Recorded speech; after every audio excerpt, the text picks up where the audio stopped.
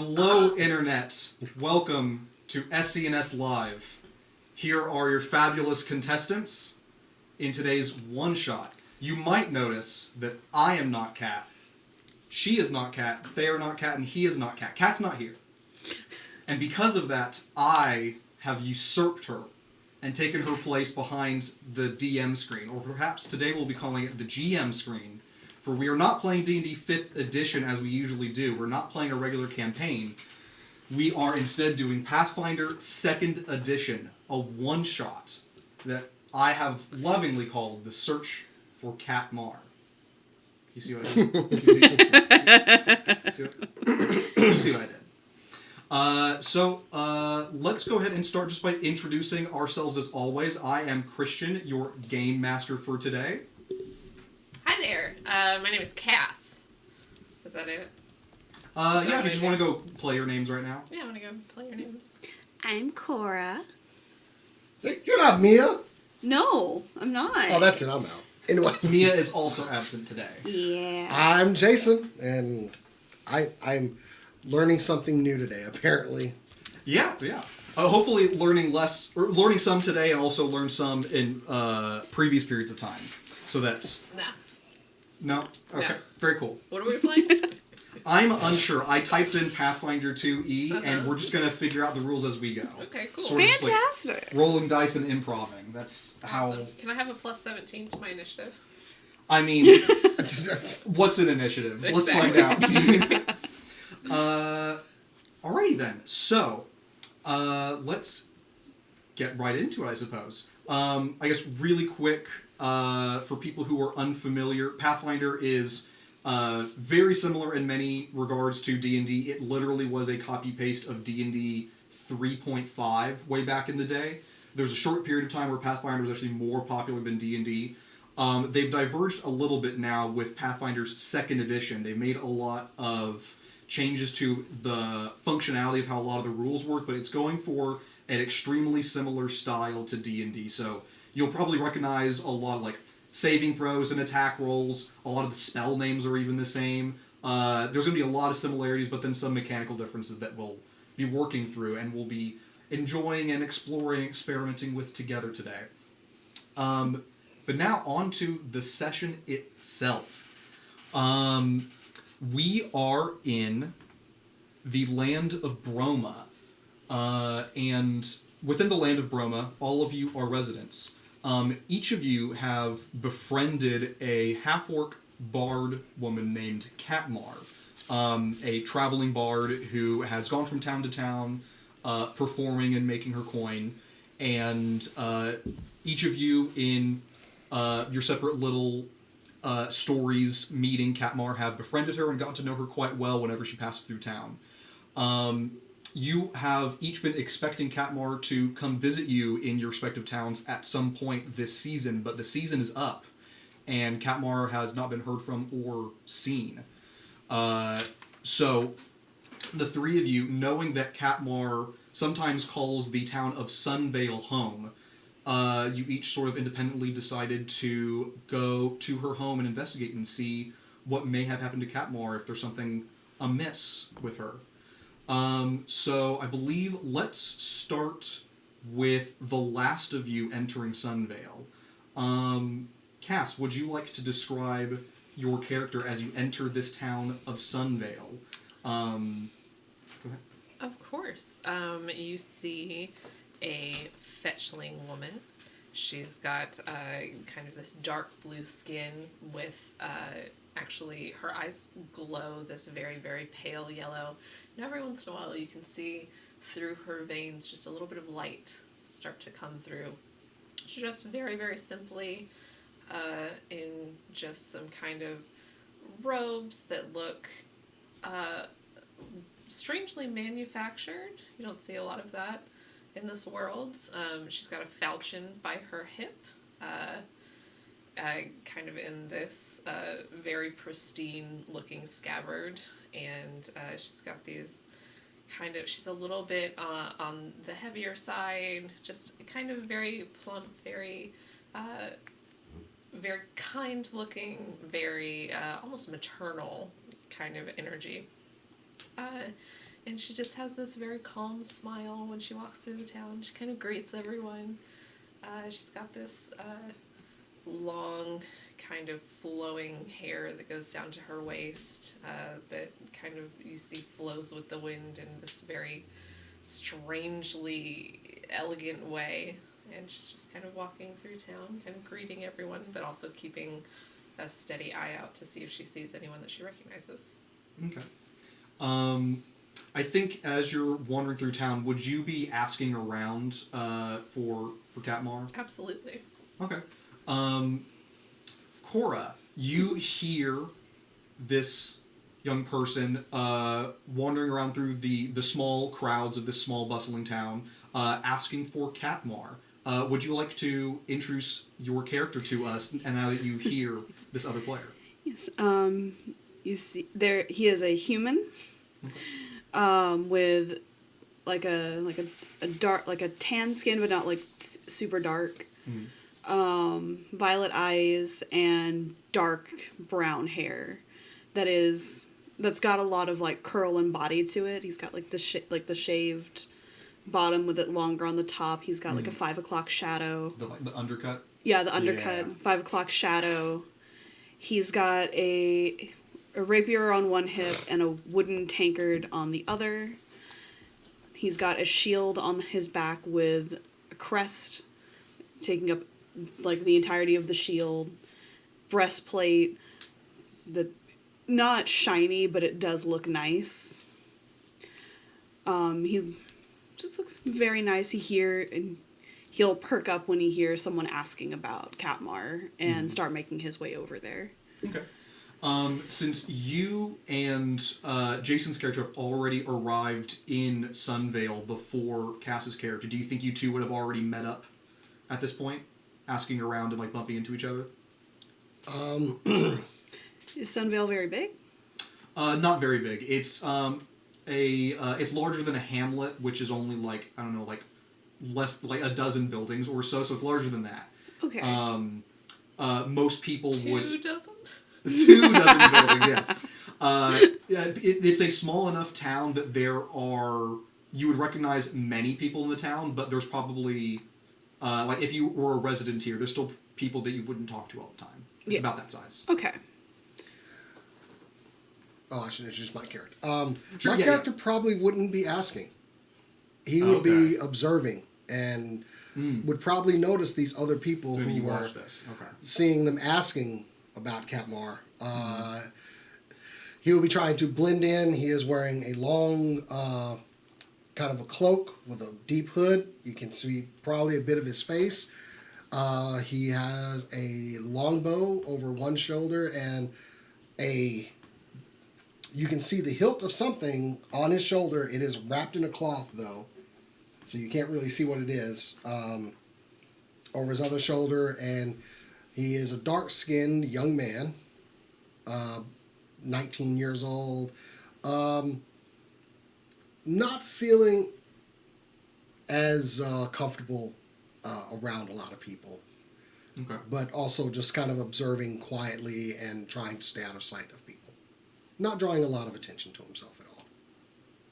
Okay. But I do notice the 2 very flashy people kind of. Yeah. Yeah. So I'm going to trail them. Okay. So we'll say you're within earshot of this conversation as you kind of discreetly follow along. You see that you've caught the attention of somebody in this crowd who begins to approach you, I believe. Greetings, ma'am. My name's Joseph Selenthorpe. It's nice to meet you. Nice to meet you too. What was that? Joseph Selenthorpe. Yosef smashing door. Sure. It's lovely to meet you. Have you seen a young woman? She's wonderful. Her name is Katmar. She's a young half-orc woman. Well, girl. Have you seen her anywhere? I haven't, but I'm also looking for her. And why is that? She's a good friend of mine. Is she? Yes, I want to make sure that she's all right. I haven't seen her all season. That's absolutely amazing. How old are you? Like 21. Okay. Well, I'm glad that she's making friends. Would you like to look for her together? We could make maybe twice the time. Certainly. Half the time, twice the time. Half the time, twice the speed, I think. Sounds lovely. Thank you so much. What is that? You have a cup that you just seem to sort of have. This is my holy symbol, ma'am. Interesting. What god would that be? Have you heard of the greatness of Caden Kalian? Roll me a religion check. I'll do that too. No, that's a 9. Since I can hear, Just a 9? Okay. I rolled a 9 too, so it's a 10. So Sure. Well, with a 10, 10 meets the bare minimum of knowing the gods of this land, whereas a 9, it doesn't quite. okay. Makes sense. You know you've heard that that is a god. You are unsure exactly which god it is. You would know that Caden Kaliad is basically the Dionysus of this world, god of partying and lovemaking and sort of like freedom, and drinks are one of his symbols. I would hear that and probably go, oh, what of those? That's fair. No, I haven't heard of them. Cade and Kalian? Caden Kalian. Cade and... Caden. Cade... Caden. Also Kalian? Cade... One name. Caden... Caden is, yes. Caden. And then the second name, Kalian. Kaylee. So like Yes, first yes. like a surname situation. Yes. Okay. Yes, Caden exactly. and Kaliad is a progressive rock band. Gotcha. With fantasy Matt Bellamy. But have you heard anything from anyone about it? About her whereabouts? About the god? Oh, No. that makes much more sense. No, I was sort of, I suppose you might say, called to look for her. I think she needs my help in some way. So, I know that she has mentioned this town to me before, and she hasn't mentioned a lot of towns to me, so I figured this might be a good place to start. Have you learned anything if you're also looking? I have not yet, but I haven't hit the local tavern yet. I bet they know something. Why would they know something? Everyone in a tavern knows something. Why is that? They travel. Only to taverns? Well, no, but that's where they gather. That's where you find information. Okay. But you don't think you'll find her in a tavern, right? I mean, she does play music and perform. She could be That's there. true. She's gonna be amazing someday. Wait, how old is Katmar? Katmar is probably right around your age, like Okay. yeah, early 20s. Okay. 2 things you would both know just because it may come up. Katmar plays the sackbut.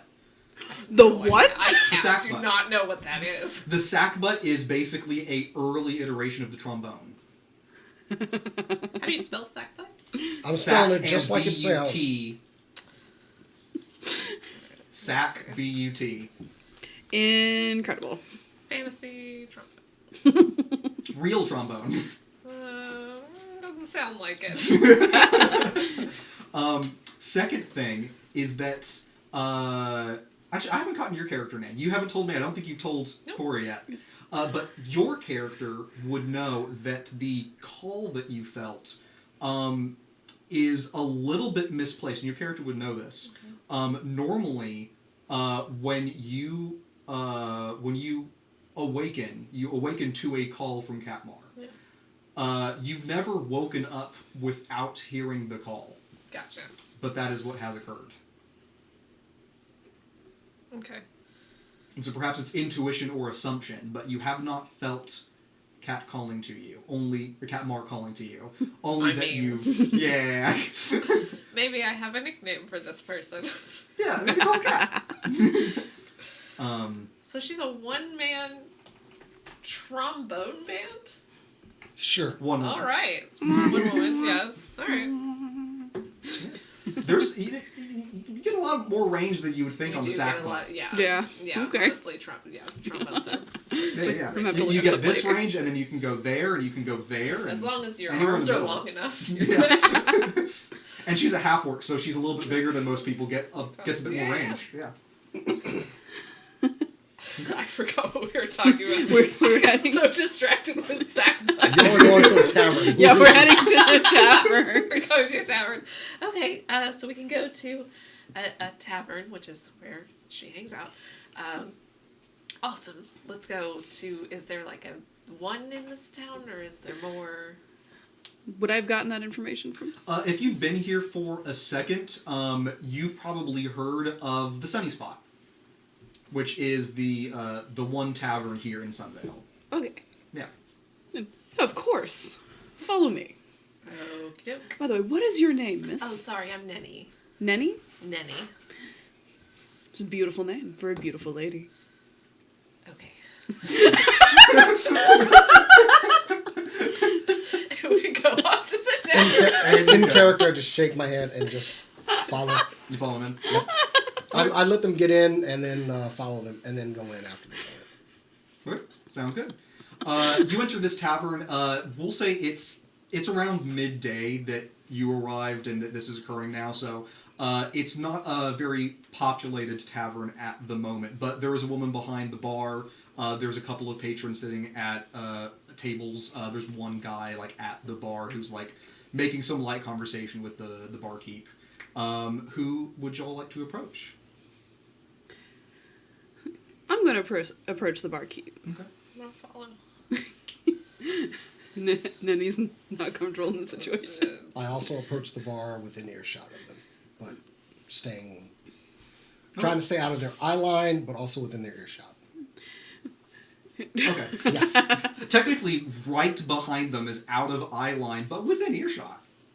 You can I'm not going to do that because that's awkward. I'll go up to the bar. Oh, yes, we're trying not to be awkward as well as Exactly. within earshot and out. Okay. Very good. So You're so shifty. Feel him For now, breathing yeah. on my neck. I'm like, No, I'm not getting anywhere near y'all. No. fair enough. Okay. all right. As you approach the bar, I assume you'd be the most assertive of the pair of you. The barkeep takes a look at you, and she does the classic, like, cleaning out a glass and says, well, what can I get you? Putting the same glass down. Yeah, bring it back up, rinsing it, drying it off, rinsing it. It's a process. So, I've got two things. I'd like to order an ale and whatever the lady would like. All right. And what would you like? We've got ale. That's for sure. Also pouring one. Is a drink. Yes. 2 ales? That's what he is having. Do you want a smaller glass? Yes. Okay, I'll get you a smaller Thank glass. So pours like a full tankard of ale for you, and then just like a pint that's smaller than a tankard. Pint is smaller than a tankard. Pint is still fairly large. A half pint. There we go. There we go. And hands those to you Pint two. is what you see most beers in. They're Yeah. big. Gotcha. Yeah. Christian doesn't drink that often. Yeah. Like when we went to Alamo, and I got the that's it. That's a pint. I'll never forget. Fair enough. And I was also curious, ma'am. Mhm. Have you had a bard named Katmar come by? Katmar. I recognize the name. Is she a local? Yes, she's mentioned that she lives here, but I wasn't sure if she played at your establishment. We've been trying to locate her. What'd she play? The sackbut. You just... So you just wanted to hear me say it, didn't you? We need to say it every 5 minutes. Hold on. She plays the sackbut. Oh, does she now? Bartender actually giggles. Why is that Yeah. funny?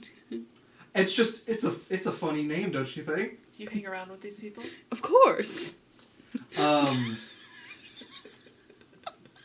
Oh yeah, that's the shiny one with the right. Yes. Yeah, she's played in here. She plays in here like every year or so. Not for very long though. She's usually only in here for a couple of weeks. I haven't seen her around lately. If you want, we could put like the word out for her. That would be wonderful. Do you know who... Is there anyone that she talks to or hangs out with whenever she's here? She plays. She gets her coin. I think maybe Joe. You could try talking to Joe. He's the blacksmith. He's just around that away, and she steps outside the door, and then she points like down the street, and you see that way off in the distance, like small enough that you can't really make out much details of the building, but you see a little smokestack coming up. She says, "That's old Joe. I think I've seen him talk to her a few times. So." Oh, wonderful. Thank you so much. Of course. And then she heads back into the bar and is making eye contact with you and says, "Now what can I get you?" And Actually, upon hearing where the blacksmith is, Mm-hmm. I leave before she has a chance to like even ask what the order is, and I go over to the blacksmith. All right. We're standing in the doorway. Huh? I walked. We're standing y'all in walked the to the bar. doorway. Yeah, but she. I'm let sorry us you had to wait. outside. She let us outside to point at the blacksmith, so we're. Oh, we're in the after I hear doorway.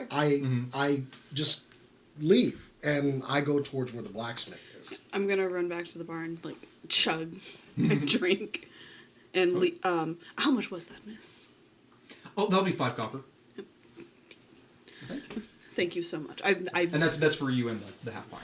I give her 10 as like a tip, Oh, thank you. or 10 total. There we go. 10 total. Yeah. So You didn't just give her a 200% order total tip. Yeah. No. Listen. You gave her a 100% order total tip. That's Yeah. already pretty poggers. Yeah. She's happy. It's also easier to calculate on my screen. You just mark off 1 silver. Yeah, exactly. Yeah. Sure. Yeah, but give her a little bow, and he's gonna wait for you to finish your drink. She'll do the same and then put it down and kind of grasp both hands and say, "Thank you so much for that drink. You're so welcome. You are absolutely wonderful and you're valid." Then she'll leave. Bar keeps having a great day now. Yeah. All right. So y'all head out. I have a head start on him. Yeah. Yeah. Let's say roll. Do I have you roll? Mm-hmm. No, I think if you're trying to be like surreptitious, I think that's the right word, about making your way to the blacksmith, go ahead and like roll a stealth, and then the two of you, if you could roll me perception checks to see if you notice someone beelining towards the same blacksmith that you are. 19. 19, okay. Bad. Oh, good. 19 or better good? Yeah? 23. 23. Very nice. Okay. You two start heading over towards the blacksmith, and you recognize that there was a hooded man that was at the bar with you, and you recognize that he is just like a couple dozen yards ahead of you, and he is heading, seeming with intent, towards the smithy. And he seems to be like looking around at his surroundings. You can see his like the hood of his cloak turning as he seems to be looking around while he travels. That cloaked man right there. He seems quite suspicious, doesn't he? Yes. He's wearing a cloak. He's also going straight where we're going and came directly from where we were. You think he means her harm? I'm not sure, but I would love to find out. And how should we do that? Well, there's no better way than to ask, and I'm going to, like, walk faster. Okay. Do I catch up with him? Yeah, I believe you can. I guess if you would like to roll perception to see if you notice that someone is like sort of racing up behind you. Where is my perception on here? It's I'm up. not here It's to up murder you. above your. Oh, I see it. Okay, Yeah. cool. It's its own little special skill. That's going to be a 13. A 13. I think you notice them coming up upon you, but like right when they're on you, basically. Oh. So you are within like 3 yards of this hooded figure, and you notice that he glances over his shoulder and notices you. Hello, friend. Huh? I'm gonna walk up to him and just like, you know, you could just approach us and talk, right? I don't know you. I'm not doing anything. No. I understand, and I know we don't know each other, but you do seem to be following us. No, I wasn't. You are roll sense motive. I live here. Could you please make a deception check for me? I don't have a sense motive. What would I roll? Oh, yeah, sense motive is a perception action, so go ahead and roll perception. Oh, okay. I'd like to do I forgot that about as that. well. Sure, go ahead. I rolled the exact same thing I rolled before. 23? Yes. Nice. I rolled a 4. A so 4? 21. Okay. So, he can eat shit. He's just lying to your face right now. Ah, you live here. Then you must know Katmar. Well, a lot of people know Katmar. She's a famous musician. Friend, I want to make it clear we are not your enemy. You seem very frightened. Are you all right? I'm not supposed to be here. Right, well, your secret is safe with us. We Where won't are you tell anyone. supposed to be? Back in my town, I'm a night watch. Are you going to get in trouble? Yes. Oh. My dad says I'm never supposed to leave the town. And he kind of just takes off his hood, and he has he's a half elf, and he has ears.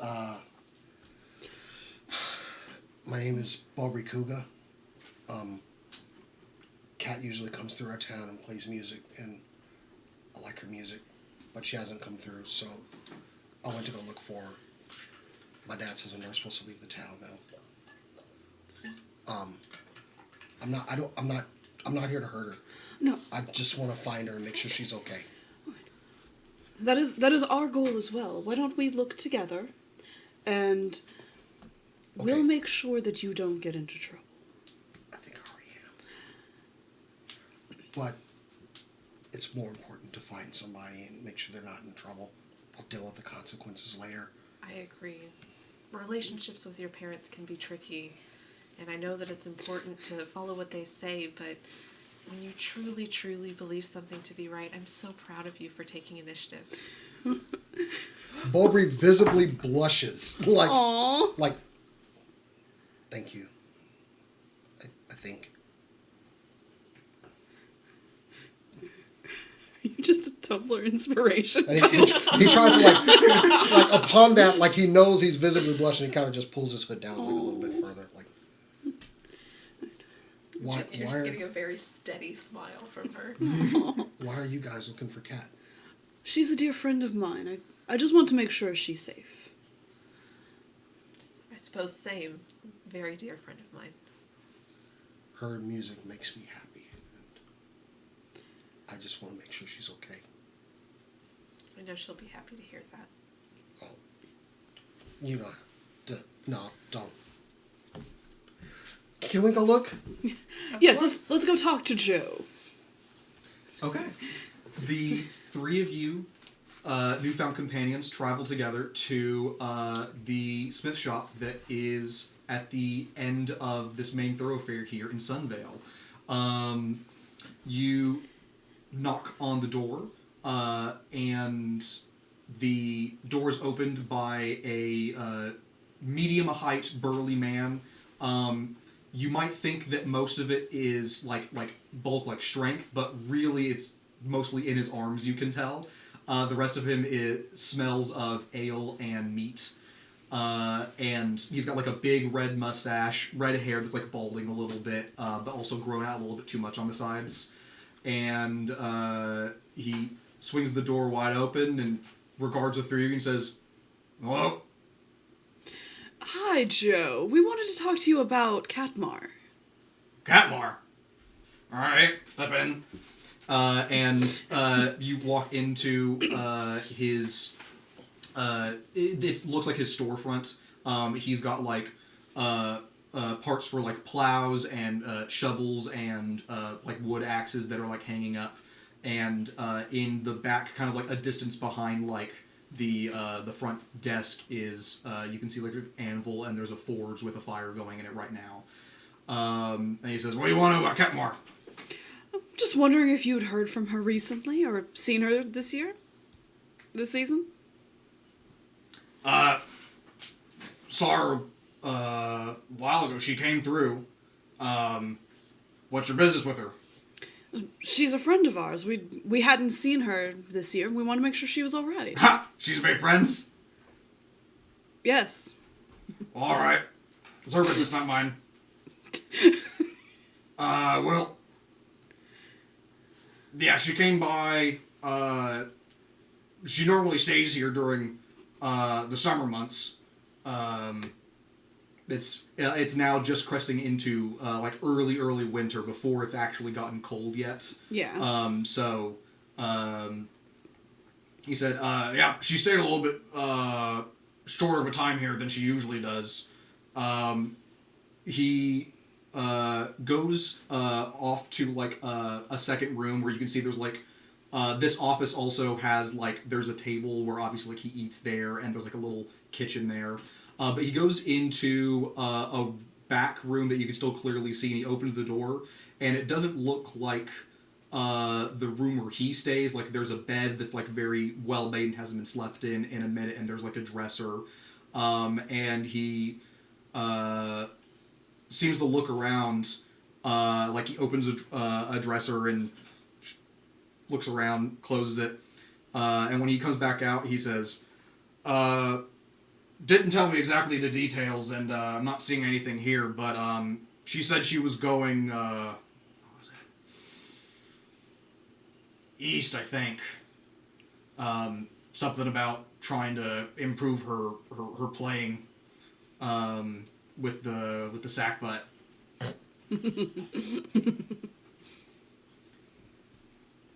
So, did she get into trouble or anything? Oh, we don't know yet, honestly. I'll be honest with that. It's just rare for her, rare as in not like her, to not show up in our town. Alright. Well, if you find her, send her back here. She still needs to help around a bit. She didn't stick around the entire time that she was supposed to. Yes, of course. Thank you so much, Joe, for your help. Are there any other bards in this town? No, only ones that pass through. That's how Katmar got into it, actually. When she was just about yay high, we had some musicians come through, and one of them was playing the sack butt, and she was just... I'm gonna start calling it trombone. Yeah. Fascinated with the sack butt.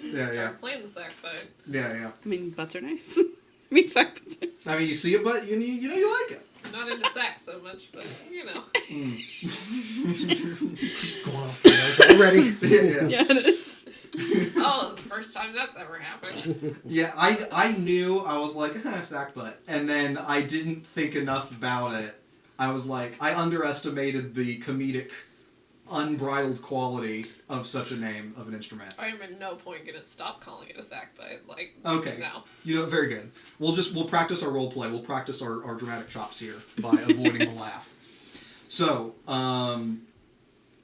he said, yeah, the users came through and she was just enamored with the thing, so I ended up getting a diagram from some friends in the capital, and then he points over to a corner where he's got like a collection of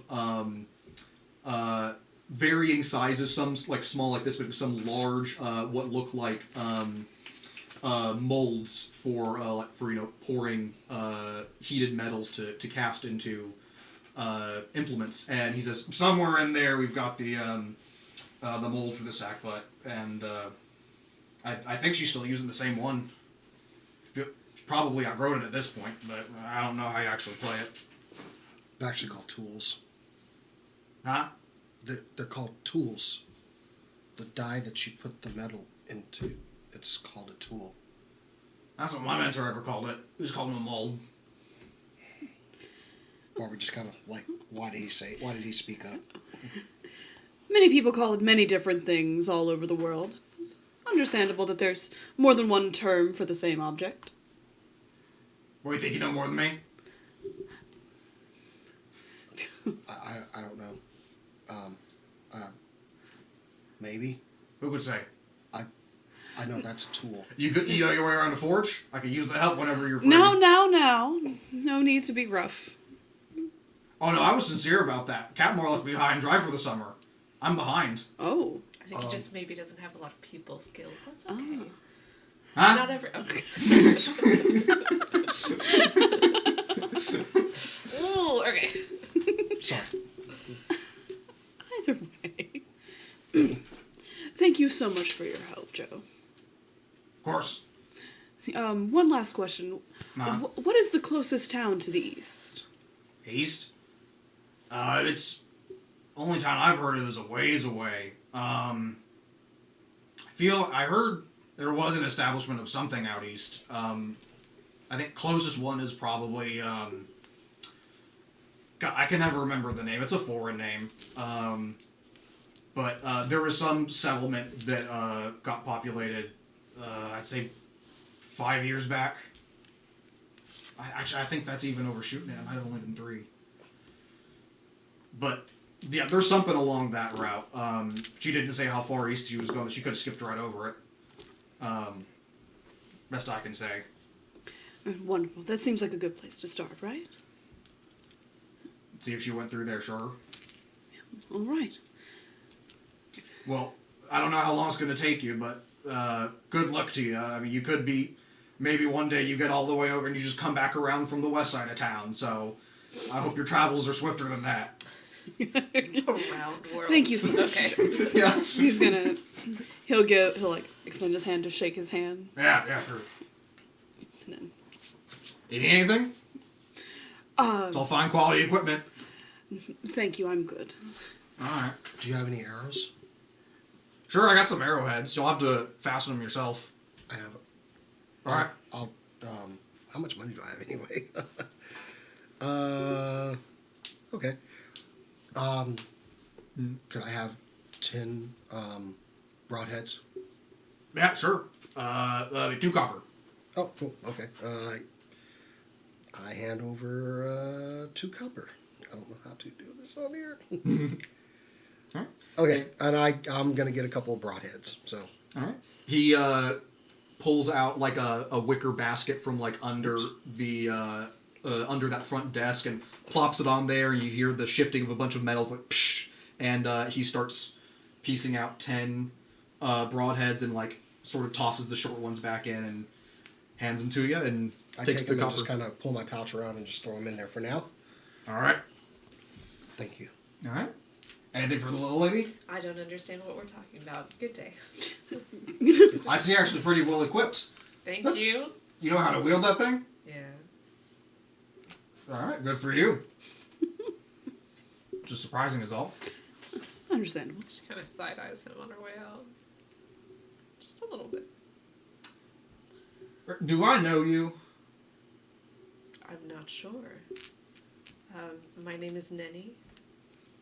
I'm Katmar's friend. She may have had me with her a few times. You're funny. Alright. Alright. How old are you? Are you asking me, Christian? You're asking I'm him. asking how old are you? Yeah. Stop counting after 21. Okay. Just seemed like a good time to stop caring about the thing. He definitely looks like he's in early 40s. Okay. Alright. And you're friends with Katmar. Okay. Alright. Have a good day, sir. I'm not friends with Katmar. Nearly raised her. That makes much more sense. Okay. Thank you very much. Bobby's Anyway. like Yeah, feeling walk out. real awkward, so he's like Yeah. and goes out the door and waits for them outside. So He just follows them after giving like a wave. Alright. He doesn't make eye contact, but he sort of waves you absent-mindedly, and before you head out and close the door, you hear him go, huh, that's funny. Do I remember anything about him? Has Katmar told me about him? Katmar has almost certainly mentioned Joe Smith before. Okay. You got the impression he was some sort of parental figure. Okay. Yeah, that's what you would know. Fair But enough. I don't think you ever met him. Interacted. Yeah. Yeah. That makes sense. Mhm. Okay. also, in case y'all didn't know, Bobby's clothes are like not dirty, but they look like somebody's been outside for like a while. Fair enough. Yeah. Makes sense. whereas everyone else is kind of kind of more finely dressed. He could use a wash, probably. Yeah. Couldn't we all? Are y'all going to go east? I imagine so. Absolutely. Is it wooded area? Yeah, this is sort of cleared out next to like the main road, and if you headed like directly east, that would be like into woods. You do know that the road here that like comes into this town is like a north-south road, so you would either have to go up north and maybe find a road that heads east, but you're not exactly sure which route Katmar would take. Did she go up the road and head east, or did she go just straight east into the woods? Do either of you know of a place for musicians east? I was hoping there was a bard in town who might know where that would be. Well, my experience has told me that there might be a bard playing there tonight. We could always ask them at the tavern. They usually have entertainment at night. Still a good traveling time. Okay. Wait, we're going back to the tavern with people? Aye, we can sit in the back. Make sure that we're seen as least as possible. Okay. So I just kind of follow along. Just staying quiet, but just kind of... Okay.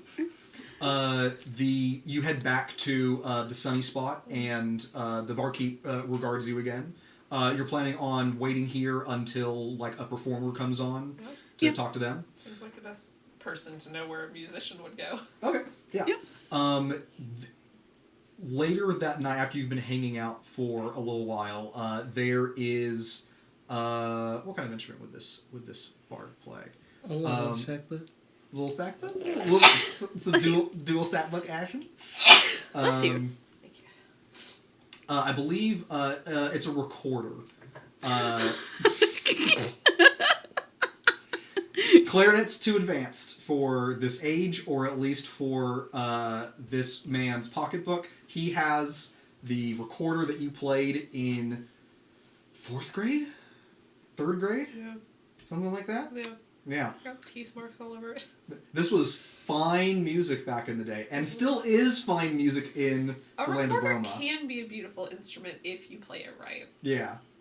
Are you saying that in 3rd grade we were not... That is exactly what I'm saying, yes. We'll just leave that unsaid, because I found it a little bit... It's not unsaid if you say it. Well, I didn't finish saying it. Okay, go ahead. Are y'all drinking while y'all are there? I mean, well, of course you are. No. Yeah, I am. No, she did not like that. He is happily drinking. Bobby's drinking water. Water. Okay. Yeah. So gracious in your distaste. That he is. Oh, yeah. Yeah. Of course. Probably to the annoyance of the barkeep. Yeah. I don't know. I think as a barkeep, maybe she would know it's not for everyone. No. Mm. I think Nenny tries a couple of different kinds of things and hates every single one of them. Gotcha. So yeah, at just like about half hour before dusk, a musician takes a stool and like sets it on a table that's in like the corner. Gets on the table, gets on the stool, on the table, and starts playing some very simple tunes on the recorder. The musician makes a lot more out of recorder than any of us could when we were youngins. And the bar populates a little bit more with some more patrons. There's some people who are tossing coins in his mug, and he sort of like nods to them as he continues playing on the recorder. And this goes on for only about like an hour or two.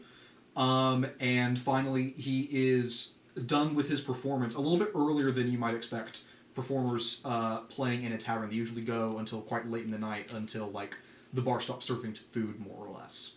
But he starts packing up relatively early. When the musician starts playing, y'all actually notice that Bobby actually stops being kind of so jumpy and is zeroed in on the music. Just like not even like just no more like just and stops being so like kind of. Yeah. The music relaxed him. I'm gonna like. And after it stops, he's. Same, and he's I mean, enthusiastically Oh. after every single song. And for the first time, y'all see him kind of smile, like. The musician catches that you're the first to start applauding after the end of this set, and he makes eye contact with you and bows to you, and then bows to you. Tosses a couple of coins on the table. Why, thank you. And he takes the mug of coins, and he's counting up his coins and like putting them in a little purse that he has on his belt. And he starts to finish his drink. It seems like he's less than half of his drink is left, and he's just kind of sitting down at the table after he took the stool down. Are we gonna ask him questions? I believe. Excuse me, sir. I'm so sorry. I didn't catch your name. The name's Graham. Do you like trains, Graham? Trains? Yes. I haven't done a train in a long time. Okay. Bobby blushes. You've I just realized I said that joke because I was like, trains don't exist in this world yet, but then it doesn't make sense that he would say that he's done a train. Yep. So Still good. Good joke. thank you. Where did you train for your music? Oh, my father taught me how to play the recorder. Well, fuck.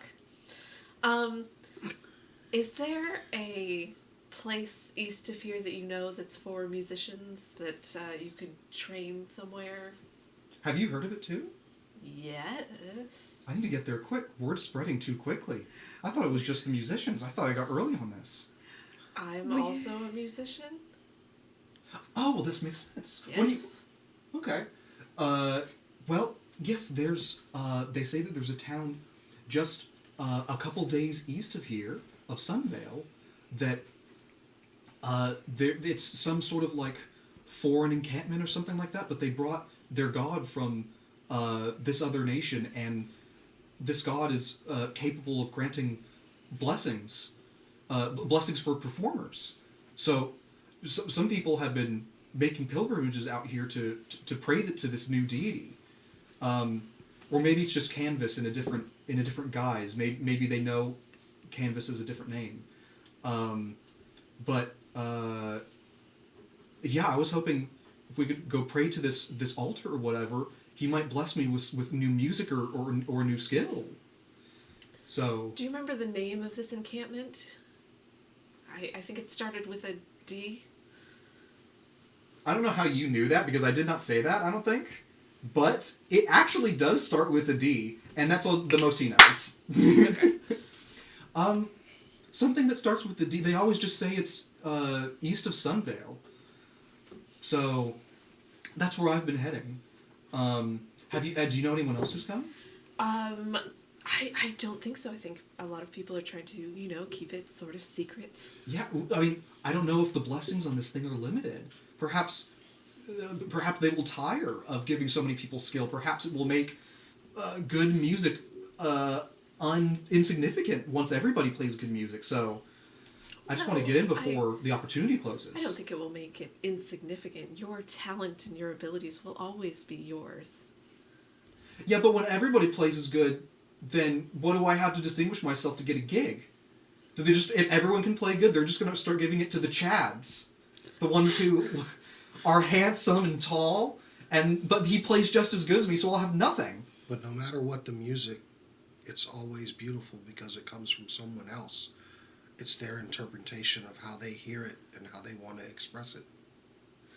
Thank you for the one-on-one on music playing. I'm sorry. I Okay, this guy's a douche. I'm just saying, Thank you very much. Okay, let's go. Well, you don't want me to buddy with you? We could go together. Sure. Do we want... excuse me, just one second. Do we want this guy to come with us? I don't think so. He downs his ale and grabs the rest of his stuff, and then he starts sprinting out the door and says, I'm going to get there first! Wow, I hated that. Let's grab him. I toss some coin on Did you the say grab him? Did you say grab him? catch up to him. Sorry. Did you say grab me? Barbary hears. No, Barbary hears grab him and does. Okay, go ahead. You make an athletics check. Outside the bar, Jason. Please don't. That is a natural 1. A natural 1. My athletics is so high. Yeah. So you reach out to grab him, and you get him by the back of his arm, but you had to reach. You're leaning on one foot, and he feels you catch his arm. He yanks while he keeps running, and it pulls you off balance, and you fall on the floor of the bar here. Oh. Oh. Are you? I'll run up and help. And he him goes, out. "Eee!" and just runs out the door. Are you all right? I get up to go give chase. You said get him. Let's catch up to him. Wait. Barbary gets up and tries to make another attempt to go get this guy. Okay. What is your land speed? What's your run speed? 25 feet. 25? Okay, so you and him are about matched. You give chase outside. It's now nighttime at this point. The moon is out. And he seems to be heading straight east out of town. He's not going for the main road. And because you have similar speeds, we're going to make this a constitution competition to see who starts slowing down first. So go ahead and roll me and just add your constitution modifier. Oh boy. This should be interesting. Natural 20. Natural 20. Hey! We've got some wild swings Mia's today. dice. Yeah, we do. Okay. Well, with a natural 20, you give chase for quite some time. It's probably a solid. I mean, for sprinters, you run out of it pretty quickly, but giving full sprint speed chase, he starts to tucker out at around the 2-minute mark, and you can tell that was stretching it for him. You have not even started to slow down yet. You're making really, really good pace, and you close and close and close to him. And once he realizes that you were right behind him, he turns, goes ah, and then he trips on something, goes onto the ground, and just sort of plops there while you sort of just slow to a trot beside I'll him. catch up to him as he's on the ground, though. Now that he's fallen, you were told to stop.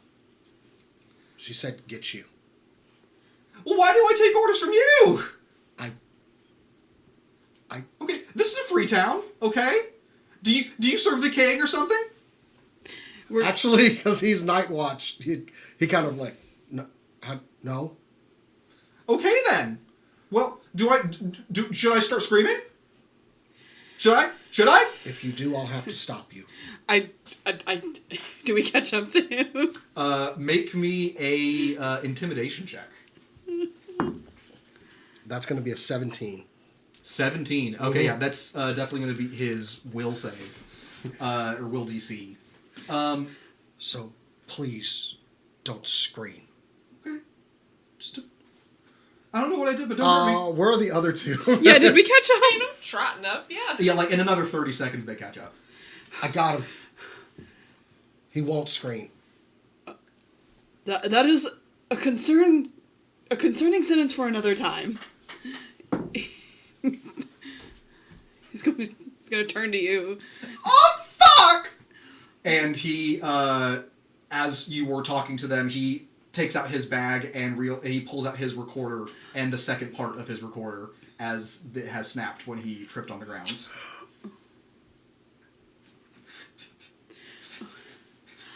I'm very sorry. No, I didn't mean to. No, I understand this is a disappointing experience for you. I'm so sorry. Okay, give me a second. I didn't expect you to burst out laughing. You didn't expect your joke to actually land well? Okay, alright. I get that this is a disappointing experience for you, but there are consequences to your actions, and you need to understand this. Oh, I don't know what you want with me anymore. Okay. Oh, I put my hand up and it's following me now. Let me stop it. Check the stream. Make sure it's not being funny. We just wanted to catch up with you and travel with you. That's all. Everything that happened after was unplanned. I don't know if that's supposed to make me feel better. Is something wrong with the stream? No, you're good. Oh. Yeah, I accidentally started the camera tracking. I just turned it off. You sure? Yeah, I stood up and I watched it track me, and then I did the hand thing again. Should be good now. I snatched the recorder from him.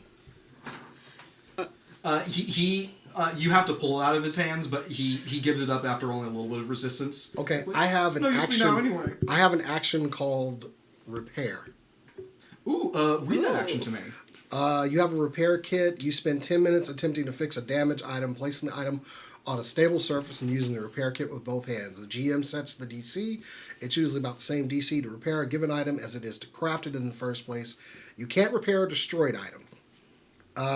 Critical success, you restore 10 hit points to the item, plus an additional 10 hit points per proficiency rank you have in crafting. Okay.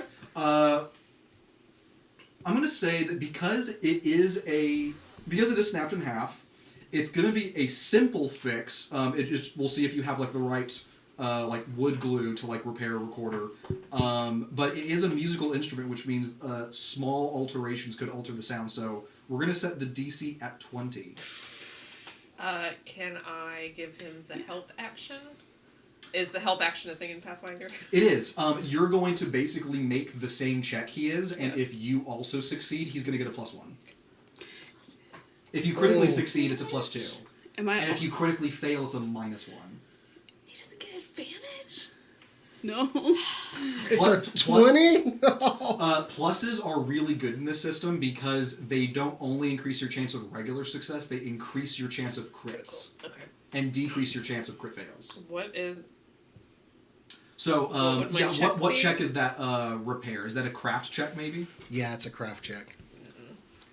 Yep, it's a craft check. Oh, only if I critical fail? Only if you critically fail. So you would have to roll... You would critically fail if you rolled less than 10. Or 10 or less. Okay. I'll take that. Okay. Those So yeah, both of you odds. make crafting checks. Oh boy. That's going to be a 4. Ooh. It's a 16, but I have 0 crafting, so... And I do too. Okay, so that is a total of 5 for you because she gave you that +1 bonus.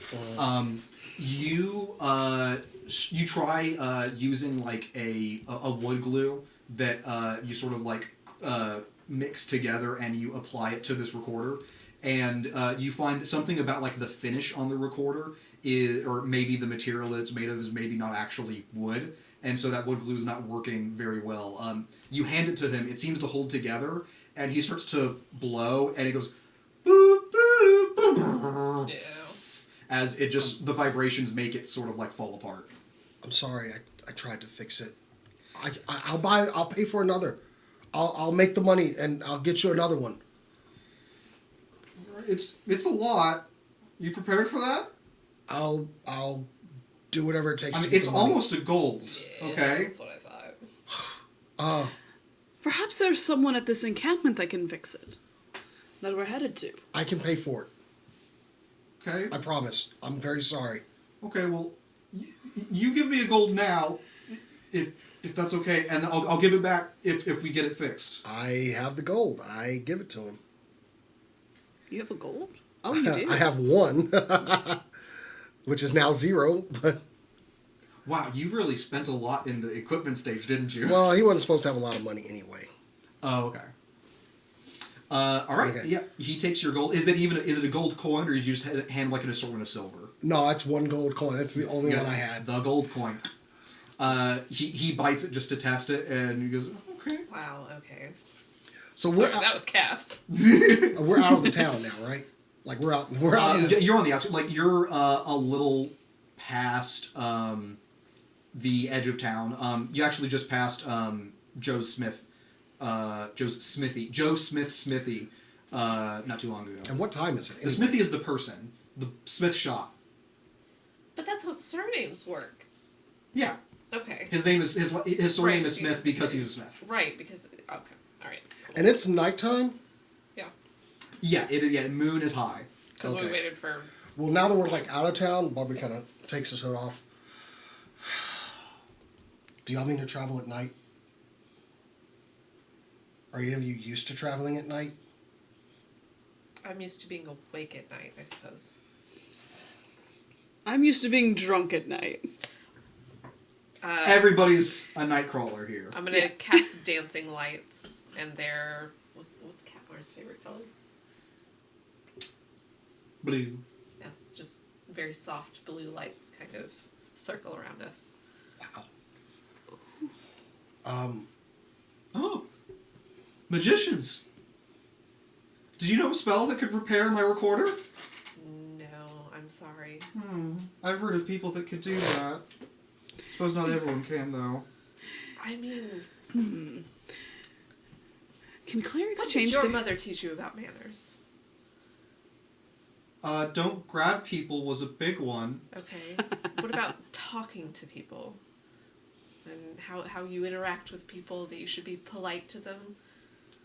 Please and thank you. Right. Thank you for not killing me. You're welcome. Alright. Manners. Yeah. Maybe, None of you maybe seem- you should just go a little bit ahead of us, and we'll be back here. If that's okay. None of you seem equipped for traveling at night.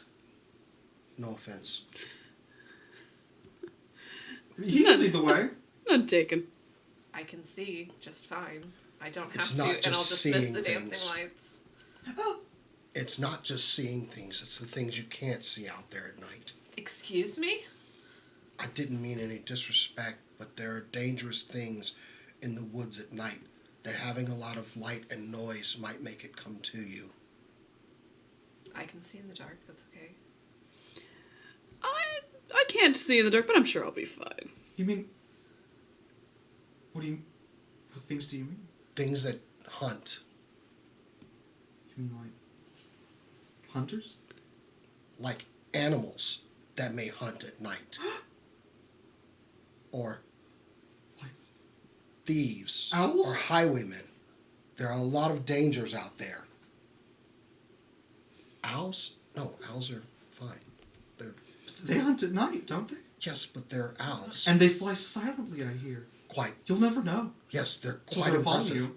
Yes, it's really cool to watch them do that. They swoop down, their wings like spread wide and make no sound, and then they snatch up an animal and then take it away, and they behead it usually before they take it back to their. I'm sorry. That's how animals, the owls. I think it's wonderful that you have all this information. Shut the fuck up. No, you can't. Yeah, I spent a lot of time outside. Not a bad thing at all. So, given this new information, should we find a place to sleep for the night, or should we travel at night? You should all sleep. And what about you? I'll sleep. But it'd be safer for you guys to sleep in an inn or somewhere else, not the woods. Yes, let's get a room before we head out. Not share a room with douchebag McGee over here. That's your call. Don't worry, miss. I'll be in there too. I'll keep you safe. Alright. Once again, Douchebag McGee and douchebag Magoo. Yeah. to make sure he doesn't leave, I'll stay with him.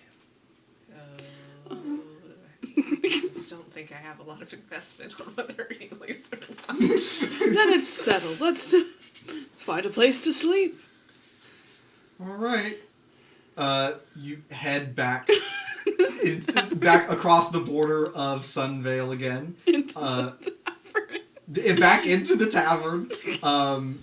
Graham goes first, and he sort of like enters the tavern, and he stands aside to wait for you to go get the rooms. He's sort of like following your commands at this point. This poor I lean over to Yosef. He won't leave. All right, yes. I trust you, don't worry. Oh, we went back inside, so he's Yeah. kind of Sure. shit. What People will was his see me. name? Huh? What was his name again? Right. No, your name. Oh, Bobry. Bobry. Or Bobry. Is he going to be upset if Yosef gives him a nickname? Hmm? Is he going to be upset if Absolutely Yosef is. gives him a Unless it's nickname? Try it. Unless it's something cool. How could you even make a nickname out of Bobry? B-O-B-Re. Most people call me. The other guards called me Kuga. Oh. Well, I don't like. not to worry, Bobo. We'll take care of everything. I'm sorry. What? As he just walks up to the party. I like Bobo better than Bob, which is where I was going. But Bobo, I feel, is more fitting and funnier.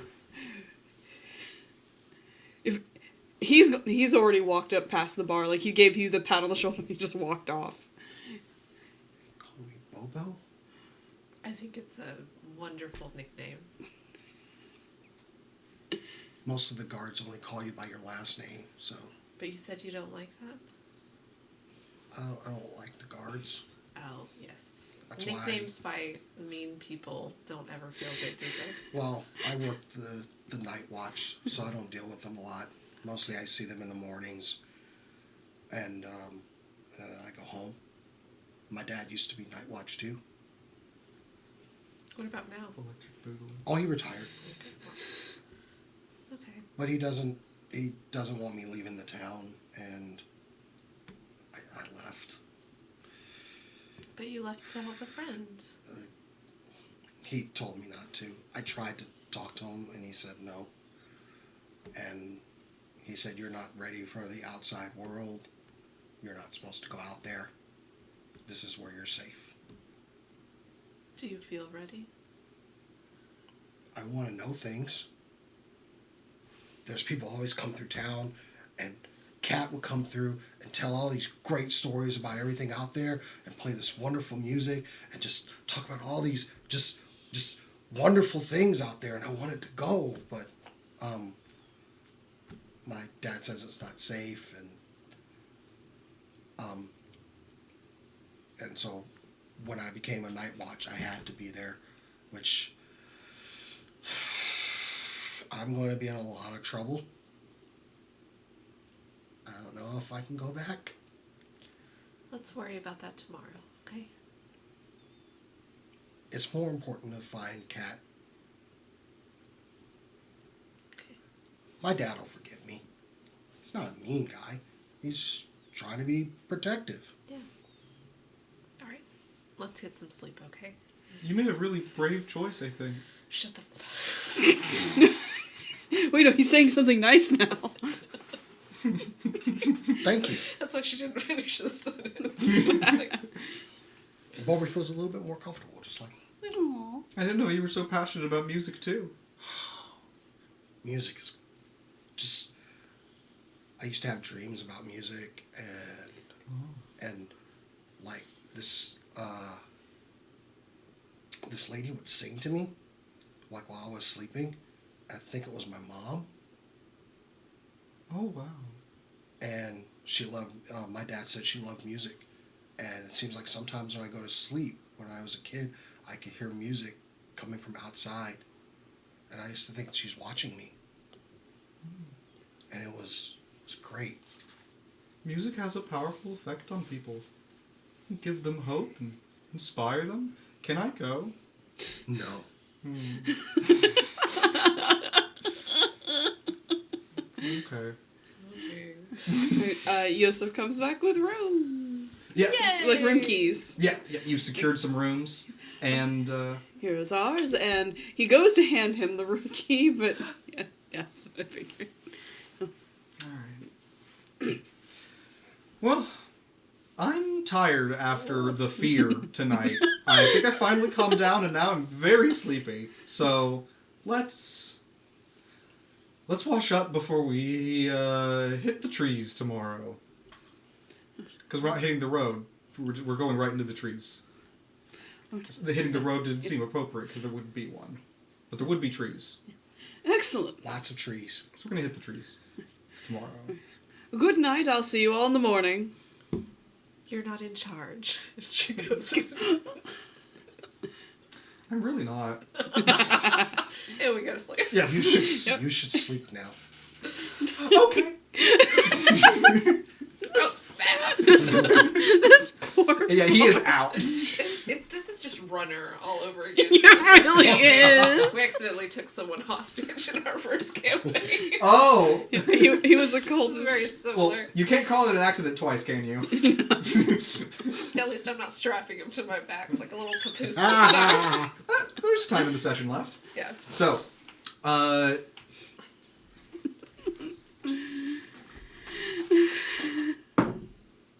he makes a wise decision to not attempt to leave that night. And That's a good one. yeah. Very good one. Yeah. You awake the next morning, feeling good, hoping that your travels are swift and full of energy. Are you all good on rations and traveling gear? Yep. I assume so if you all bought like the adventurers kits. Yep. Yeah. Then yeah. Okay. Graham has no such kit, and he wakes up bright and perky in the morning and says, all right, let's get this show on the trees.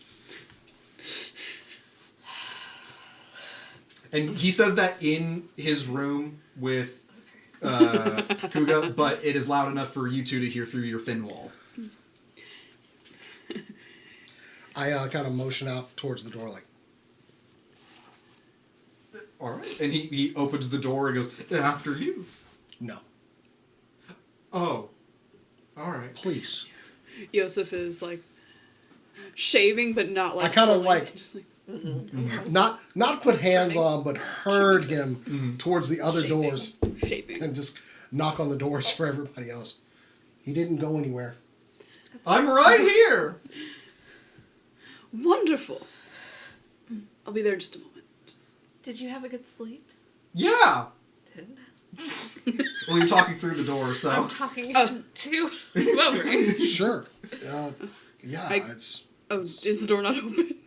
I didn't hear anyone say they opened the door. Oh, I thought No, we I just opened knocked the and... door. No, Okay, I got opened it. the door. He still replied to your question, even though you were making direct eye contact Direct eye with contact. Kuga. I see Yosef shaving, just kind of like. Perfect. All right. He still looks like It- he has the perfect amount of 5 o'clock shadow. Exactly, like Oof. that crisp line. Yeah, yeah. Exactly. My dad shaves. I no facial hair. The elf. Ah, yes. It's a pity. Facial hair is very nice. And just like, Let's talk more about shaving to distract me from the fear and go! And you'll start heading out of the tavern. Once out into the woods, Bobry instantly, we're going east. I'm gonna lead the way. All right. I think Graham naturally submitting sticks in the middle of the group as if to reassure, no, I'm not trying to get on the edge of the group so I can peel off when no one's paying attention. I submit to the whims of this Good. I don't trio have to that say have anything captured else me. creepy to him. No. Unknowingly creepy. Yeah. I feel so bad for him, but also I'm not gonna stop This it. guy's a douche. Man, I think something I love about playing tabletop RPGs is because it's not quite as real of a world as the real world is, we get to appreciate an amount of entitlement in our lives Yeah. that we don't take in real life. Perhaps we should learn more. Says you. Okay, so you head off into Le Woods.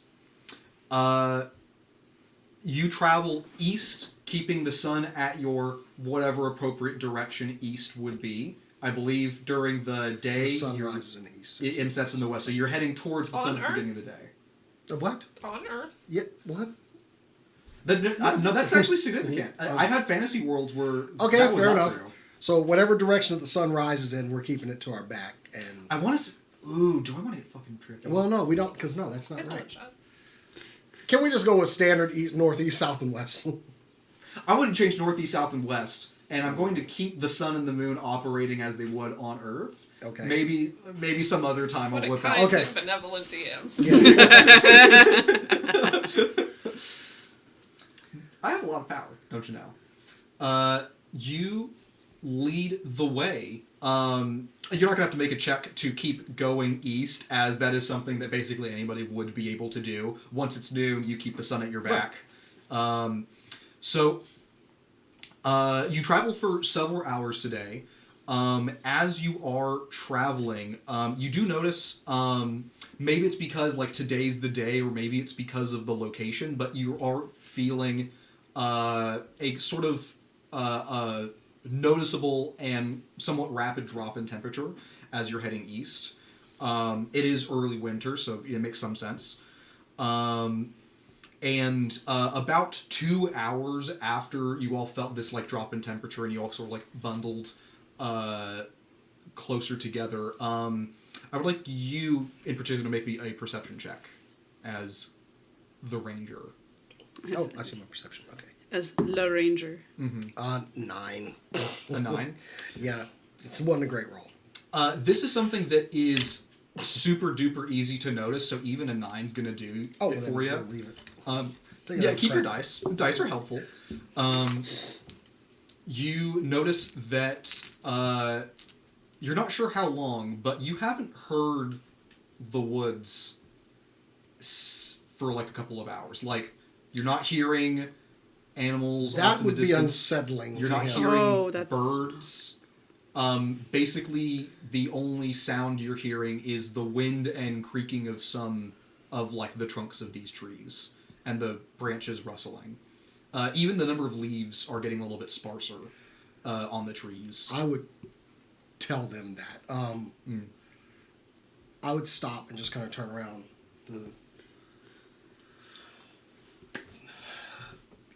He's agitated. The forest isn't making noise. Listen. Forests make noises. Sorry? So this isn't normal. No, this is not normal. Something's wrong. Is it one of the hunters? Are they hunting at day now? This is something worse than a hunter. But this isn't natural. And I hate him. He almost passed out. like, just on hearing that, Bobry actually takes his bow. We should be ready for something. I'm gonna take out my rapier and my shield. And we're going to go ahead and continue, but I'm letting them know you should be on guard. Something's wrong. Okay. Muy bien. You're traveling, ready to go. You're going a little bit slower as you're walking to be prepared for some sort of encounter.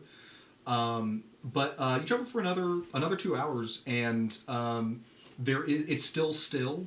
It is still even a little bit colder, but you haven't noticed anything yet. But still, no animals, no nothing. Mm-mm. Nope, Yeah. nope. It's at the early, like, you're still several hours away from even dusk. The sun is very much, like, behind you at this point. But the four of you notice that you're coming up on what looks like the cold embers of a campfire. There's some, like, stones gathered around and, like, some twigs burned. It's mostly ashes now at this point. It's no longer smoking. And you see that there are some bedrolls that were, like, rolled out that are still here. Yeah. Bobry goes up a tree. Up a tree? Instantly. Like, Okay. sees it and goes up a tree as high as I can without breaking a limb and falling down. Yeah. Go ahead and make me an athletics check to climb. That is going to be a 17. Yeah, I think 17 is good enough. You know when to stop before the branches get too thin to support you. And I'm looking as far as I can. Okay.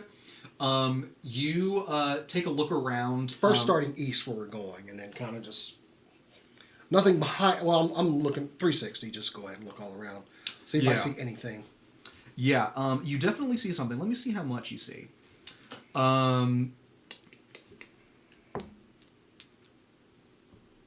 Yeah.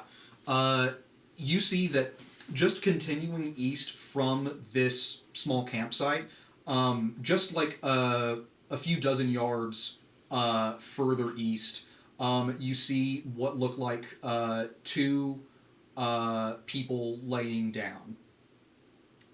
I'm going to the light that comes from my eyes and this kind of general light around me dims, and all of the parts that were light go black. So you see black veins kind of start to come up, and my eyes turn Ooh. completely black, and shadows almost seem to pulse around me.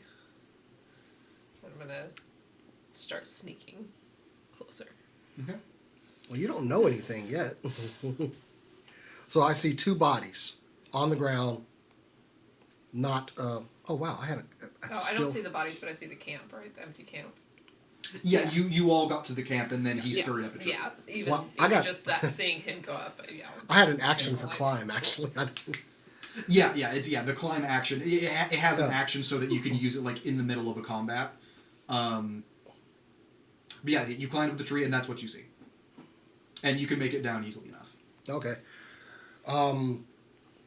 Make it down probably probably jumps from quite a bit. Two bodies. East. I'm gonna. The sound of him landing on the dried leaves and the soft earth making that thump is about the loudest thing that you've heard for like half a day. I'm gonna lead the way to the bodies, and I'm gonna put my rapier away. Still got the shield out. But I'm going over to them to see if they're still breathing. I stop him. What? They could be in danger.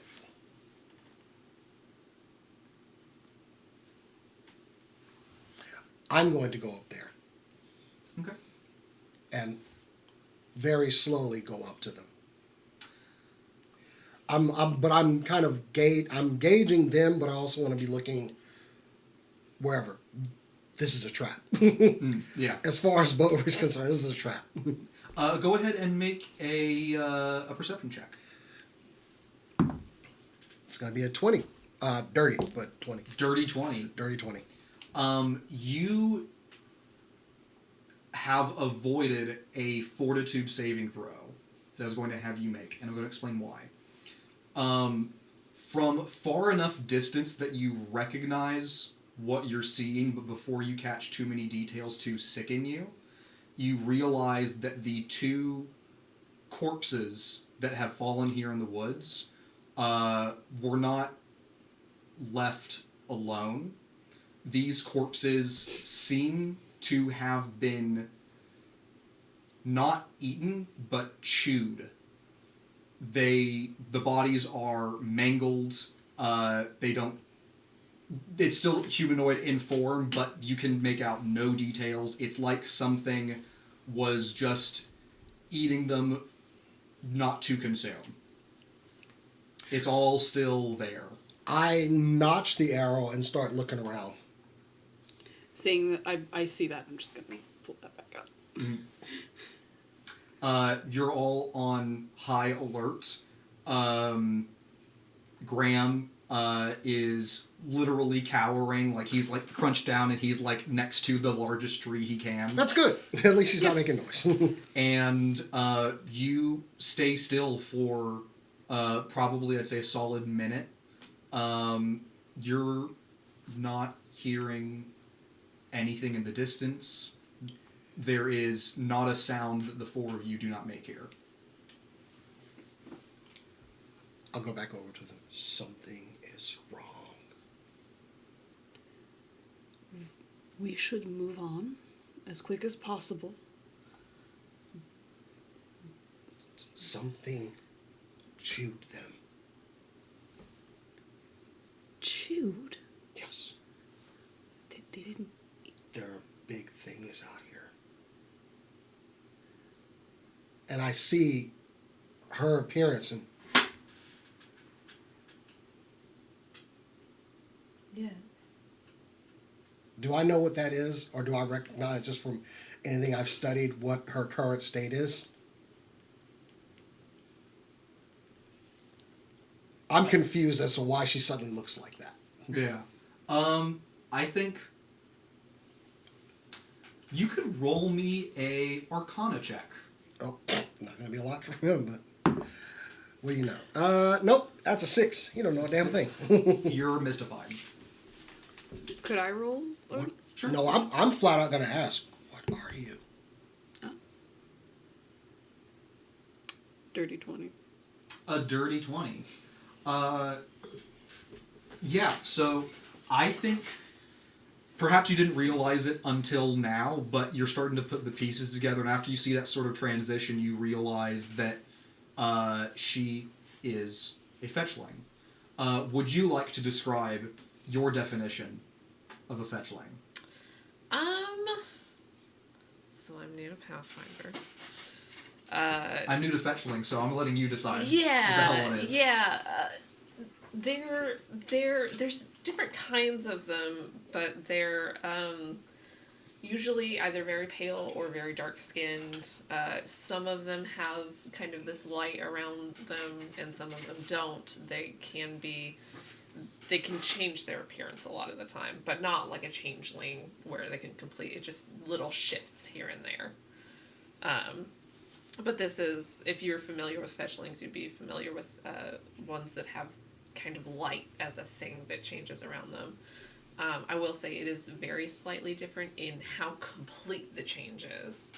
It's not the shadows dimming kind of around her. It's not a thing that you usually see with fetchlings. There's the black veins aren't something that you usually see. It's mostly the eyes. And mostly the eyes don't go black. They just don't, they're not bright anymore. So there is something slightly different about her, but not crazy different from a normal fetchling. So Yosef isn't going to be concerned about it. What was your question? No, Bulber's just like, No, I know. I forgot what you asked. I was like, what are you? I am a fetchling, but I'm also, I suppose, you would call me a helper. Everything about me is to help. And this is something that can help sometimes. You do not need to worry about me. I am not here to harm you. I am here to help, Katmar. I take her for a word. But in the meantime, we have greater worries. There's something out here.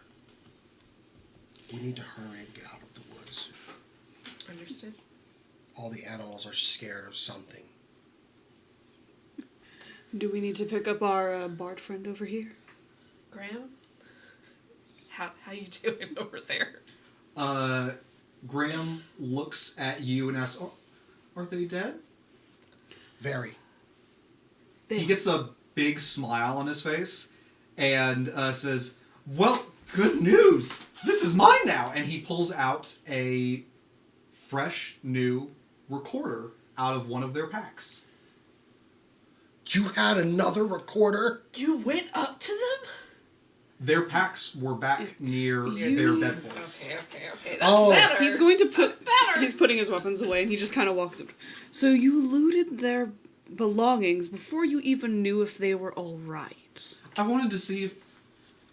I mean, I don't know. I wasn't looting at first. I was just checking to see what they had. What was in the other one's bag? Was it an instrument? It was. And he pulls out a tiny little harp. Luring. Somebody is luring musicians. Good to know. That was not. But They're intentionally killing musicians? I think somebody's luring musicians. We need to hurry. But then how are we getting our blessings? There are no blessings. The blessing is the bait for their trap, so to speak. So I'm like a fish. Very much so.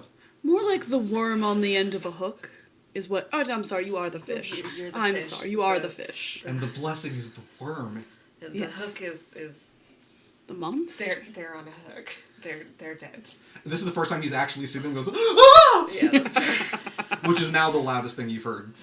Okay. As he does that, I clap my hand. Shh. And I instinctively, you see a dagger come out of a boot that you hadn't seen before, and just instinctively at the same time. Be quiet. Way in the distance, Oh no. you hear, Run! I just take off in the same direction that we were going. Like we need to run. Yeah. We need to get going. So we're heading towards the screen? We're heading still the way that that we was were more going. northward. Oh, okay. Was it Yeah. more of a scream of terror, or was this just That's like... not what it sounded like. Oh, or was this some That kind sounded of... like a call. Okay, Bobry's a hunter. Although none of us are voice actors. Was that a call? It sounded like a call. Bobry's a monster hunter. Would he know what that is? Or would he know what that Go ahead and sounds make like? me a nature check. Ooh, that's a good one for me. Hang on. Let me use this one. That's going to be 13. And anyone else who is trained in nature can also make this check. Can I make a diplomacy check? Yeah, go ahead. Yeah. It's not very diplomatic. There. 19. You convince Graham to stay with you Awesome. because it is smarter than running away. Do I recognize I what guess that, that also what that would've noise Was was? it worked as 13? It was a intimidation. 13. With a 13, there is something recognizable about it, but you can't place it, and you've certainly not heard that before. Okay. Then I'm going to go with we need to start moving. Okay. Yeah, I'm Yep. running. Yeah, I'm running with them. All right. While we're doing that, I'm going to tell them something's coming for us. Are you attempting to Totally got that. Are you attempting to move as fast as possible, or move as fast as you can while being stealthy? I would like to move fast while being stealthy. What time is it? You probably have another 2 hours before dusk. They said it was 2 days away. Yeah. Yeah, I should probably be sneaky. Sneaky and fast. Okay. Fast and sneaky. And I'm Um, moving from shadow to shadow. Okay. Sounds good. Yes. I would like all three of you to make stealth checks for me. Oh, goodness gracious. Is this a bad time to tell y'all that I have a negative to my stealth? Bruh. Oh, Your that's a good armor. one. Okay. No, it's not my armor, because my armor doesn't... It's armor I'm proficient in. Well, even proficient armor can give you a Oh. minus to stealth. I don't know. 17. It didn't... 17. All right. Good. I'm very stealthy.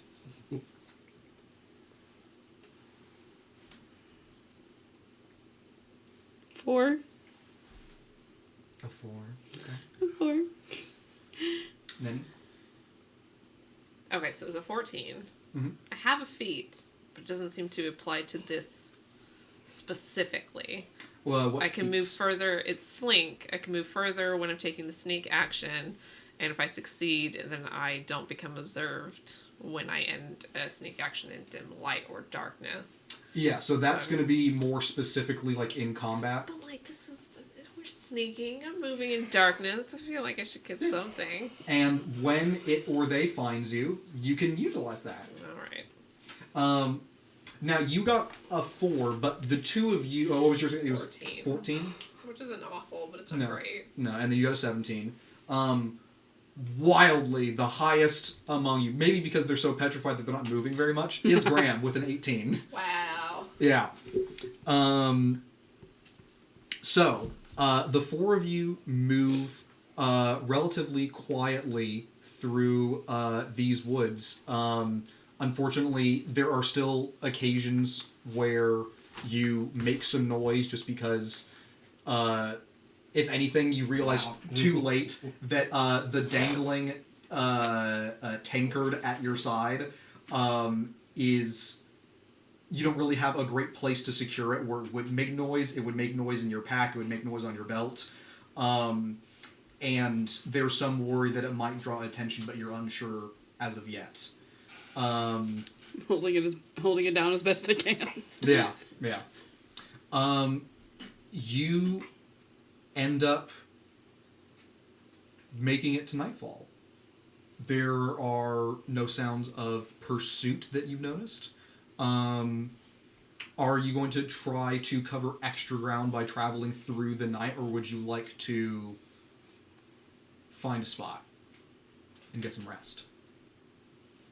What do you think would be the best option, since it's gotten dark? I think whatever is out there, we're going to find out eventually. We might as well stop. Might as well stop. Face it head on if it comes at us. Bobry stows his bow, and the sword's down. Well, the handle that you'll see is down, and he just kind of... It is a finely crafted elven blade. And he takes the wrapping off the handle. May I see that? It is a gorgeous blade. You don't have to let me hold it. I just want to take a better look at it. Bobry reluctantly hands it over. My dad said it was my mom's. It's a fine blade. It's really good. I'm going to give it back to her one day. And he kind of takes the sword. Just, y'all can sleep. I'll take the first watch. All right. I'll take the second one then. What's a watch? It's where you stay up for a certain amount of hours and make sure nothing comes at You us. don't makes do sense. this a lot, do you? I suppose not. We'll put you on the last watch then, and when I I wake... will know how to do it. When And I if wake... you see something, you yell. Understood. Yes. And this way, when I wake you up for your watch, you just stay awake. Okay. Bobry's got night vision, so... Bruh. Low light vision, sorry. What- And... Where do I see?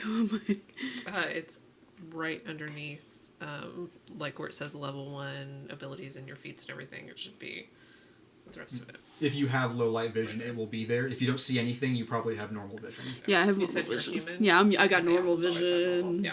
Yeah.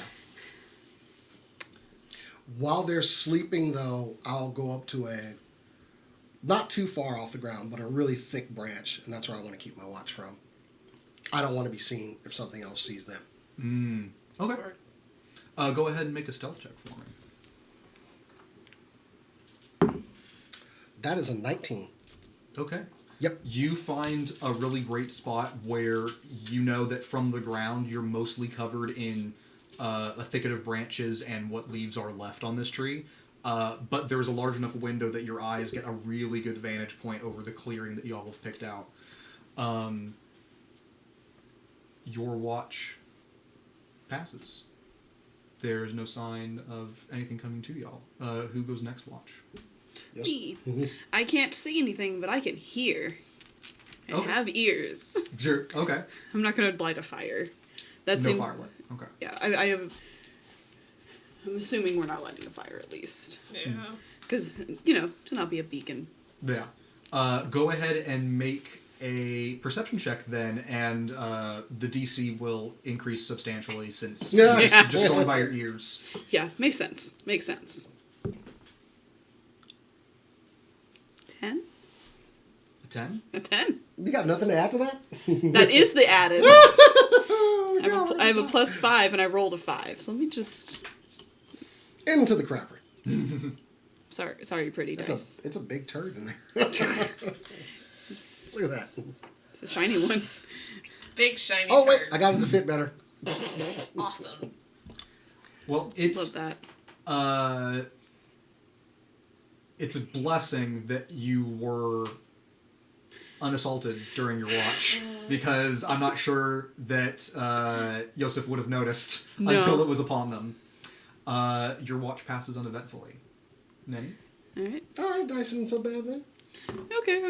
I'll just... No, you'll stay there for a Perception? minute. Mm-hmm. 9. 9? I've been rolling like garbage this whole one shot.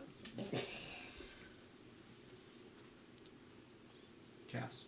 Yeah. Nenny? Yeah. Your watch passes uneventfully. Don't do that. Extremely rude. So, you all wake up the next morning, alive, seemingly. Graham? Yeah. Graham is dead asleep, still, while all three of you wake up and you're getting ready and munching on some rations. And about 5 minutes after the last of you wakes up, Graham goes, Oh, no. I'm hungry. If Graham's still sleeping, I go up and get right next to his ear. Wake up. Hey. Time to put a little makeup. Is he making kissy faces at him? yeah. Hey! Wake up. That's the loudest noise y'all have heard Bobby make.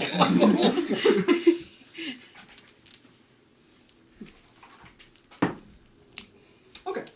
He did pretty good at stopping himself from making too much noise. Okay, good. I give him some food, though. You need to eat. Thank you. Okay. You know? Why'd you give me Pringles?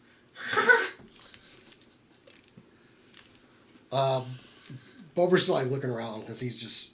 The forest is still not making any sound, right? Heart attack. Sour cream and onion.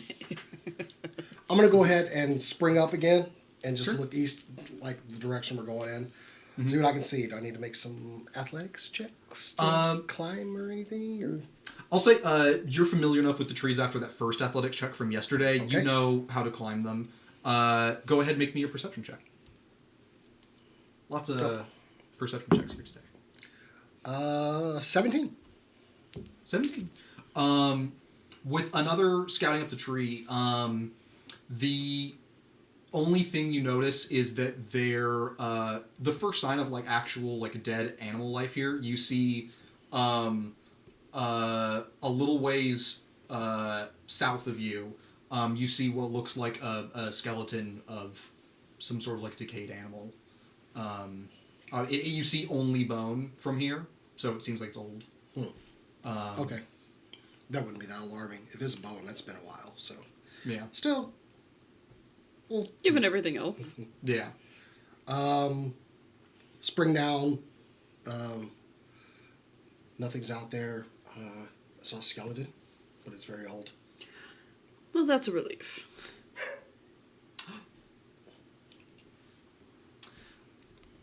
Yeah, she's just looking inside. You prepare to leave then. Go ahead and make me some more stealth checks for today's travel. This second, hopefully last day. 21. Nice. 17! Ooh. Nice. I learned from yesterday. Ah, shit. I really hope that you're very surprised about how well you rolled, because Graham didn't roll well.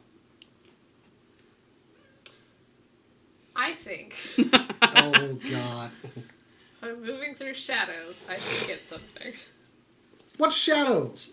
I have a whole it's like half of my characters that I move stealthily through shadows. Will a +1 or 2 dramatically change things?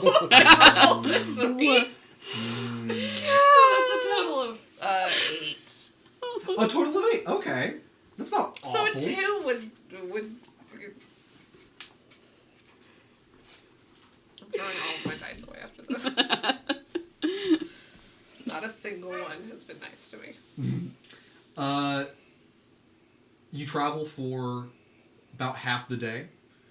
The only thing that really interrupts your travel is there's a point where you can see it off in the distance, rising above the trees. There's a short cliff that is just taller than most of the trees here, and you see that there's like a ravine cutting through it, and it seems like the cliff face goes really far in what direction? To the south. Yes. The cliff face continues very far to the south, the west face stops after only several dozen yards, but you can see that there is a river stream that apparently is like going under like a cave complex that's like under this ravine, and it's coming out there. How would you like to try traversing this? So the ravine is where we're going. It's going east. Yeah, the ravine's heading east. I feel like we have to go through it, right? It is quite narrow. You would not be able to fit two side by side in this ravine. But it goes that way basically as far as we can see. And how wide is the river on the other side? The river is not that wide. You can't jump across it, and you notice that it is actually surprisingly deep upon investigation. The river's running pretty strongly. It's the sort of thing where the surface does not look that that significant, but you, as someone experienced in woodland travel, would know that rivers can be very deceptive in their current strength. I'd probably do a drop line test just to see how deep it was, just to confirm. Like, Yeah. not that. Alright. Single file down You would be like up to your chests in the depth of this river. Oh no, you tie something to a line and throw it in the water. However much comes out wet. That's Yeah. like, Yeah. nope. But that's about the depth that you're getting. Oh, then we get swept. And you're wearing heavy armor. Well, heavier armor. Makes sense. Which way do you think is the safest? I mean, none of these are going to be particularly safe. The ravine will be quicker. Ravine we go. Okay. So we're gonna go down this narrow ravine. Mm-hmm. Do you want me to take the lead, or do you want to be in front? I'll go ahead and stay in front. I'll be right behind you, friend. Thank you. What is the marching order as you go through this ravine, accounting for Graham? He's third. Third? Yeah, I'll take up the rear. Fourth? Okay. As My pet tiger goes after me. I'm so sorry for missing that. That was my bad for not introducing. It's super loyal to me, and it always attacks when I call.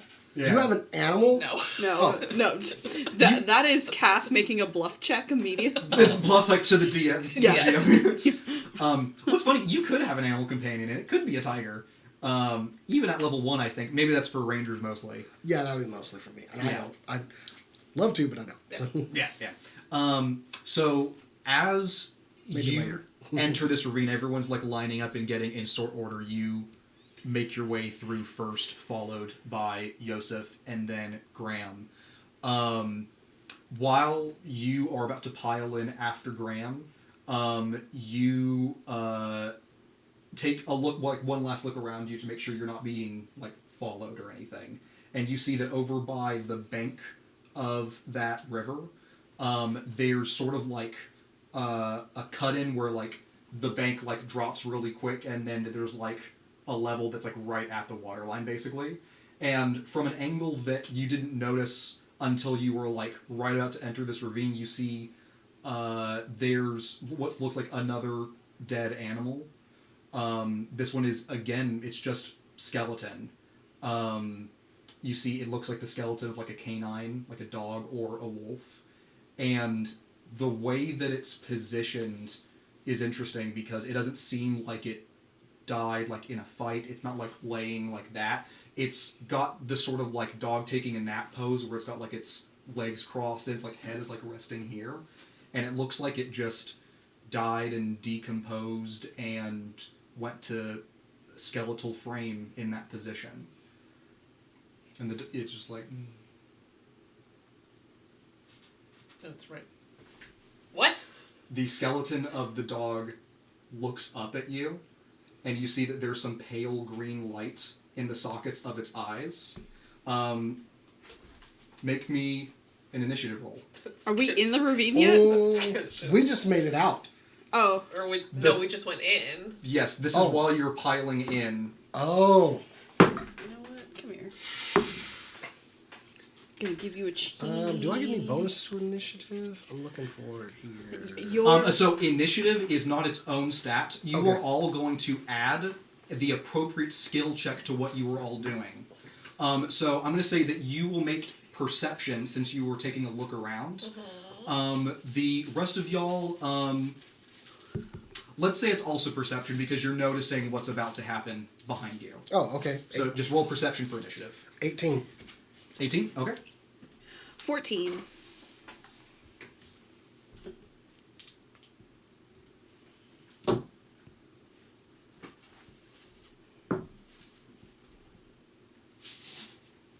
And what is yours? 12. 12? Okay. And then what's Graham's? All those dice are in trouble. Did you roll a natural 20 or a natural 1? Oh, so close. Thank you. There's room in the toilet. Crappers. Okay, you need to. Yeah, you're not. Wow, this is just Stupid dice. Rolling bad. awful mean to your Stupid dice. Ooh, that's pretty. They're being mean to me. I'm taking that one. That's the one. You gave me that one. Did I give you that? The rainbow one? No, I gave you the one with the fists in it. The But you fists. also Oh yeah. gave me the ace ones. No, I didn't No, give you those. can't give me this. Yep. That's how you give me this one, too. It's pretty. Okay.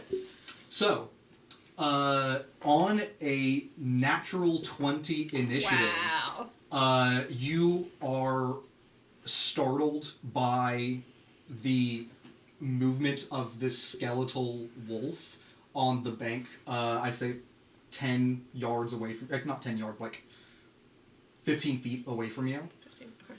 And while you are gazing at it, you suddenly you get slammed in the side of your head as there are bones that are crushing on the side of you, and you feel a bite on the side of your face.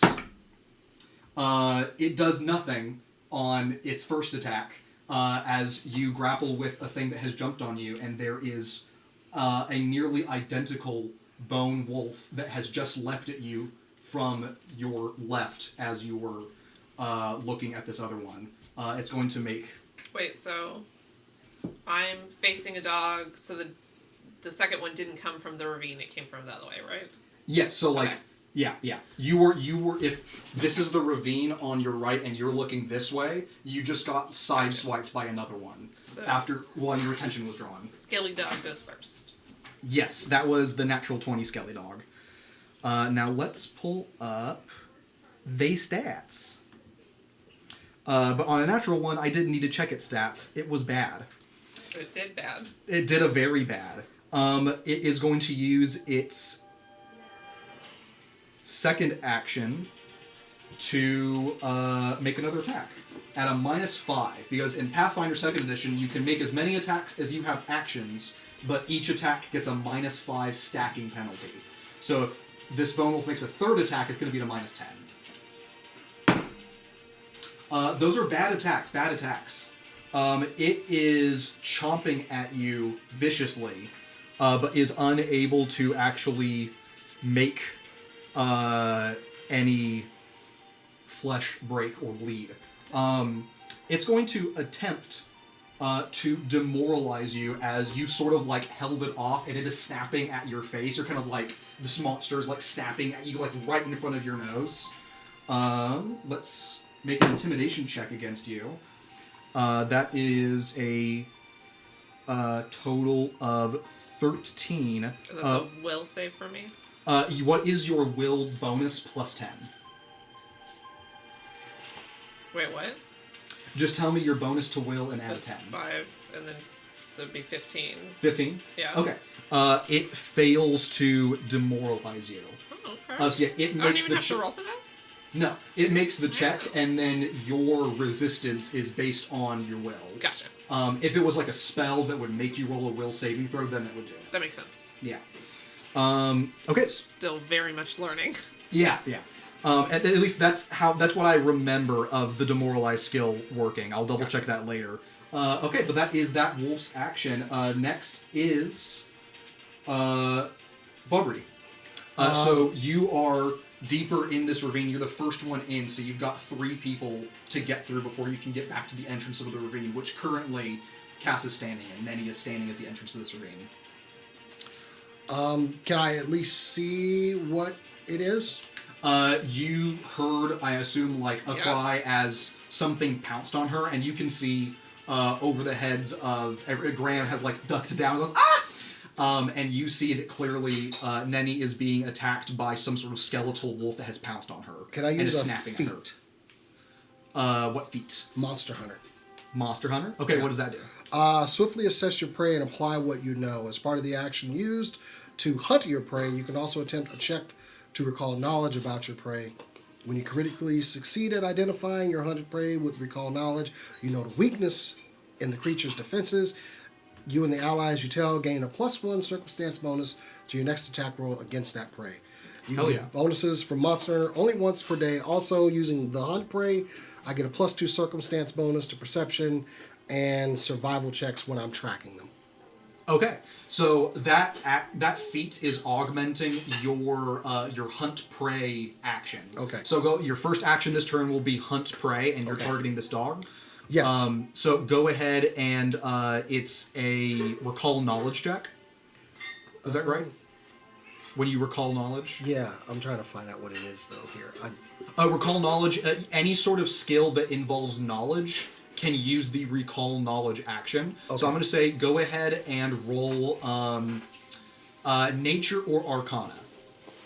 You want to either know the nature of nature. like the skeleton of a wolf or the arcana of how a skeletal wolf can be. Okay, nature it is.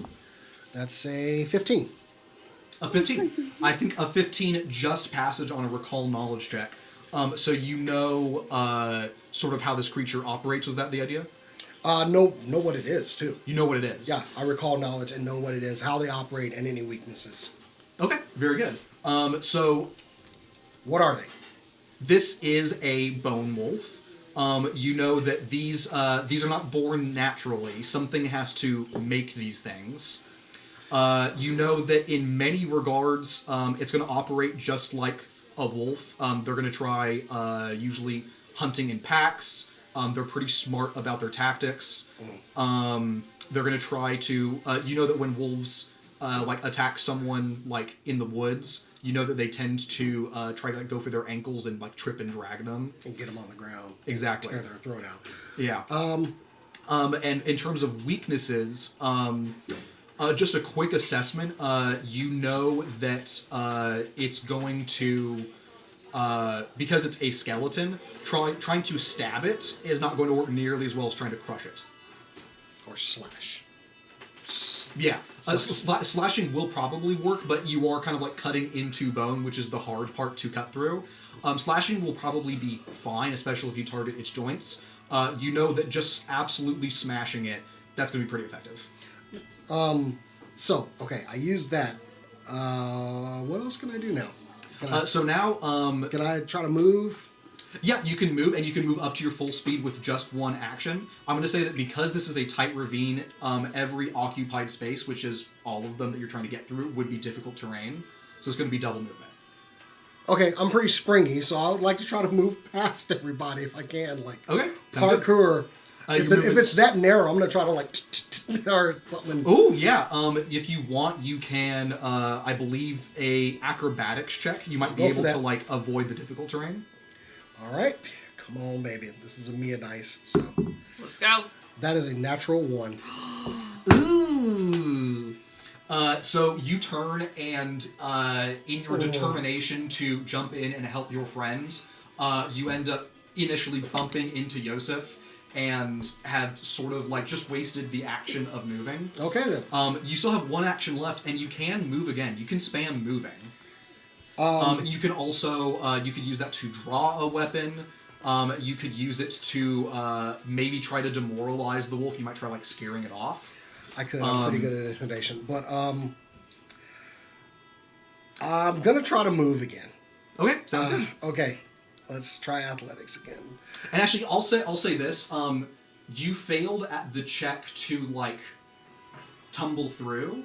But we'll say that even though you weren't successfully able to avoid the difficult terrain, you could still move through the difficult terrain. All right. So I'd say it just wasted some time. You made it like halfway through the group. You got to be kidding me. I just rolled a natural 1 again. Oh, wow. What the?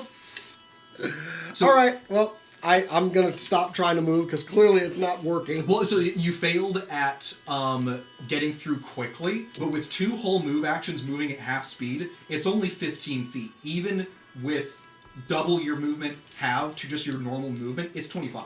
Okay. So you, a lot of your turn is spent just trying to like get through like the tight spaces of people, but you do end up just on the outside. You kind of squeeze past Nenny to the exit of the ravine, and now you are standing beside her. I'm trying to get to the thing that's attacking Nenny. You have just enough movement to do that. Okay, so I spring over there, turn my blade around to the dull side, and swing at this thing. So you've got 3 actions, and that was hunt, prey, move, move. You're done for the turn. Okay. Yeah. Okay. I've gotten there. That's good. Yeah, you're there now. All right. Did you want to position like right next to Nenny, or are you trying to like flank this creature? I'm trying to flank the creature. Okay, I think 1, 2, 3, 4. Yeah, you have just enough movement to flank it. Okay. All right. Next up after Bobri is the wolf that was on the bank has now stood up and has shaken off what little sand and like dirt was on its bones. And then it starts to gallop towards Nenny. It sees you and redirects and is now going to try pouncing on you. It's going to first stride up to you, and then you hear it as it is about to pounce on you. It opens its maw, and you hear the same "Ah!" that you heard yesterday way off in the distance. It seems like it's trying to howl like a wolf, but it doesn't have the lips to make the "ow." Well, So that's it's just screaming. It's going to try to demoralize you as it pounces. Oh, that's pretty easy for Bobri. Yeah, that is bad, so it fails, but it is now going to try making a strike at you. This is with its full attack bonus. God, this dice is betraying me. That's a 12. Does that hit your AC? No. Okay. In fact, Bobri kind of like, this is the one time y'all actually see him being very good at something. Yeah. Like just kind of almost Neo, like, Yeah. Yeah. and I probably yell out like, Bone Wolves, smash them! Bumble smashing? Bone Wolves, Wolves. smash them. Bone wolves, smash them. Gotcha. Okay, That makes much more sense. it does. Next up is Yosef. You are now in the back, but the only one between you and the entrance is Graham. All right, I'm gonna move. Okay. So And I can you don't even get need to tumble through. You'll have enough movement to get out of there. Okay. So, Yeah, exactly. all right. Is one of them still like gnashing at her? Oh yeah, one has pounced on her, another has pounced on Bobri. All right, I'm going to grab the one that's pounced on her. And Okay. I'm going to cast heal. As a cleric or not a cleric action, but like a cleric The font. spell? Yeah, cleric font. The cleric font? Okay. Which means I'm going to do damage to it. That's right. I'm assuming, because it's a living bone. I'm going to assume that's skeleton. Fingers crossed. Oh wait, I don't have to roll. What am I doing? What are you doing? I rolled well and I didn't have to roll. How much does your healing font heal? It heals. Hold on. One. And is there a saving throw listed? It says that basic fortitude save, but I don't know how much that is. So it basically means they make a fortitude saving throw, and if they like critically fail, they take double damage. If they succeed, it's half damage. If they crit succeed, it's no damage. So what is that fortitude? That's what I don't know. Is it doesn't say. It just says a basic fortitude save. It's probably your class DC. Your class modifier is Wisdom or Charisma? Wisdom. Wisdom, and what is your Wisdom modifier? My wisdom modifier is 2. 2? Okay, so your class DC would be 10 plus 2 plus your level, which is 1. So you'd be a 13. 13. Okay. Alright, so it's going to make a fortitude saving throw against a DC 13. Okay. 7. So that's only a 9. It fails, but does not critically fail. So it's going to take the full healing. What is that? 1. It's 1. I rolled a 1. Oh. You get no bonuses to... Oh, wait, we're level 1. No bonus. It's also a heal. It's a Gotcha. D8. 1d8 points. Yeah. And And there's no way for you to like spend more actions to heal more. I know there's some heal spells that can do that. I mean, the only things it's giving me is I can. Oh, wait a minute. Can you hold up your hand real quick? Increase. Oh, did it do the thing? It did. It did. There we go. I could use 2 actions to increase it by another d8. Okay, that's something. I don't know if it has to make another save, though. No, we'll say that that's just part of this. Okay. Okay, that's better. So for a total of 6. A total of 6. Okay, it takes the full 6 damage. You grab this thing by like one of its ribs, and you blast some healing into it, hoping that your knowledge of the interaction between positive energy and negative energy and the undead works as intended. And it seems to, as the bone that you touch disintegrates into ash, as well as the rest of that side of the rib cage, and the thing screams in that alien undead wolf scream in pain, and seems to be like almost on death's back door. You did quite a whopping to this thing. That was death's sack button, if you will. yeah. So that was 1 to move, and then 2 for the greater heal. Yep. So that's your turn. Yep. Next is Nunny. Yeah, there's still one. Oh yeah, the one Like gnashing you. on That me? is the one that she like blasted, and it's now it stopped chomping at you and has sort of like dropped in front of you, and now it has like a defensive like kind of like Yeah, so I'm To going the to ground take pose. my falchion, I'm going to grab the other side of it because it's a one-sided blade, and I'm going to try and, like a paper cutter, just smash down Yes. in Okay. between its head and the rest of it. And you are currently flanking because of the way he positioned. So it is flat-footed to you. It has a -2 AC. So Okay. I will account for that. Just roll your attack modifier. Okay, because I can't figure out how many actions just an attack is. An attack is 1 action. Okay, cool. That would be the strike action if you ever want to look it up. Strike, okay. Yeah. Okay, so it's a 13 plus 6. That's a 19. Okay, yeah, that's a really good hit. Go ahead and roll damage, knowing that it's already dead.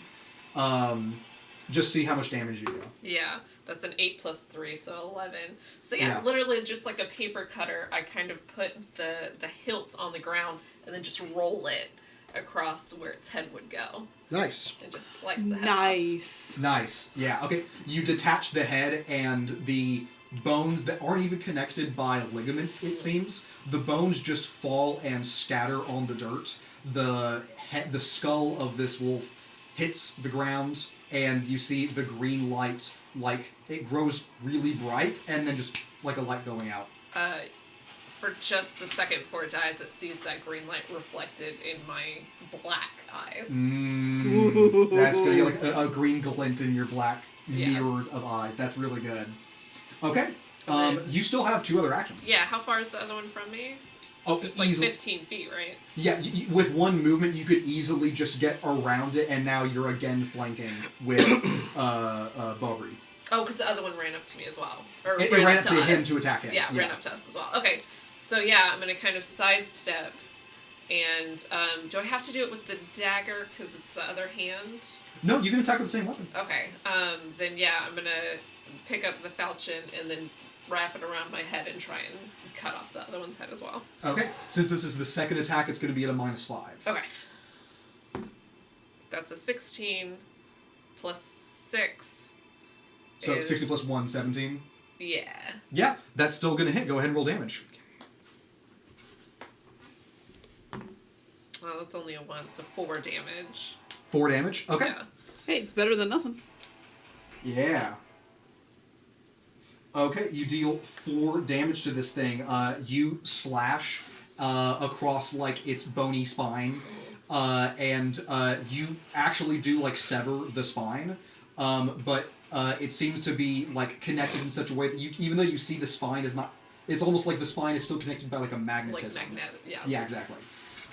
You see it like it moves a little bit, but it's not falling apart like it should. Yeah.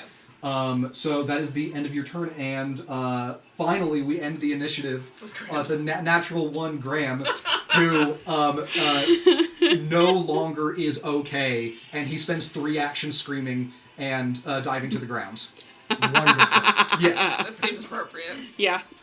Top of the initiative is not Wolf 1, because Wolf 1 got blasted and decapitated. Next is Bobbery. Okay, the one, how many do we have left? Just one more? Just one? Okay, the one that came after me. All right, Yeah. I'm going to go for him with my Elven Blade. And I'm going to use Hunter's Edge. Okay, sounds good. What does that mean? Adds, What is D8, that? adds another D8 to my attack. Yeah, yeah. That is a 9. A 9 to hit.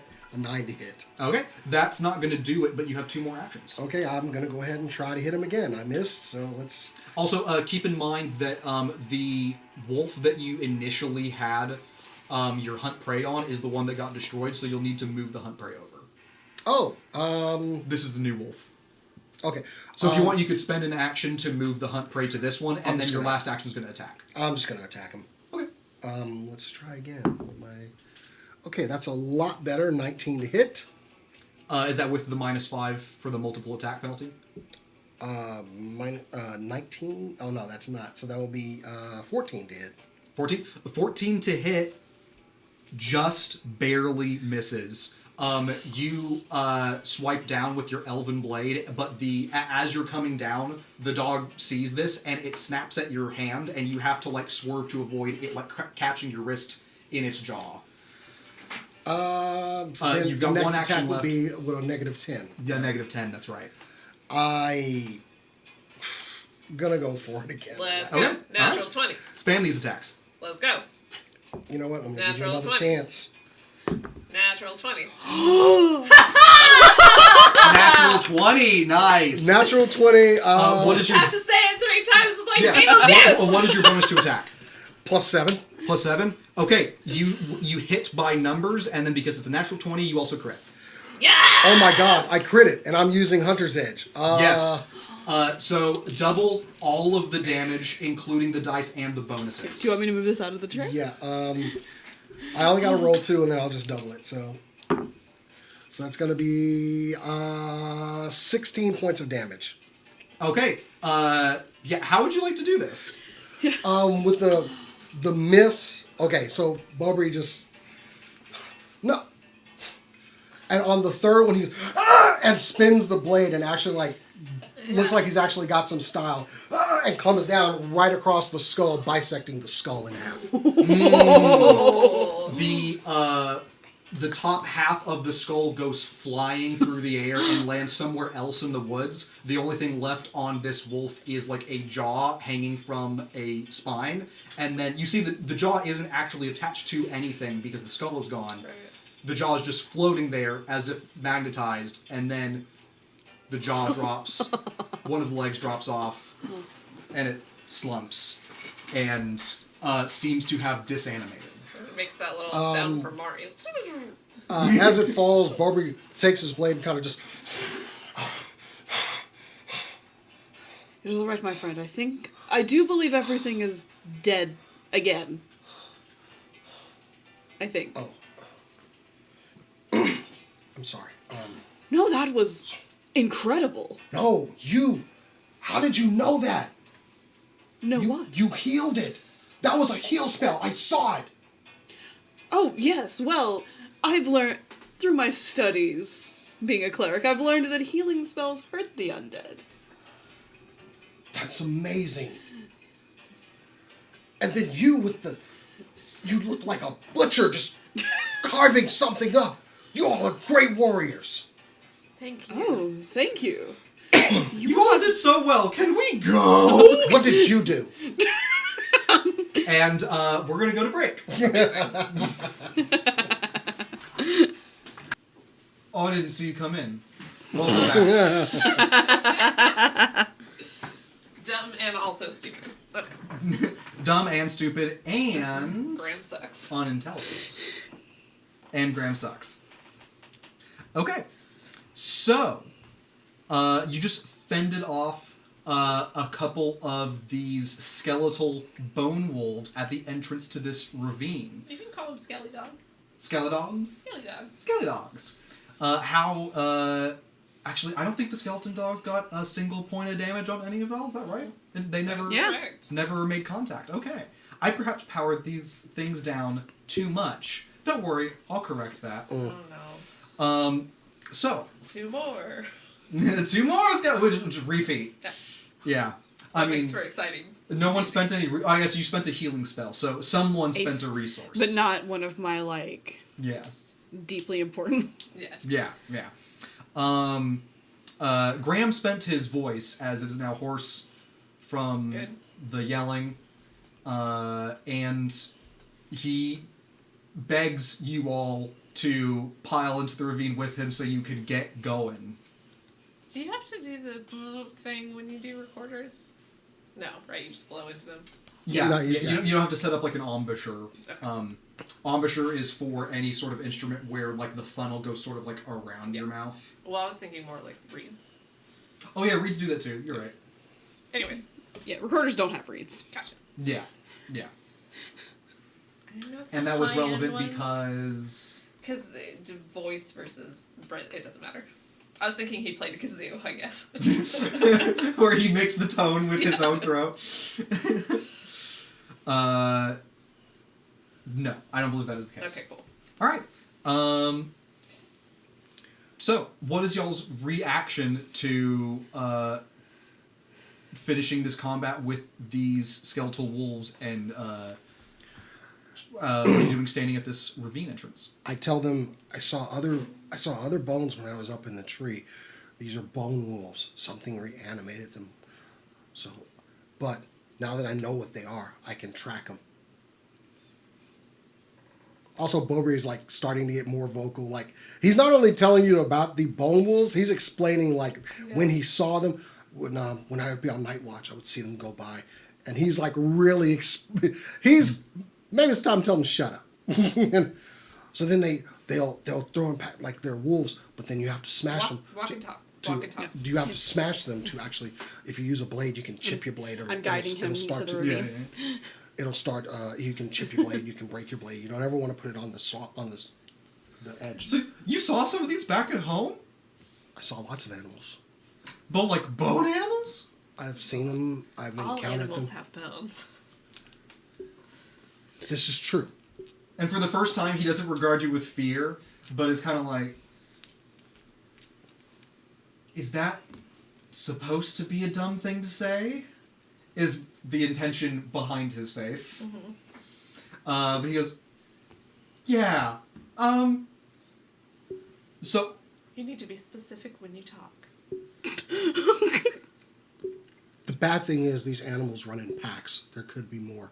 Oh, We could have just accidentally found their home, and those were just scouts that were left there. how, I mean, they can't reproduce, it doesn't seem like. How are they made? Magical means, dark magic, It's like someone made them or something? someone, something, I don't know. But they're here, and that's the more important thing. We should move. You know what? I don't really need this. It sounds like this blessing doesn't even exist. If you're right about this, maybe I should. Maybe we should all go back. Well, we have to go forward, but if you'd like to, you can go back in the forest by yourself. See, that's what I thought at first, and then I Yeah. realized that's not a good idea. No, it's not, so let's keep going. I disagree. He makes very good bait.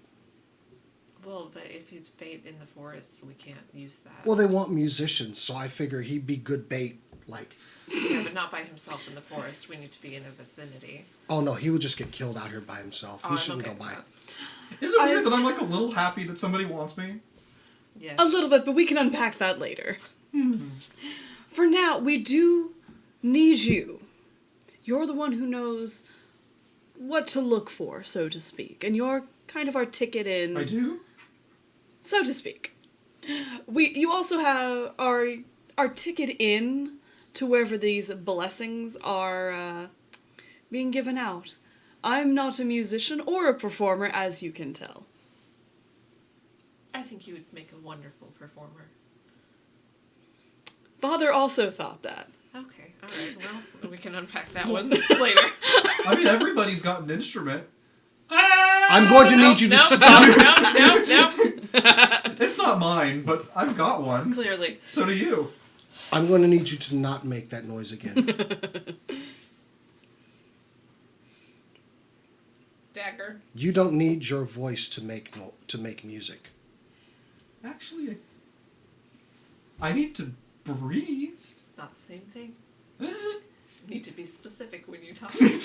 So Plenty of mute people can play instruments. please be quiet.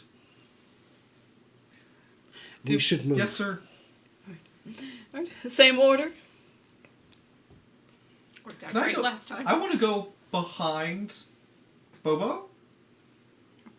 You want to be closer to... All right, go for it. Well, if Bobo's going first, that just means I'm further from the back. This is good. He would get killed easily. I would get killed very easily. Or you may... Let's go. All right, then it's him.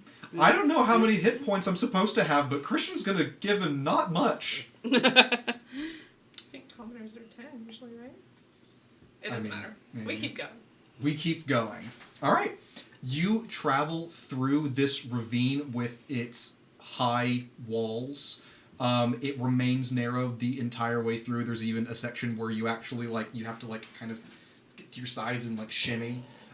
You being in the lead, you scout it out first just to make sure it doesn't get so narrow that it becomes impassable. But you are able to make your way through to the other side, and you call out that it's good to go through. So everyone shimmies their way through the narrowest part of this ravine, and after 10 minutes is not a long amount of time, but when you're walking through a very tight space after just being attacked, 10 minutes of that uninterrupted, not knowing when it's going to end, feels like a long time. But you do get to the other side. You take a very precautionary glance out the exit of the ravine, and you see that there doesn't seem to be anything waiting for you on the other side. Anything at all? There's just, it's like a piece of paper that no one has drawn on. It's just a nothing. Oh, wow. Yeah. It's just got very existential very quickly. Yeah, yeah. You're all in a Don Hertzfeldt cartoon now. A specific reference. So yeah. what is in front of us? A more sparsely wooded area on the other side. There's a lot more bushes around these trees now, but the trees are a little thinner, not quite as tall. Further. Good. Yeah. You make it out of this ravine. Are you continuing east? It's now... I mean, really, not much time has passed since the last time check, so it's probably 5:30, roughly. You still have several hours, or a couple hours of daylight left. This is the second day, right? So Uh, we took watches. yes, this is the second day. Okay. So this should be round about where we're looking for wherever it is. Mm-hmm. Can I make a perception check and see if I see anything out of the ordinary? Sure, yeah, make me a perception check. 16. 16. You don't see anything here. As y'all continue onward, you do notice that there are several bushes with some natural growing berries on them, and you can see that in many of these bushes, the only berries left are kind of wilted and overripe. There are several stems that seem to have been broken off where you would think a berry had grown. So perhaps someone is picking berries in this general area. Any tracks? Go ahead and make me perception for tracks. What is your perception? Okay, there. 23. 23, yeah. And then he points out the berries. That's something that you probably also noticed just moments afterwards.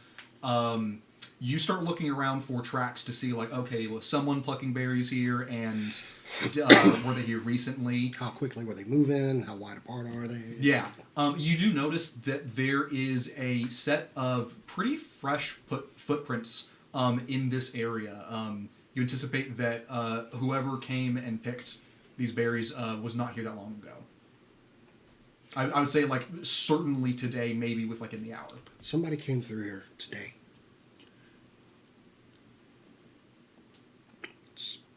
With shoes. They were probably the ones picking berries, and they're very, very recent tracks. We might be able to catch up to them. Do we want to? If they're out here, they could be in danger. It seems to be one person, right? Yeah, seems like one matching set. One person is at a disadvantage out here. But also, I don't think anything that would have reanimated bone wolves would be eating berries, if that makes sense. Yes, whoever is controlling them would have to eat. So if maybe they But reanimate. they probably eat spiders, right? Spiders or no, bugs or something? You can eat bugs. I mean, you Yeah. can, they might, but it's more likely that they're eating something a bit more substantial. Like berries and... I can't speak for certain. There are people that eat people, but I doubt it. Are you just connecting things that you don't like and saying that the one person has all of that? You worry about a lot of things. What do spiders and necromancy have in common? Like a witch? No, witches don't dabble in necromancy too much. That's some... Not specifically.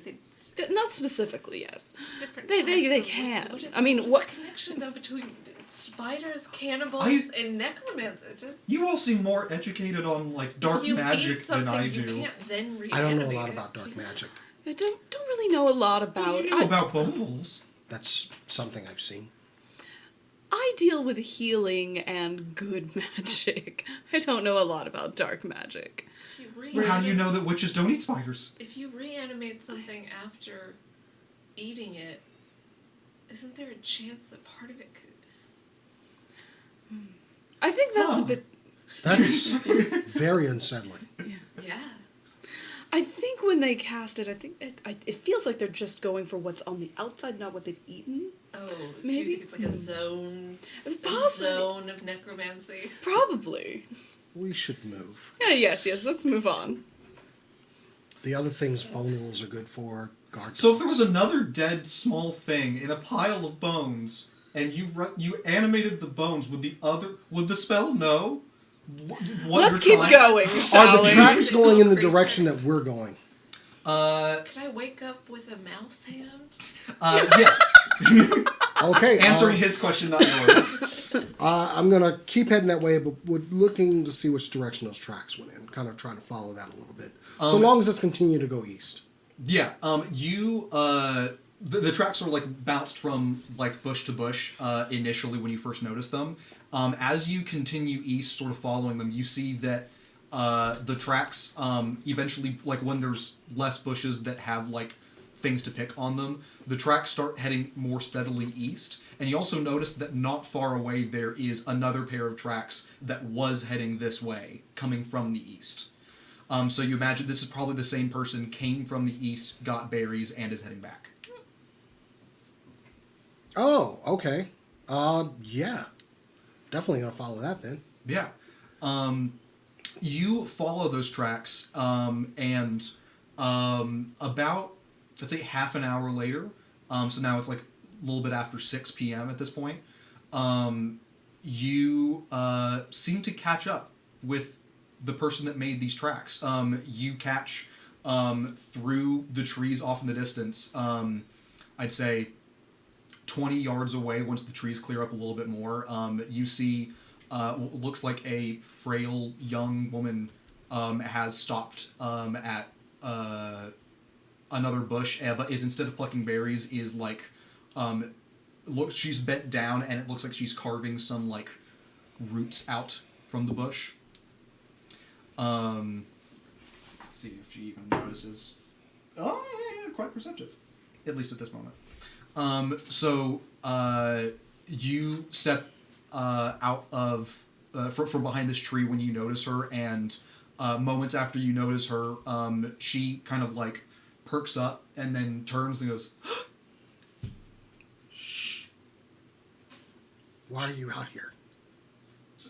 Do you close the distance, or are you just whispering from like Oh, 20 I'm sorry. yards away? Oh, she's 30 yards away.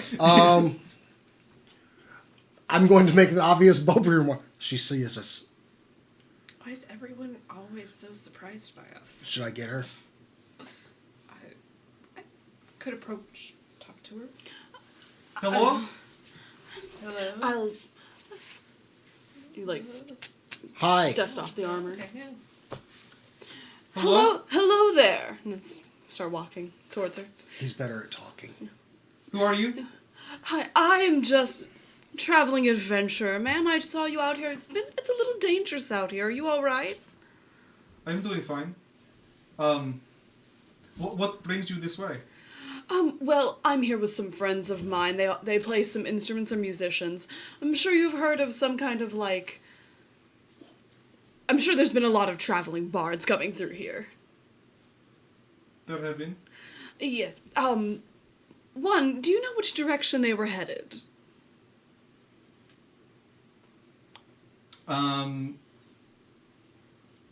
Make me a perception check real quick. I can't right now. My computer completely froze. I have no access to my character sheet. Oh, do you said your wisdom was your +2, right? Yeah. So your perception is almost certainly a +3. Okay. Yeah, 1 for your level. Or actually, no, wait. +5. 1 for your level, 2 because trained, and another 2 because wisdom. Okay. 19. 19. Okay.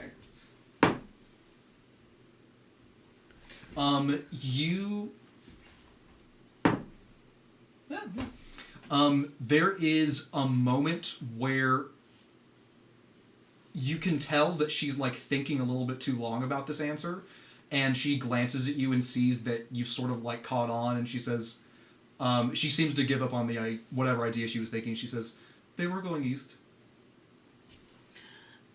All right, thank you.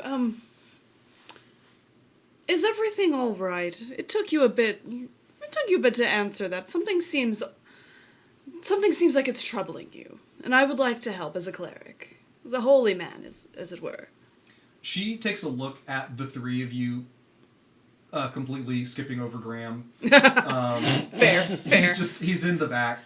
I will have at some point reactivated my glowing eyes and kind of glowing so I'm not so terrifying. You go back to normal fetchling rather Yeah. than aggro fetchling. Yeah, to my normal bright fetchling appearance. Yeah. You seem capable people. There is not much in these woods, I don't think, that would startle you. Unless you've already seen it. Yes. There are bone wolves out there. Yes. That has been an issue lately. Is there something else we should be worried about? You said you were all musicians? I'm not. We're escorting. Yes, we're escorting this one, and I just kind of like lazily point at Jenner. We're escorting this one. She looks at the three of you. Go ahead. Make me a diplomacy. I think mine was like +3. Yeah. What's your charisma? I don't know. I think you said it was pretty high, right? No, I had a +2. Okay, so yeah, if your charisma was like +2, then I imagine it's also a +5 bonus. Okay. If you were trained. Did you just like crash? 15. Yeah, my whole laptop crashed. May I look at it? I'm an IT guy. Oh, that's true. It's stuck on this and this. Yeah. Aw, kitty. You said, what was that total again? 15. 15. She says, if you value this musician friend of yours, then you should not come this way. Many of the musicians come, and I don't know exactly what happens to them, but I do not trust it is good. There is a Restart. there's a wizard that leads our town now. She has been for the past year, and we erected a monument to to a god that was meant to give blessings, I suppose. But the people who come through, they do not seem blessed. They seem like they are. They seem like they are sent somewhere. All of them. They all leave. We don't know what happens to them. They stay in town for only moments, and that they are gone again. But they always head south. South? South, yes. Southeast, maybe. We don't really leave the town much. It's really just the musicians come in and they leave. But they all pray at this statue, and then it's like they have become devoted to it, and they go on some pilgrimage or mission that I do not know. But I have my suspicions that it is not for their best interests. For our own reasons, we must continue. Then find what you can and then get out, I suppose. It may be best if... I don't know how that is going to work for you. What do you hope to find? Are you coming for blessings? No. We're I do not looking think for a we're friend. A musician? Her name is Katmar. She's a half-orc woman. Have you seen her? Plays the sack butt. I wasn't gonna laugh, but then you laughed and then Cass. She laughed at the Yeah. domino. Yeah. But every time you hear somebody snicker, he's just like, I don't understand why people laugh. This is not in character. Yeah, this is Cass being a child Yeah. and laughing at the word butt. And sack together. Sack. It's a We're funny word. all 5 years old at this table. Yeah. Or I guess 12-year-old. You know, 12 years old. I was thinking I should fact check how you pronounce the name of this instrument. Just to, is there any way it's pronounced differently so it doesn't sound like sack and butt? Sock boot. Yeah, like- that doesn't sound better. That's Sock so boot. much. That's just as funny. Sometimes there are just words that there's no way you can pronounce them, and it's not funny. That's true. Sock butte. Yeah, that's. I was That's the like, name of my new character. Sock My Boot. backup Sock for Octavia is Sock Boots. My name is actually Sakabute. How did you know? What was she saying? Something really serious. Yeah, you What were are our asking intentions? if she'd recognized Katmar. yeah, we. Yes, I think I have seen a woman described this way. Yes, she came through. How long ago? Where did she go? This was some time ago. A few months, And she went south too, like the rest of them? like the rest. Yes. Right. Well, I guess we have a new trajectory. You didn't still want to go No. to the. Oh, I'm talking to Graham. You don't want to go to this That statue anymore, do you? Graham goes, I think I'm good. No. Pass. Fantastic. Then we have We to. need him. We need him. We need him to go to the statue. He can lead us directly to wherever they're compelled to go. And then we need to We can destroy... lead him to wherever. Are you whispering this from? Go. Sorry, what are you saying? We need to just... We just think the statue's a great idea. We need to destroy the statue. We do, but first we need to know where people go after. Destroying the statue is going to take a little bit more skill than we've got. However, we can see where they're going. I'm looking at Graham. Yeah. Like we're all whispering and just like keep glancing at Graham. Like Graham is over here, and this girl is over here, and he sometimes glances over at her, and then she's just not looking at him. Picking berries. Yeah, just kind of like picking things up and looking at them. putting them Playing back on down. her phone. We're going to Yeah. investigate the statue, Graham. We need to. Well, if you think that's going to help you find your friend, then, you know. You're coming with us. I hope you do know that. Okay, well, I feel like I don't want that. Well, I mean, you could just go back through the boneyard by yourself. Well, do they come here usually? Do they stay over there? And the young woman says, if you are with me, it will not bother you. think it's in Graham's best interest that he come with us. If you insist. Oh, I was gonna roll diplomacy. What? Who? What? Why don't they attack They you? don't, Wait, no, wait, They no. won't bother you? I rolled 15 to intimidate Graham to come with us. Yeah. Yeah. I feel like I could roll a 1 and he'd still be like, yeah. Coward. Yeah, that's good. Just mean diplomacy check. Mm-hmm. She says, the Bless you. Zoom tight. You only get one. Wow. Love you. Bless you, my child. Oh yeah. From Kate and Caleb. She says, Oh, those two. the woman I said who leads the town. She's not just the reason that we have statues. She's also the reason we have bone wolves. They're meant to direct scare musicians towards the town, and if they resist, if they seem strong, they are meant to take them down. Mm-hmm. But you fended off some of these bone wolves. You must be very capable if they were not able to kill you, and you resisted. Or did you run? No. Oh, no, they're ashes now. And piles. Really? This woman is creating bone wolves and made the statue. Well, she more directed the creation of the statue. Who's the architect? Yes. She had us commission it, basically.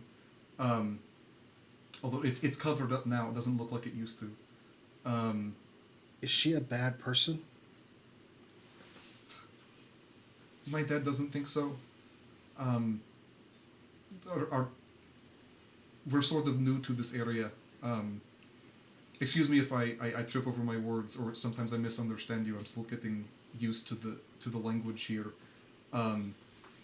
We've only been here for a few years. We are immigrants from what was the name of the place?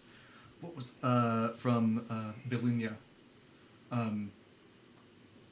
We had to flee, and we settled here, but we weren't given much, and so crops have been tough. And recently there was a plague. That is one of the other reasons maybe you should not come. There is a pox in the city. In that city, it's a town. It's barely even that. But when she came through, she said that there was a new deity that she wanted us to worship, and it would give her the power to help our crops and stave off the pox. And it's been working. We've been able to grow more than we ever have before. We're actually able to feed our elders now, and no one has died of the pox since it first started. It hasn't really gone away, but she's been keeping people from falling ill to it permanently. So she has been a great boon to the town, but of course the statue thing and the musicians coming through, it doesn't feel right either. I hope that she's not sending them to doom or something, but I'm not in a position to spurn her either. None of us are. Even some of us do not trust her, but we gotta eat. And then there are some who do, some who really believe. So She's doing bad things. We're just here to find Katmar. But what about them? We can come back for them. She is not going to harm the people of this town, but she will continue to harm the musicians and performers that come to visit for a blessing. If she is sending them to a specific place, she is sending them there for a reason. We need to find out what that reason is. Because if we can stop that, we can come back and stop her. But taking her away seems like it will do more harm for these villagers. You're right. yes, I don't trust her, but I don't know what we would do without her. So please, I ask you not to get too involved. Find your friend, and then if you can, leave. We'll find Katmar and then we'll come back. Or maybe if you find out what's happening to the other performers that come through, and then we will know. You know, perhaps it's not so bad. Maybe they have. I don't know. I don't know how it could be good. We would ask that you don't tell anyone about us. No. And please, if you go to them, do not mention me. Of course. And we should go at different times. Right, well, we are going to go ahead and head there now. I will make my way ahead of you then. Please, it's only about an hour from here. If you could please go north an hour and then come around, so you come in from a different angle, I suppose. If they knew that I spoke to you, someone might get suspicious about how much I have said. And she pulls out from under her shirt. She's wearing some sort of necklace, and she pulls out like the end of the necklace, gripped in her fist, and she holds it close to her chest as she says that. Can I see what it is? She has it when she grabbed it and then she pulled it out. It's still been in her fist, so I don't see how you could recognize it.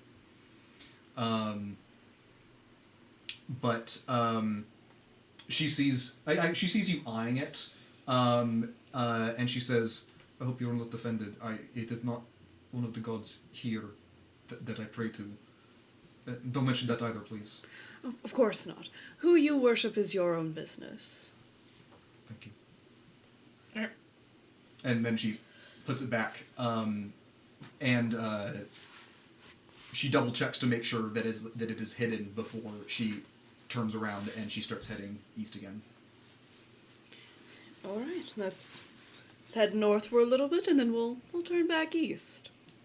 Yep. Okay. You do so. Because of like the sort of angle you went and extended your time, about 2 hours later is when you finally get to an area where the tree line starts to get really thin, and then eventually you start seeing like stumps where trees used to be.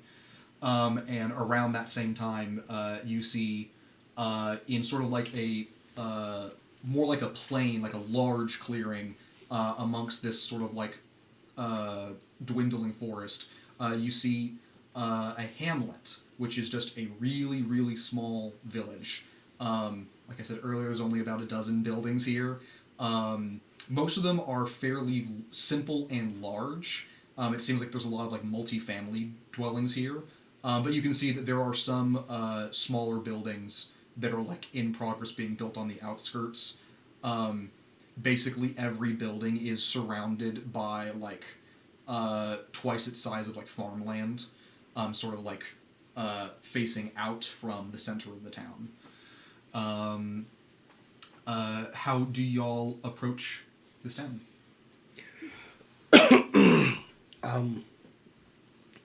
I should go first. I don't think we have a choice but to go fairly boldly. You guys are very flashy. Thank you.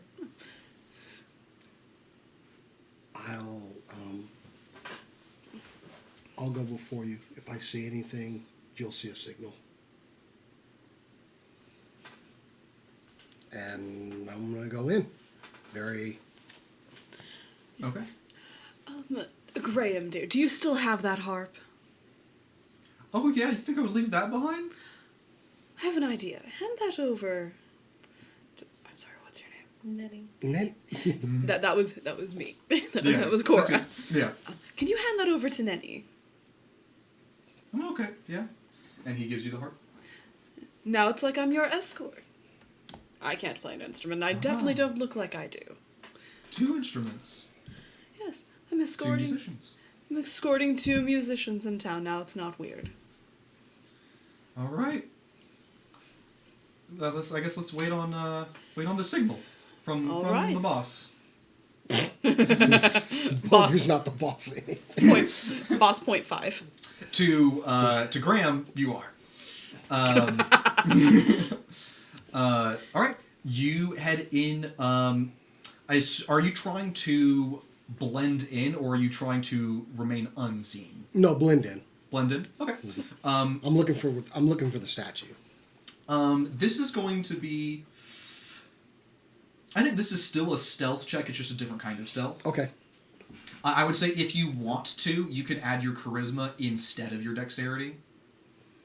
I think I actually want to add my dexterity. Okay, that's good. Let's see. Hold on. Dex or... Wait, Dex or charisma, you said? Yeah. Oh, okay, it's going to be Dex. Okay, that works. That went all kinds of crazy, but that's a 14. 14. Okay. You are, avoiding eye contact as much as you can. You're sticking to like the edges of buildings. I'm also doing that thing where you're kind of like you're paying more attention to everyone around you and what's being said. Mm-hmm. And is anyone looking at me? So I'm trying to find the statue, but I'm also trying to gauge what people are talking about. Yeah. What's the vibe? So yeah, when you get into this settlement, one of the first things you notice is that when you pass by people, you often see that pretty much everybody is standing as an individual. They're not standing like in groups. When they are interacting with each other, it's like social distancing. You're seeing like people are like dropping things at a corner, and then moments later, after they've left, someone else is coming up to the corner to pick up the thing. They shady. They're in the middle of the disease.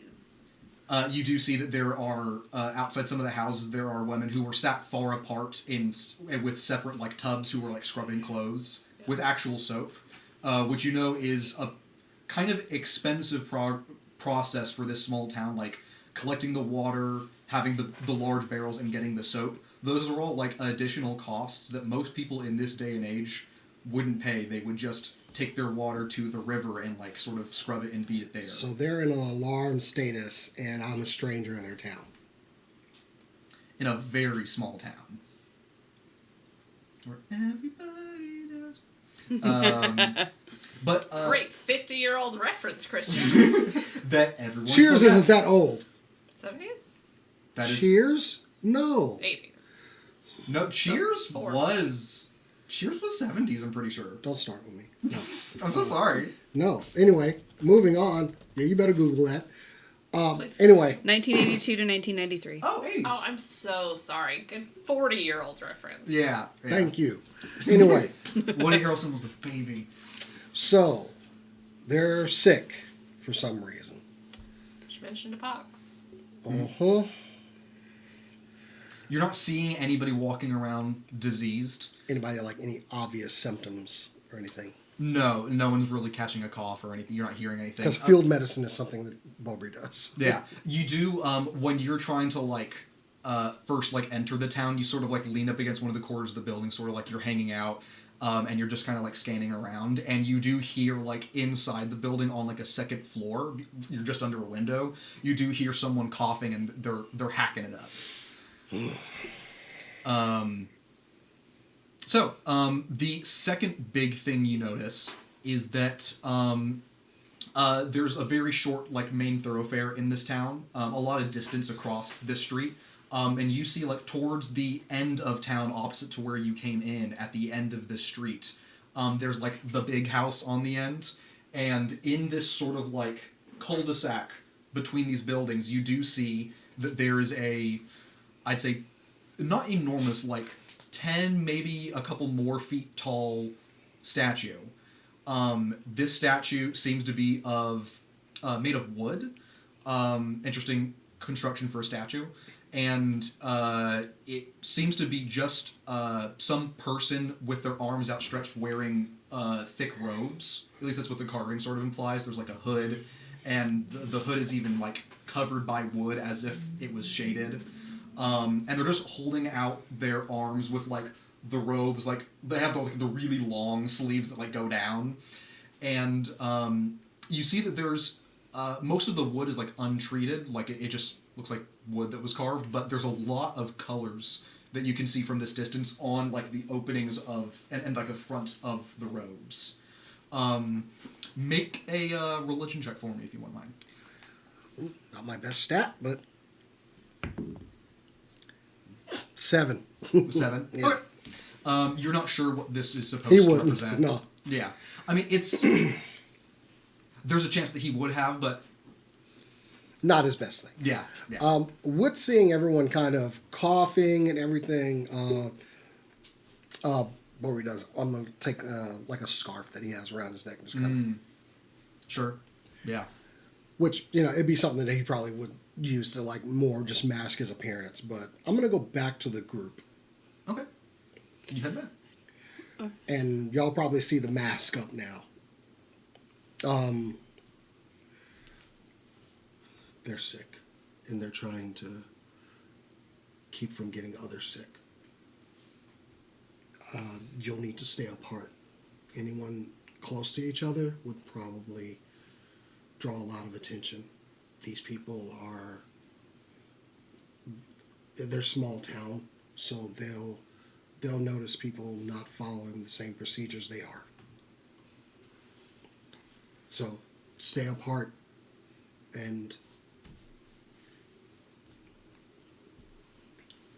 Are we going for not being noticed? Graham, There are musicians coming through the town. Yeah. you'll need to go to the statue by yourself. And do what? Well, I'm not entirely sure about that, actually. You'll Okay. need to go do what all the other musicians are doing. I wasn't there. What did they do? I guess they pray and ask for a blessing, I guess. So ask it. And you've got my back, right? Of course. course. Yes. The fact that we said that in unison makes it seem very shady. I believe them. I will not let something bad happen to you if it is within my power to stop it. Okay. So like if the scary lady came, We will stop her from harming the spider-eating witch? We'd kill her. you. I wouldn't go that far. We're not?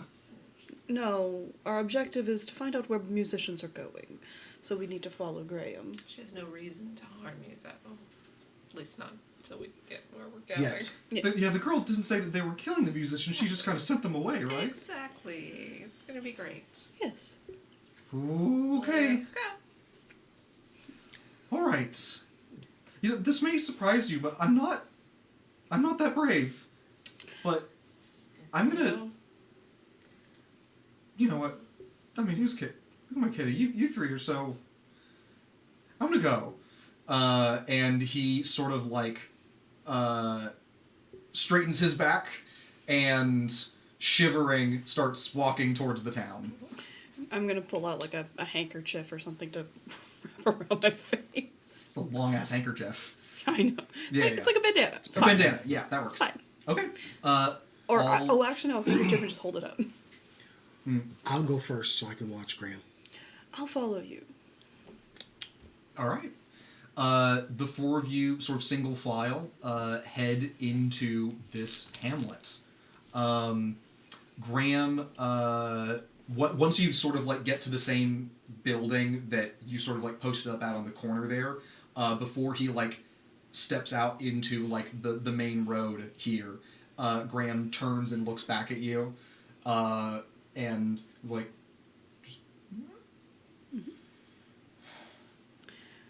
Can I see the statue? you're not quite there yet. Okay. Graham is going to take out the recorder that he picked up in the woods earlier, and he's going to start.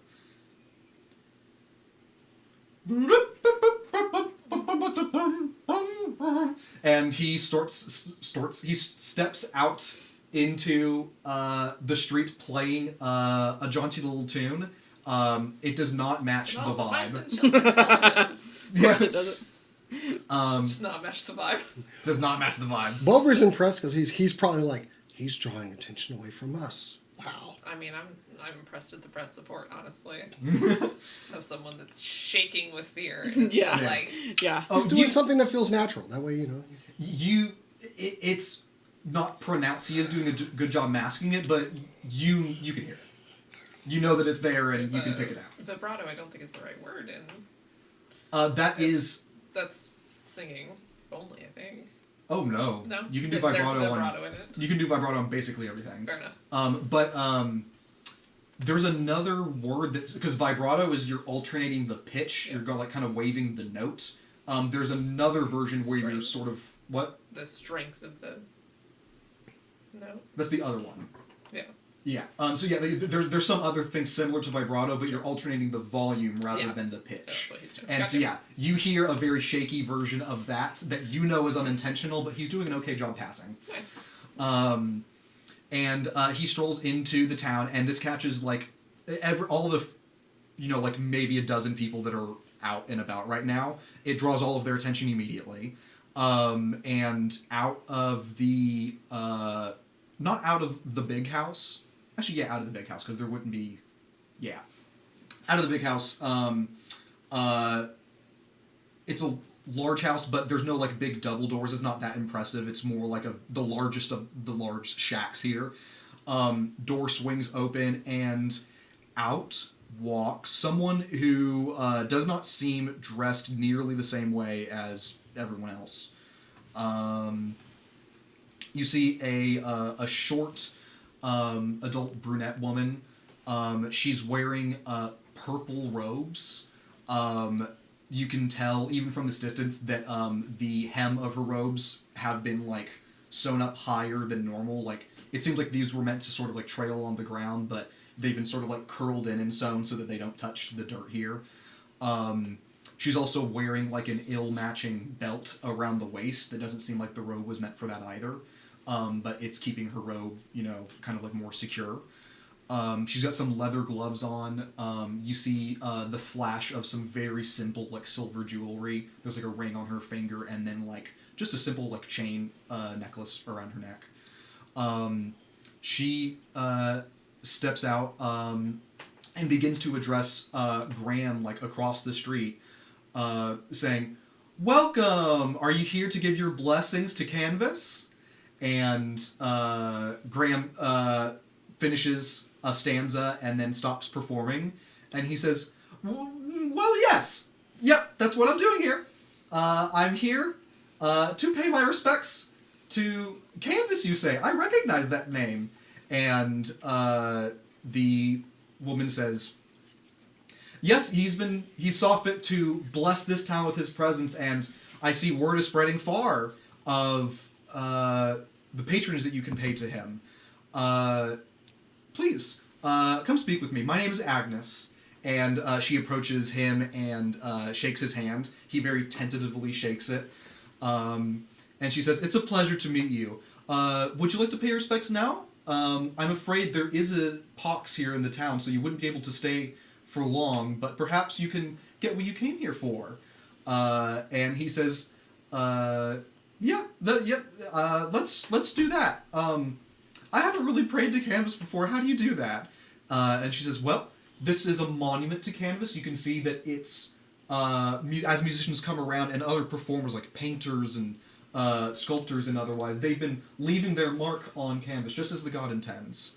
And all you need to do, there is a mirror here where you can reflect and say your prayer, ask him for his blessing, and if you're lucky, it should be granted to you, I think. You said your name was, and he introduces himself as Graham. And she says, Graham, just step right over here. You see that the townsfolk here have stopped what they're doing, and they're some of the ones closer like are continuing to work, but they're giving like sidelong glances at what's going on here in the center. You notice that there's some people that are like peeking through the windows. The ones that are far like behind Graham, they've sort of just kind of stopped what they're doing and are watching. You see a couple of them sort of like get up and go inside. And Agnes leads Graham to this statue of Canvas, it would seem. And he goes up, and you can see that at the base of this statue, there's it's set on stone, and then just carved wood that's sitting on top of it, it seems. But at the base of it, there is a sort of like a very shallow, a very shallow bowl that is like pure silver. It's extremely shiny. When you see Graham step next to it, you can even see from a distance, like, it's reflective. Highly reflective. There's a little bit of color to it that's hard to make out from this distance. But he and Agnes start having a conversation that... I forget, are you trailing behind? Are you keeping your distance and just sort of watching? Or are you trying Well, to, since like, everybody's accompany watching now, it'd be pretty easy to blend in. But yeah, sure. also, I kind of look over at Yosef. This is bad. You see that there are the people closest to you hanging out outside the buildings. You see a couple of them do glance over at you with like a questioning look, but they continue to watch Graham with Agnes. Graham, she speaks to him about something, and Graham kneels down in front of the statue, and he starts to like cross his hands and pray, and you see his head is down, and she goes, she seems to go, and he goes, and he continues to pray, but his head is raised now, and his face is now directed right at the sort of like mirror thing. He continues to pray. She will sometimes like interject and speak to him, and he sort of like nods and continues praying. And after, maybe 45 seconds, a minute of this, he seems to finish praying, and he just stays there for a little bit. And Agnes touches him on the shoulder, and he completely calmly stands up, looks around for a bit, and then seems to look at her, and she touches his cheek and says something, and Graham turns away from her and starts walking south. I'm gonna make a religion check. Sure. See if I know anything about this guy. Yeah. This god. I know nothing about this god. 12. 12's not nothing. Canvas is not an obscure deity. What Agnes said is true. Canvas does like their statues to be sort of like graffitied. It's like part of like the spirit of his worshippers and people that go to him to pray at his monuments. Is artists and performers and such will like leave their marks there. A lot of performers will like one of the more coveted spots in any settlement to do a performance is like near a statue of Canvas. You've seen several different iterations of Canvas. You've never seen one that's like a robed figure. That's not like, it doesn't seem to fit a god of like performance and arts and stuff like that. Just like someone with like a hood, you can't see their face, and like they more look like a ring wraith than anything else, and that just doesn't seem like the vibe you've gotten from what little you know of Canvas. This is not who they think it is. I don't know who it is. This doesn't seem right. I'm going to put Hunt Prey on Graham. On Graham, okay. That's good, because pretty much as soon as you do that, Graham has now like traveled out of your sight behind like one of the large buildings on the other side of the street. I don't need to see him that closely, but I am going to start to trail him, and Yeah, I'm gonna not quickly, not seeming like I'm in a hurry, just kind of stroll through, Mm-hmm. kind of glancing, smiling at people, but just walking. Agnes turns and looks down the street and sees you approaching, and she's, "Wonderful, more visitors! Hello. And what do you play? We have so many performers come through." I'm actually a friend of our little friend over there. I'm just gonna go meet up with him. Nice to meet you. I'm gonna keep walking. "Oh, has he talked to you much about his pilgrimage here?" And she sort of like starts catching up to you to try and like stay in your line of sight. Yeah, we were just kind of traveling along together. He said he was excited. I imagine he would be. Yes. Now, something I informed him of just now that I don't know if you were privy to. Graham is sort of on a pilgrimage of his own right now. Part of many of the pilgrims who come here and speak to Canvas, they find themselves called to go alone so that they can find some closeness away from other people and find closeness with Canvas himself. So I don't know if he really wants you to accompany him right now. Oh, that makes sense. Yeah, I'll just be kind of away from him so he can have his privacy. But I'll just meet up with him when he's done. Have a good day. And I'm just keeping walking. Are they distracted by that? Can I sneak past? Go ahead and make a stealth, and her perception is not going to be great because she is busy. That's 14. Yeah, that's good enough that while she seems to be trying to find an excuse to hold Nenny here for a little bit longer, you sort of like make your way around them and head towards Graham, you said? Yeah, I'm heading towards Graham. Okay. And then what is Yosef doing? He's gonna go investigate the statue. Okay. So you like okay, so while Agnes is sort of busy with her, you sort of come from an angle where Agnes isn't looking and you go up to the statue. What are you looking for with the statue? I'm trying to figure out who this god is, because it's definitely it doesn't fit the vibe like you said. Mm-hmm. Basically, it's another. I figure if I get closer, I can get a better chance. Yeah. Is Yosef's thinking? Okay, sure. Go ahead and make me perception. Yeah. Perception or religion? They're the same, so it doesn't matter. Yeah. Well, you've already sort of done your religion to identify like what you know of Canvas. Okay. So you wouldn't be able to religion again. But if you want to investigate, like, what does the statue like look like and its construction and stuff, maybe like the bowl. Yeah. Yeah. Why? No bueno. 13. 13. It's been a rough session, you guys. And then Yeah. I just tossed it and it rolled a 17. I'm mad. Oh, Just wow. Nice. very mad. But yeah. With a 13, I think the most that you notice, it's more of a logical thing than anything that your eyes see, but stone statues, or a stone, like, bases usually have, like, a stone statue, you know? Like, sometimes it's often, like, carved out of the statue. And the proportions of, like, this wooden statue with, like, the carvings, it doesn't seem to, like, fit well in terms of, like, balance-wise. Like, you would think that, like, with a big thing like this, like, with the arms out and, like, with the weight of the, like, the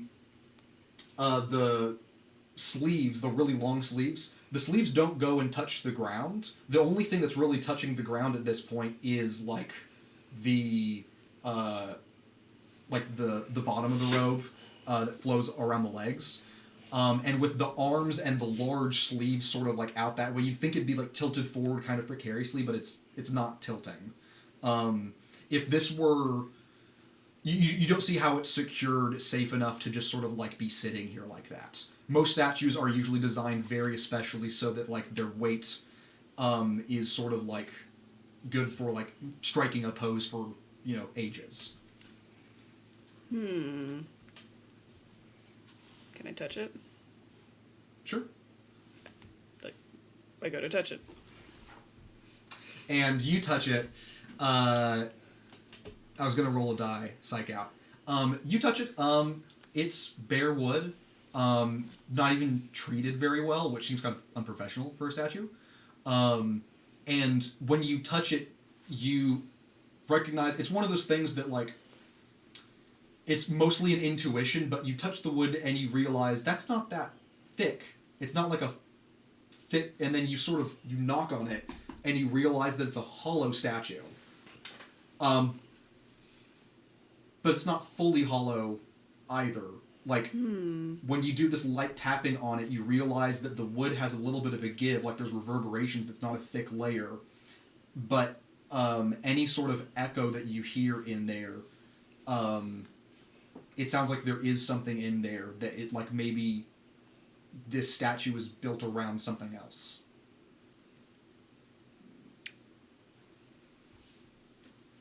Goro And wants to set it on fire. Yeah. and Fire is while- cleansing. as you two, as you're investigating this and you're going to catch up to Graham, Agnes is telling Nenny, I don't know if that's actually going to work for him. I mean, you can ask him, but I think he really needs to like actually be alone during this venture. Canvas often speaks to people when they're at their loneliest, right? It's sort of the curse of a lot of artists. And so having company, even watching over him without interacting him, I don't know if it would disrupt that. Gotcha. Well, he won't know. I'll just be in the background, and I'm keeping like she is not going to stop me unless she physically stops me. She doesn't know that, but every time she makes a, well, I don't know. I'm like, oh yeah, absolutely. I'll just be walking this way, and I just keep walking. Before you reach the edge of town, she does stop following you, and you hear her like draw in that breath of like a little bit of frustration. She goes, "Okay, well, good, safe journeys." So I moved up to where Graham is. Yeah. I don't think. I think she's so distraught by Nenny that I think you caught up to Graham. So he's walking. Yeah, he's just walking. Okay. We're out of sight of other people, pretty much, or I would say you're far enough that unless someone was like already looking out, they probably aren't going to notice you. And you're heading towards the tree line again anyway. okay. I'll catch up to him. Can you see me? Huh? Can he see me? Can you see me? Probably not. I think if you intended to look back to like see if you were being followed or something, I think Well, you I might intend see. to stop Graham, so Yeah. I catch up to him. Graham. I kind of put my hand out to stop him, like to see if I could just kind of. I'm stronger than him, probably. Oh yeah. He doesn't resist very strongly. You kind of like push him in the chest, and he sort of stops. And he says, "I need to keep going." I'm going to send one dancing light 120 feet in front of me to as close to the CL as I can get, and it's flashing blue. You look back at me, and I go, do not talk to him. Do not stop him. Can you let me go? I take my hand away and just let him walk off. Thanks. Like, And hello. he starts continuing. I just kind of watch him and just like. And then I look back to see if I can see. You see, every once in a while, as he's walking, there will be like a thick tree root that he like almost trips over or like stumbles a little. Oh, so bit. he's leaving quite the trail to follow anyway. So Yeah. I'm going to not go the same direction that they went. Good call. I'm gonna like walk sideways out of town and then follow. I just kind of crouch Around. down and just watch him as long as I can. Mm-hmm. But I will catch up to them. And he's straight line. Yeah. Okay, so he's going to be real easy to track. Yeah. And I'll just wait for everyone. Okay. Right. I catch up. Yeah. I think in time, yeah, everyone catches up. You have made it out of the town. You would be the last one out, right? Yeah. Go ahead and make me one last stealth check. Oh! Ooh! I nat 20. Hey. Nat 1. Hey. On the true side. Yeah. So you Somehow. you head out the town, and before you were out of earshot, you hear the door to the big house slam shut. And you glance behind you, and you don't see Agnes in the street. Are there still no sounds in this forest area as well? Now that you're away from the town and there's no like noise from there interrupting, yeah, it is still deathly quiet out here. Okay, so I'm just sitting there crouched, just watching where Graham went. Yeah. And Sorry I'm late. It's okay. Let's go about 100 feet behind him. Something's wrong. Yes. I stopped him. He's being compelled. We have to follow him. I can track him. Okay. And also, that is not canvas. There is something under that statue. Like, you know that, like, when you have, let's say, like a bottle and then you put something like over that bottle, like a cloth. That cloth isn't the only thing there, but it looks like it. Yeah. It's like it's something. Something's inside of it. It's like someone put that wood on top of something that was already there. It's a little bit. It's hollow, but not fully, completely. So that's what I'm getting. We should come back and set it on fire. Yes, but first we need to follow him. And I'm leading the way. Okay. You follow Graham.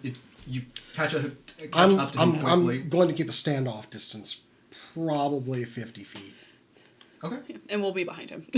Actually, 50. Actually, no. We'll go ahead and just make it 50 yards because I can track him that far. So, yeah. So, kind of in sight, but I can still follow his tracks. He's tripping over everything as well. So, Yeah. How long do you intend to follow him?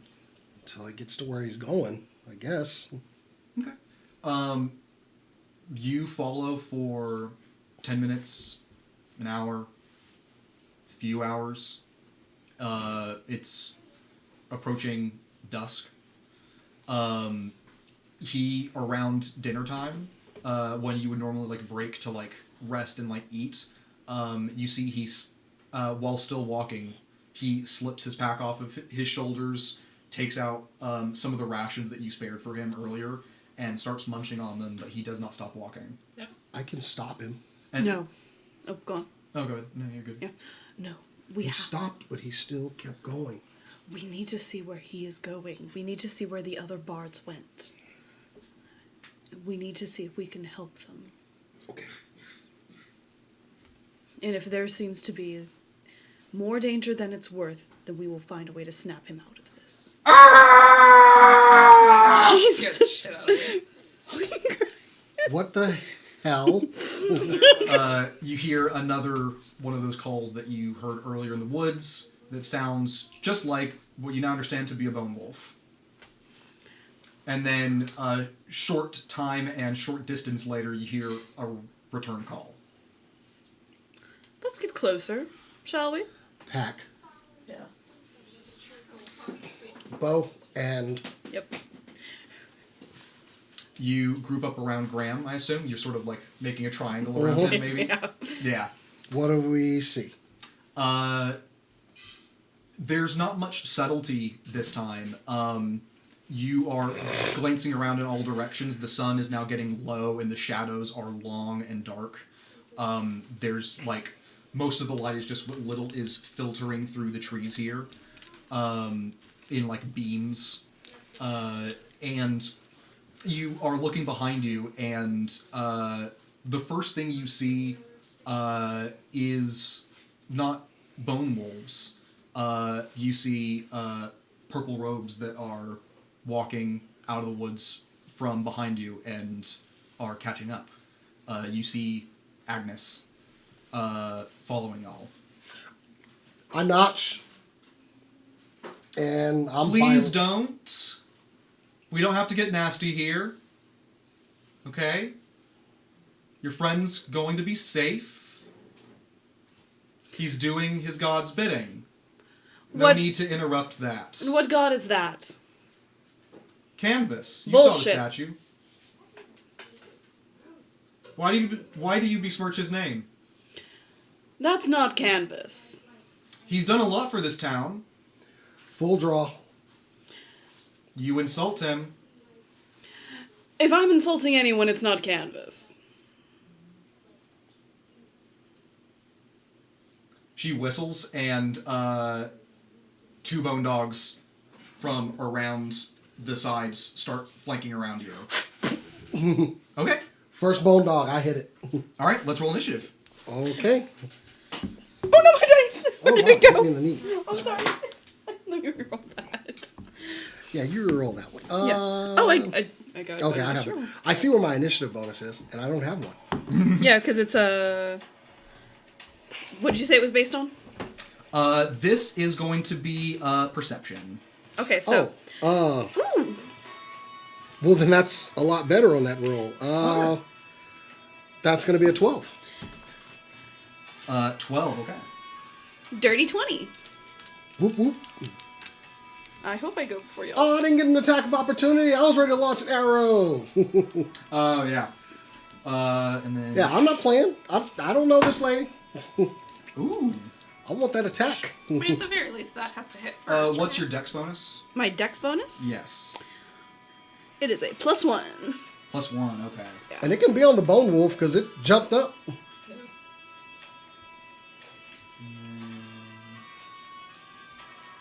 12 was Nunny, or Nenny. 11. 11 for Nenny. Okay, and then... I like this little playlist I made. Yeah. Yeah. Yeah. I need to expand it. Oh, come here. Let's see, they're rolling... Well, then what's your dexterity? We're doing tiebreakers here. For... +2, which makes it a 14. Cole?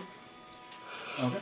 I'm a little chilly, but I'm good. Ow. Are you okay? I just punched the table. That hurt. Okay. Oh, Jesus. Are you Okay, sure? I'm an adult. Mm-hmm. Go. Okay. And what was your initiative? Dirty 20. You were the dirty 20. Yeah. Okay, yeah. +1 Oh, yeah. +1 dex. Your initiative, 12. 12. Oh, you were the 12. Okay, gotcha.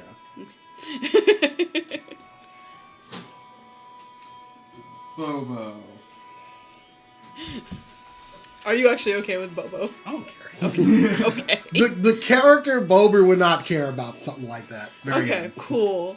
All right, so He has been called worse. Fair. we start the initiative with Agnes. She You is didn't get an arrow first? Come on, Dad. I trust Come nobody. on. I was ready to. Make Hey, one Sean, strike. thank One you. strike. Thank you. yeah. All right. Let's see. +6 on a longbow. I It was missed. a natural one. It was a wasn't natural one. Dang, Fuck. Yeah. So that's rough. this I got wolf, startled. this wolf sees you taking aim, and it sort of like diverts to the side, and you can't track its movement quite well enough. The first turn, Agnes, she is going to spend her entire turn. She is going to like open her arms out, and she starts saying something in a foreign language and looking up at the sky. That's her whole turn. Next is Yosef. All right. Let's go. I'm going to cast Bless. Ooh. All right. What does Bless do in this game? In this game, Bless will give both of y'all a +1 bonus to attack. Okay. Nice. That's all it does. What's And- the duration? The duration is 1 minute. And And that's a status bonus, right? yes. Okay, yeah. So if you get other status bonuses, they will overwrite each other. They don't stack. Okay. So if something else gives you a status bonus, it's if it's a +2, then it won't be 2 + 1. It'll just be the 2. Okay. So you bless the two of them or all three of you? All three of us. All three. Okay. All of you are getting +1s to. To attack rolls next turn or next round. So it won't be in effect this round. It'll Oh, be in really? effect next round. Yeah, it says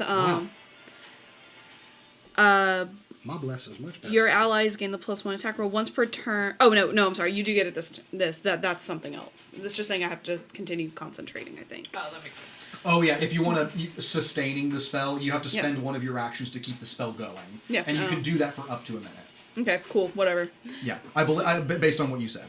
Yeah, so Okay, so Y'all have +1 that to attack. is 2 of your actions. You got 1 left.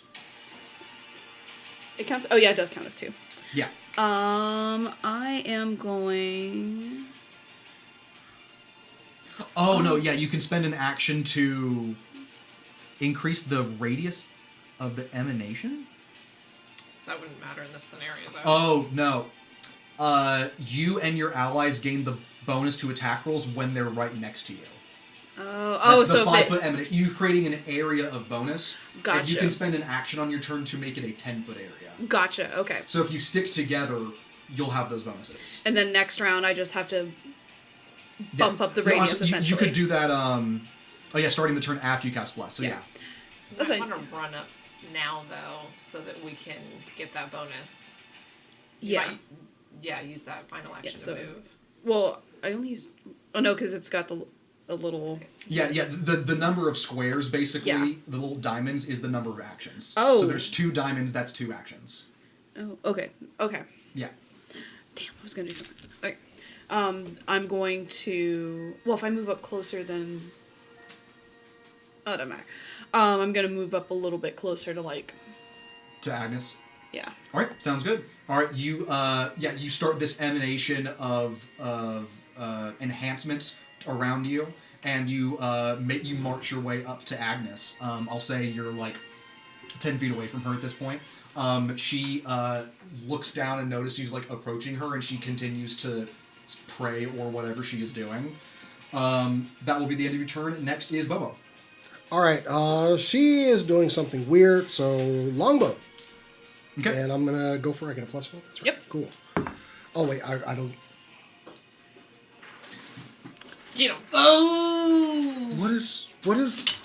Okay, so my first Wow. arrow does nothing. What is wrong with me? Okay. You could spend it. You could make the second attack at We're -5. gonna You could die. spend the action to hunt prey on Agnes, so you start getting bonuses against her.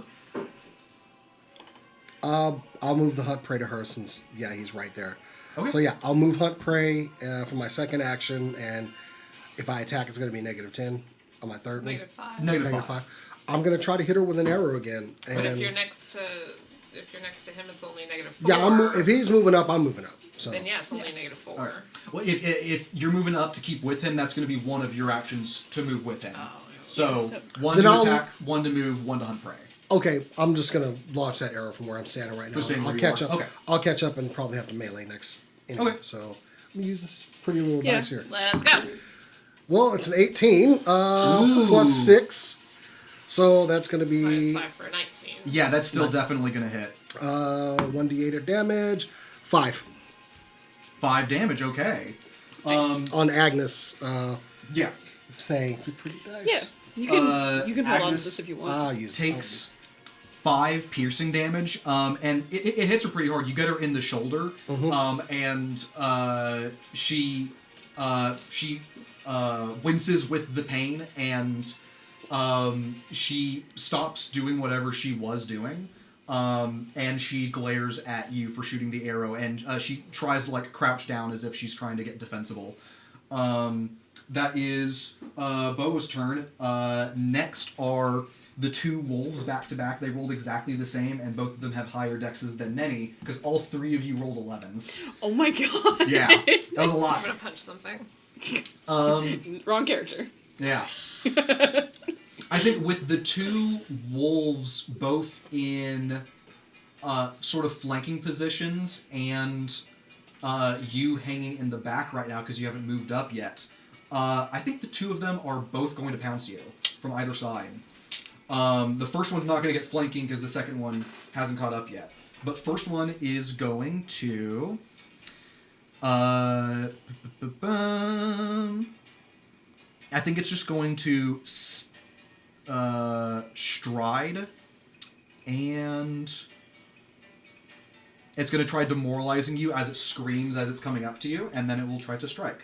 So first, your will DC was 13? 15. 15? Yeah, that's not going to do it. So now it's just going to make a strike.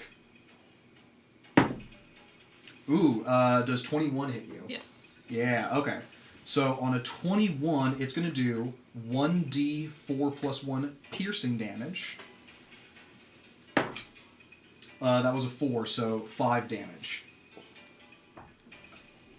5 piercing damage as you put your hand up to defend yourself, and it chops onto the hand and bites down and starts thrashing.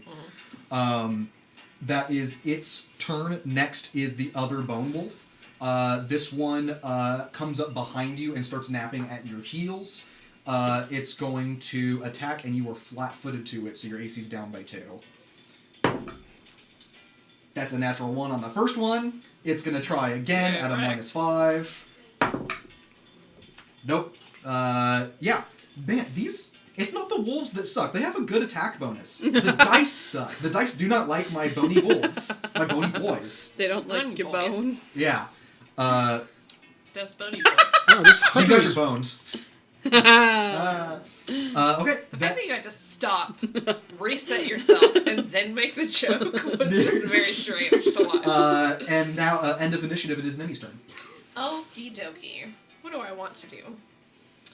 Good question. You're flanked by 2 boys. I am flanked by 2 boys. 2 goodest boys. Is it more important to me to murder them to death or to go get their master? I feel like it's more important to me to go get their master, so it is easier to kill them. What to do? I don't understand how this Hunter's Edge thing works. It's just a checkbox, and it just turns on an extra D8 of damage. It's It doesn't, interesting. it doesn't say, like, I have a limit on how many times I can do this. No, but that might be because, if I recall correctly, it says the first attack you make each turn does an extra 1d8 against the hunt prey. So maybe you check that off after you've used it for the turn, so that future attacks don't get it. Okay. But then you turn it back on at the beginning of your turn for that first attack. Oh, okay, cool. And actually, I'll double check. It might be the first time you deal damage, not the first time you attack, which is significantly better. I'm going to go ahead and attack twice on the one that just got me, and then I'm going to move. You got it. I will also, for just a general combat tactics note, attacks of opportunity are not a default thing in this system. Unless something tells you have attack of opportunity, you don't have attacks of opportunity. Okay. That includes the monsters. So you might move around more safely than you normally would. 11. Let's double check. No. 11 does not hit their armor class. And that's natural too. So yeah, I'm gonna move up to in between Agnes and Yosef. Okay, so you're in that 5-foot gap, like right in front of her. Yep. Okay, awesome. We go back to Agnes's turn. She is. First of all, let's do this. She is going to cast a spell. Yeah, I got that. Yeah, a different spell, it would seem. She mutters something and is going to touch her own chest, and there's sort of like a weirdly hexagonal like grid pattern that you suddenly see kind of flash around her in a way that you don't see in nature. That was, I believe, 2 actions. Yep. And then what does she want to do with her last action? What single action shit does she have? Ooh, is that single action? It is. She is also going to use her final action to cast another spell, again on her forearm, and you see a very similar like grid pattern that just sort of goes like a whoom, and you hear like an actual like whoom sound, and you see that whenever she moves her hand, you kind of see it like glimmer again, and she sets up like a defensible looking position. That's the end of her turn. Next is Yosef. So I realized I could have done something to the statue earlier. I could have figured out what kind of aura it had. But that's neither here nor there. Yeah, I'm dumb. It's fine. No, you got a lot of new stuff you're figuring out. Nothing dumb about it.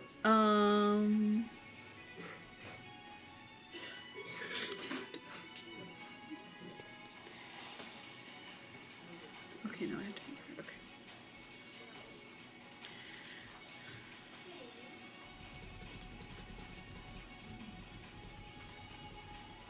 Well, there's not a lot I can do from range. You can step, but you're only. Don't you have like a guiding bolt or something? No, there's nothing like that in. Wow. Okay, never mind then. No, a lot of my stuff is defensive and healing. Okay. But None of your cantrips are like attacks. one is, but it's a touch. Gotcha. You only got to step up 5 feet. It's true. Yeah. It's her and her minions, or is it her and those wolves? You see just her right now. Okay. The wolves got left behind, so they won't be moving up until their next turn. Okay, I just want to make sure of the things. Yeah. I'm You go- don't see a mob following her. Okay, I'm going Yes. to run up to her and I'm going to grab her Okay. arm. Not the shielded, not the, I'm assuming shielded one. Yeah. The Like, other go one? for her right arm. Yeah, and I'm going to use Chill Touch. Nice. Chill touch. Okay. Tell me about it. Alright, Chill Touch. Siphoning negative energy into yourself, your hand radiates a pale darkness. Your touch weakens the living and disorients undead, possibly even causing them to flee. The effect depends on whether the target is living or undead. If it is living, she takes negative damage of 1d4 plus my spellcasting modifier. Mm-hmm. The target attempts a basic fortitude save, but is also enfeebled 1-for-1 round on a critical failure. All right. Ooh, that's not a great roll. Her fortitude is. That's her fortitude was 12, but I think that's probably shy of your DC, so she fails. Yeah, So okay. she's going to take the full damage of what you roll. Alright, it's going to be 3. 3 damage. Okay. 3 damage. All right. That is 3 more damage on Agnes. Was Chill Touch a 2-action spell? Yeah. Okay, so I could move and do the spell. Yeah. All right. That's Yosef's turn. Next is Bobri. Okay. I'm gonna go ahead and move up. I don't know how much ground I have to clear to get to Agnes. Not much. No, you're all basically the two of them are up like in her face, and you can just one action move up to her Okay, face. stow the bow real quick. Blade comes back out. I'm gonna go ahead and hit her with that, and I'm gonna use Hunter's Edge. Okay. That is a natural 20. Hey! On the Mia dice. Okay, the so Mia dice is 1d8 plus 4, and then another it also d8 would for hit anyway. precision. So, all right, they're both 5. 10 for slash. That's 20 slashing and 10 precision. Fuck. Did you just kill her? Did he just kill her? Are you adding more? Give her 50 It's a plus hit 4 points. on my it's a plus 4 on my damage. So yeah, that's doubled, right? So yeah, so it's plus So 8. so 10. Okay, no, it's oh, I'm sorry. Wait a minute. No, sorry. 9, and then double that. That's 18 points of slashing damage, and then the precision hit was 5. So that's double. That's 10. So it's actually 28. 20. Oh yeah. So okay, 28 points of damage. Yeah. Okay. How would you like to do this?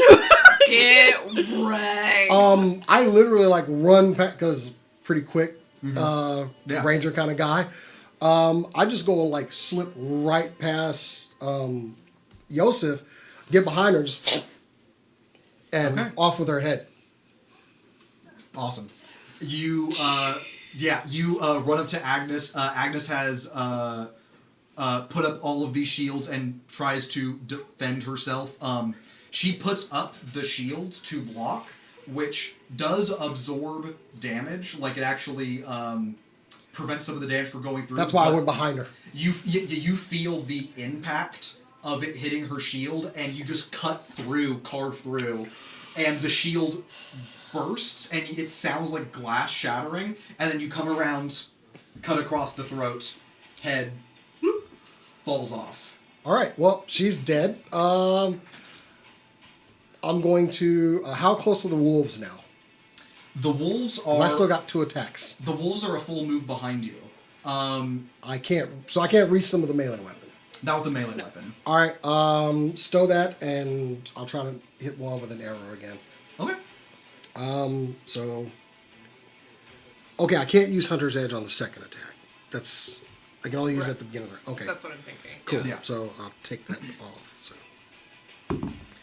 So that's and it's -5, right? Yeah. Okay. So Yeah, an 11, -5. That's not going to hit. No, it will not. Okay, so I'll move. I'll move my hunt prey to the wolves. Okay. To whatever one is closest. Yeah, sure. Next up is the wolf that you hunt preyed. The wolf growls, right, which in with a bone wolf just sounds like, "Ugh," and it begins to charge at you, and it moves with lightning speed. It charges up at all of you, both of them do, and they pounce, and you take up defensive positions, and suddenly just feel bones limply scattering on you. Mm-hmm. And it's like as they tried to pounce on you, they all just sort of like break down. The lights are out of their skulls. What? No, that would. Oh, okay. And then the ground rumbles a bit Uh-oh. under your feet. We weren't supposed to kill her, you know. I just realized that. The earth under Agnes's body starts to break, and you all back up for a second as something out of the earth begins to emerge, starting by chomping on Agnes's body and consuming it. A large maw of something reptilian, and a set of claws starts to pull itself out, and you see what looks like a large-sized Komodo dragon, large as in categorically for Pathfinder terms. It takes up 4 spaces.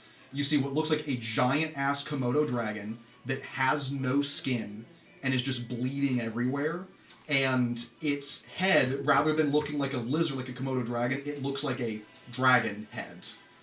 This looks like a small dragon with no wings, but it's also skinless, and it is devouring Agnes's body.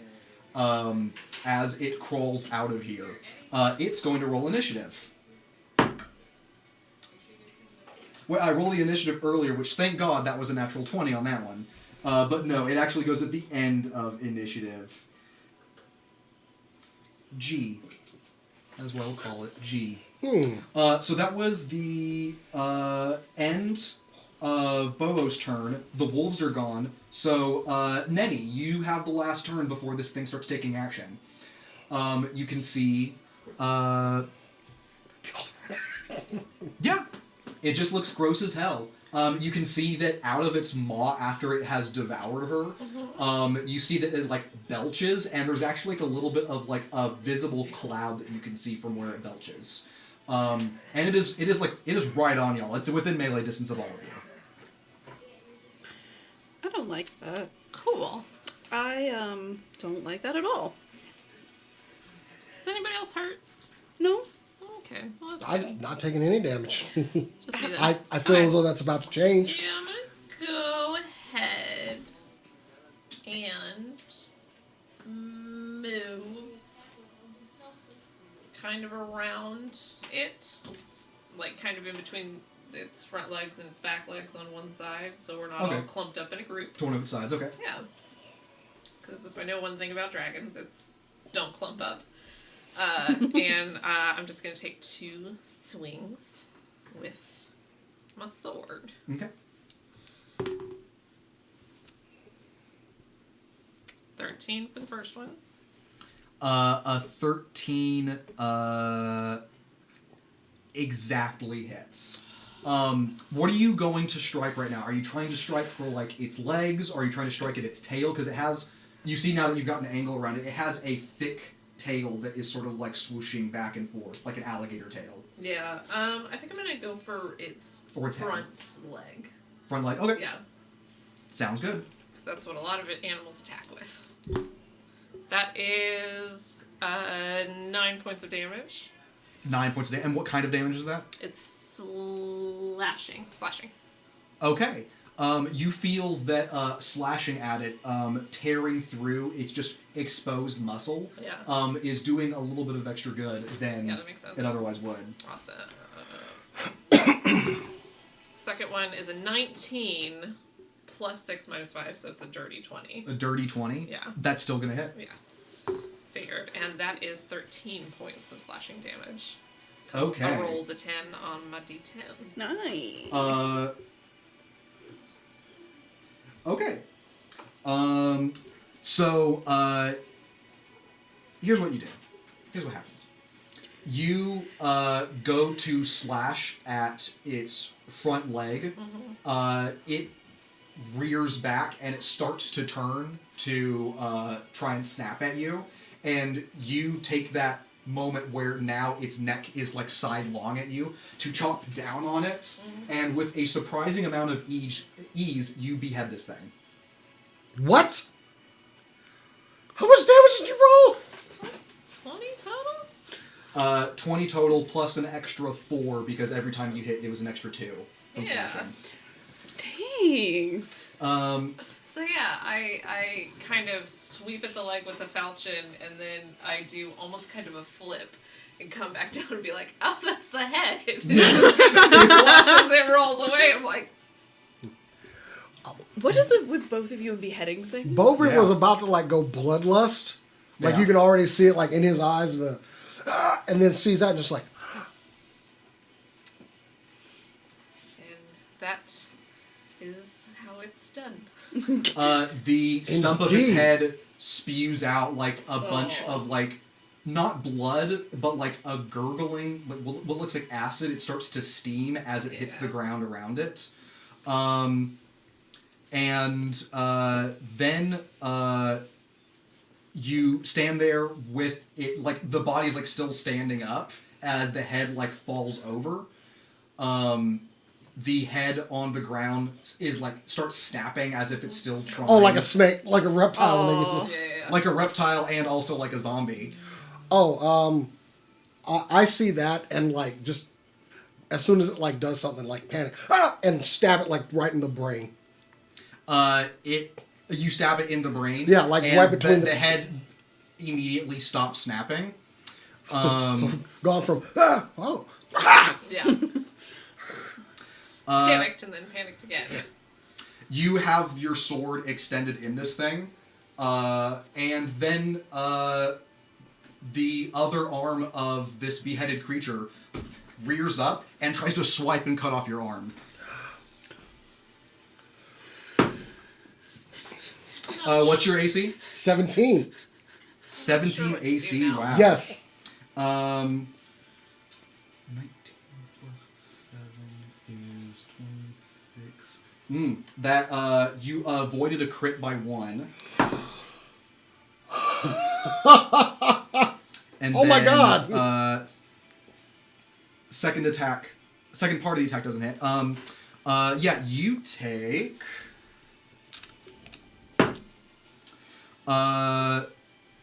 6 slashing damage.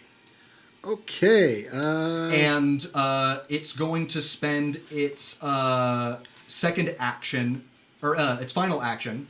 It's going to grab onto your arm, and it's not going to let go. You try pulling away, and this is on your sword hand. You try pulling away, and this thing has like dug its claws into your arm, and you can't rip out. Oh, wait, it just did damage to him? It did. Oh, then I'm going to attack it. Well, it's not your turn yet. Yeah, but I still can. Oh, Retributive Strike? Yeah. Nice. Oh, wait. I'm allowed to do that. Nice. That's a 15 plus 6. 15 plus 6, 21. Yeah, that hits. Yeah. And that's 9 points of damage. 9 points I of guess damage. probably to the arm that I had attacked the first time. Yeah, yeah. Okay.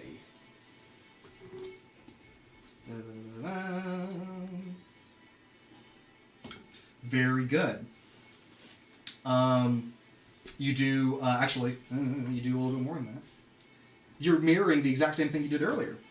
Okay, you slash at this using your Retributive Strike, and now, next up is the Growlodon for its second turn. The Growlodon is going to... Why does it then go? it's going to use a ability called Trample. It starts to it's going to let go of you for a second, but not after it sort of like takes its other claw and starts to like claw you down, and it's going to like try crawling over you, and then it's going to surge and try crawling over all of you as it just sort of like rushes across the three of you in an attempt to trample over you. Each of you make a reflex save of 15. Yeah. 14. 18. Oh, can I add anything to that? Oh, wait, I have bless. 15. Wait, That's only What's for for attacks. attacks? It's only for never attacks. Yeah. Garbage system. I rolled a 15, so I'm good. 19. Nice. Okay, good. You all take half damage, which is 1 damage. Okay. All right, you all each take 1 like bludgeoning damage. Okay, and that is the end of its second turn. Now we're back to Yosef. So now it has gained a little bit of distance from you. After it trampled first over Bobo, and then Yosef, and then you. And it's now... how fast did it go? It's not very far. It's now like 10 feet away from y'all. Okay. On a scale of 1 to your max hit points, how you looking? I'm fine. You've only taken that 1 damage, right? Or how are you feeling? 12 out of 19. Okay. He's gonna reach over and grab you and heal you. Oh, no. I would like to heal, please.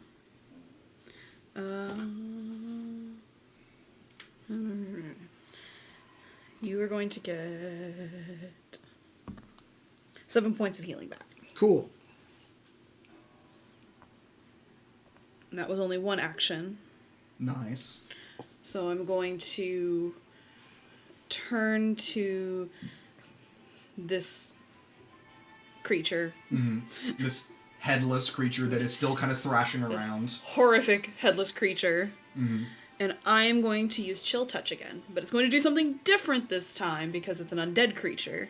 I'm assuming this is an undead creature, at least. If not, then what are we doing here? Yeah. If it does not make it save, which is just a fortitude save, then it is flat-footed for the next round. Mm-hmm. If it critical fails, it is fleeing. Oh, okay. So you run up and you touch it with the chill touch. Okay.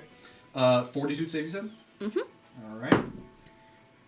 Ooh, that's pretty good. I don't like hearing that. 14 on the die plus numbers. Yeah. Yeah. Okay. Not a crit success, though. So I believe that means it takes half damage, right? Yeah. Takes 1 damage. It takes a damage. Okay. What comes All right. around comes around. Yeah. Take next, next is Bobo. I want everybody to notice, though, when Bobby got slashed, he didn't make a sound. Yosef is attributing that to his training. Yeah. Legitimately. All right. I'm going to move Hunt Prey to this thing. Mm-hmm. So I get Hunter's Edge on that first attack, and I'm all healed up, so I'm going to stab it. Or slash at it, sorry. Sure. All right, so 1 Hunter's Prey, 1 you're running up to it, 3rd is attack. Oh, yeah, that's right. It did trample over me. Yeah. So, that order and... Sounds good. Whew, Big on. attack. Let's go.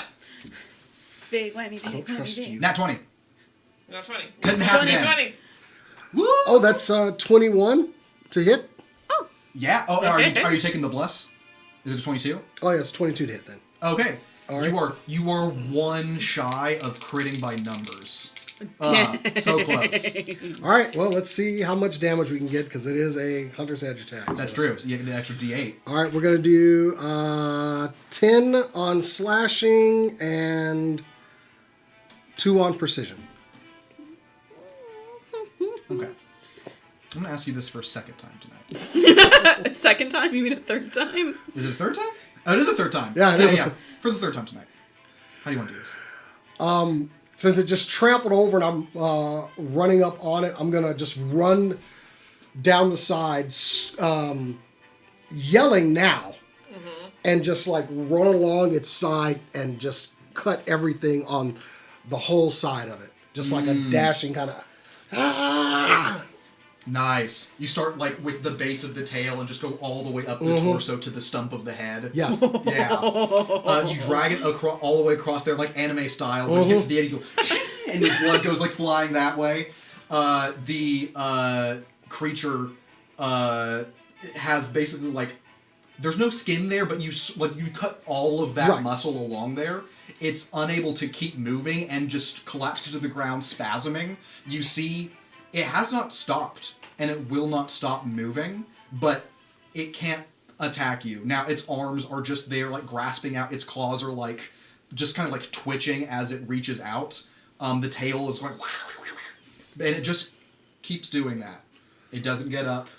It just sticks around. I want this to die! Well, it is an undead creature, so it's already technically dead. Am I able to do another religion check, like, but on this thing? Or I guess not religion, Arcana. Because it's necromancy and you can get necromantic magic through clerics, I'll say either. Okay. Because religion would also have you familiar with religious spells, and this is related to that.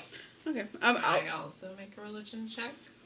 If you, Because I'm trained in religion. It will be pointless. if you're trained in religion, for sure. You do religion, I'll do Arcana. It will be pointless for Bobri to make this check. No, I didn't. That was a natural 2. 11. Nice. 11. 5. Fingers crossed that maybe when it dries out, it'll stop. All we can really hope for is that maybe when the blood is not fresh anymore on it, it'll stop moving. I wouldn't worship this. Bobri is just kind of looking at it. Oh my god! The Growlodon that you just Don't vivisected. don't worship that. Cleans his already dirty cloak with his sword, but he's just sitting there looking at this. Well, I'm sorry, undersling. Just sitting there looking at this thing. If the wolf stopped when she died, where did this come from? She didn't control this thing. This thing controlled her. That's a good theory. I do like that. I don't like it at all, but it makes sense. With hunt prey, what do I get off of this thing? First of all, fun detail. When you cut it open, you cut deep enough to the stomach, and you see the remains of Agnes poking around. Fun. No, Why was don't that like that. necessary? I just realized that it should be the case. Oh, and I made it so. Love it. I'll go ahead and just pull her body out then. Okay, it's chewed up and mangled and in parts. Okay, You'll have her in a bag, basically. I'm just gonna pull her out and just see if there's anything on her that we can identify. They're probably grossed out. Bobri's probably like, this is another day. Yosef goes behind a tree and pukes. Maybe Yeah, like, yeah. Yosef says, "I need a drink." do I find anything in particular on her person? Like, I'm just doing like a crime scene investigator. Like, no, like, not phased at all. Like, what's she doing?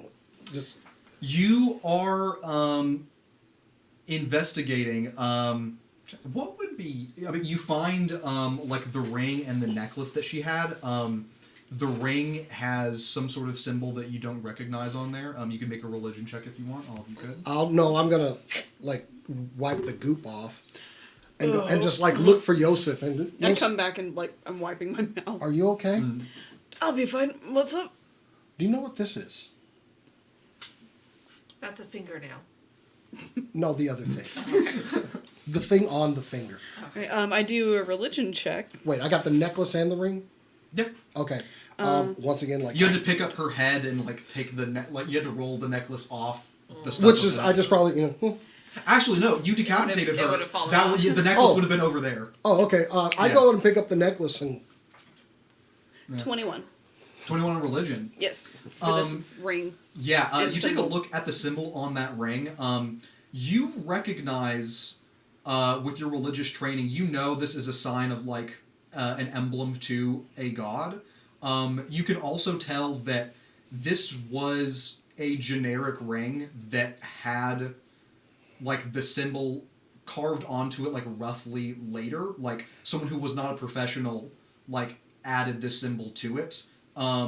You can tell that it is meant to be holy, and you are certain you have not seen the symbol before. I have never seen this symbol before. What about but, this one? But it is holy. The necklace is literally just, it's like decorative. It's just a necklace. I'm going to read the aura of the ring. Oh, okay. Which, Tell me I don't about have it. any money. you focus on a target, opening your mind to perceive magical auras. When casting is complete, you know whether that item is magical, and if it is, you learn the school of magic.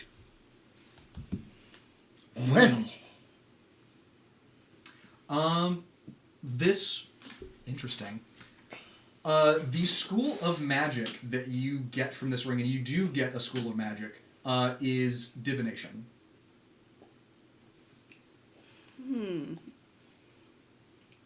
Some kind of divination ring. So I believe that's what I'm thinking of. Scry is divination. It's fine.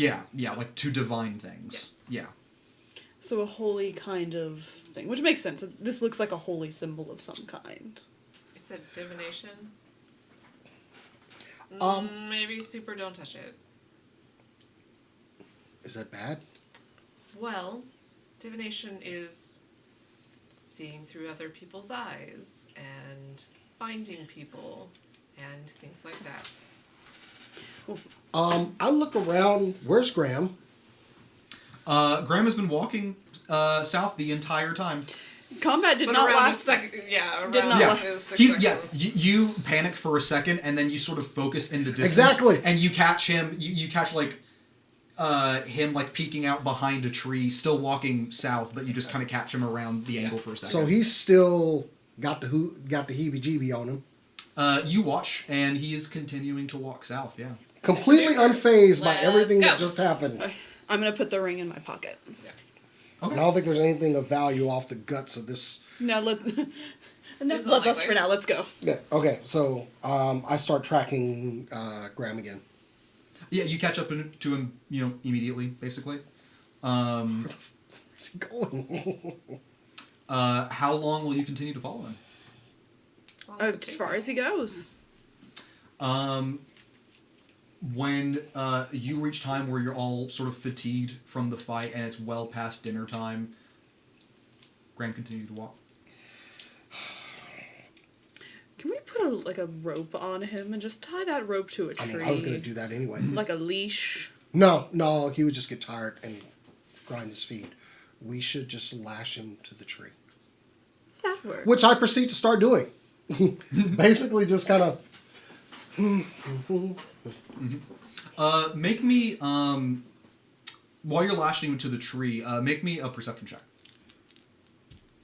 Okay.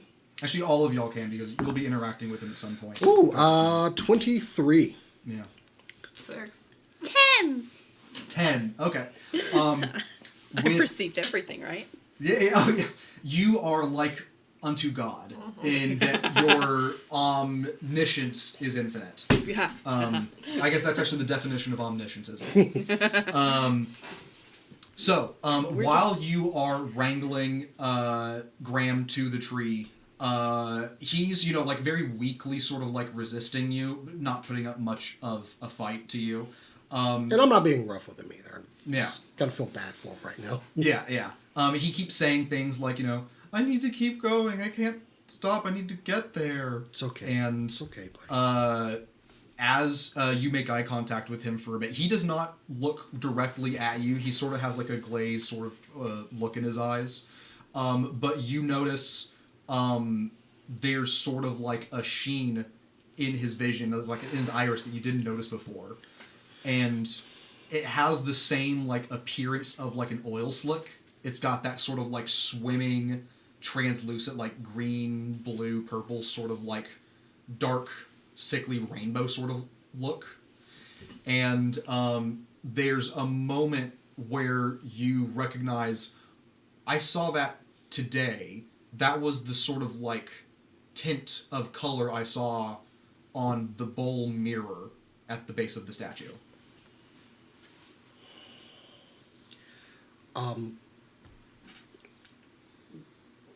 We're pretty much all in agreement when he looked into that bowl something happened, Absolutely. Yes, absolutely. right?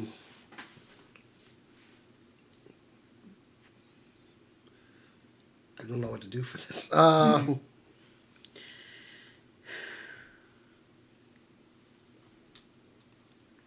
Yeah, I don't know what to do with that knowledge. Sorry, that's... Okay. You shared that with the rest of the party? Yeah, I told him that it's the same look in his eyes, if you look deep enough. Can any of you do, like, and make him sleep? The only thing I have that can do that is a bonk to the head. Well, I could do that. I cast Yeah. bonk. Yeah, I cast a bonk. No. That's a joke. I don't have anything that can help him sleep. Well, we can rest while he's up here. And I just feel bad for him right now. We can help him.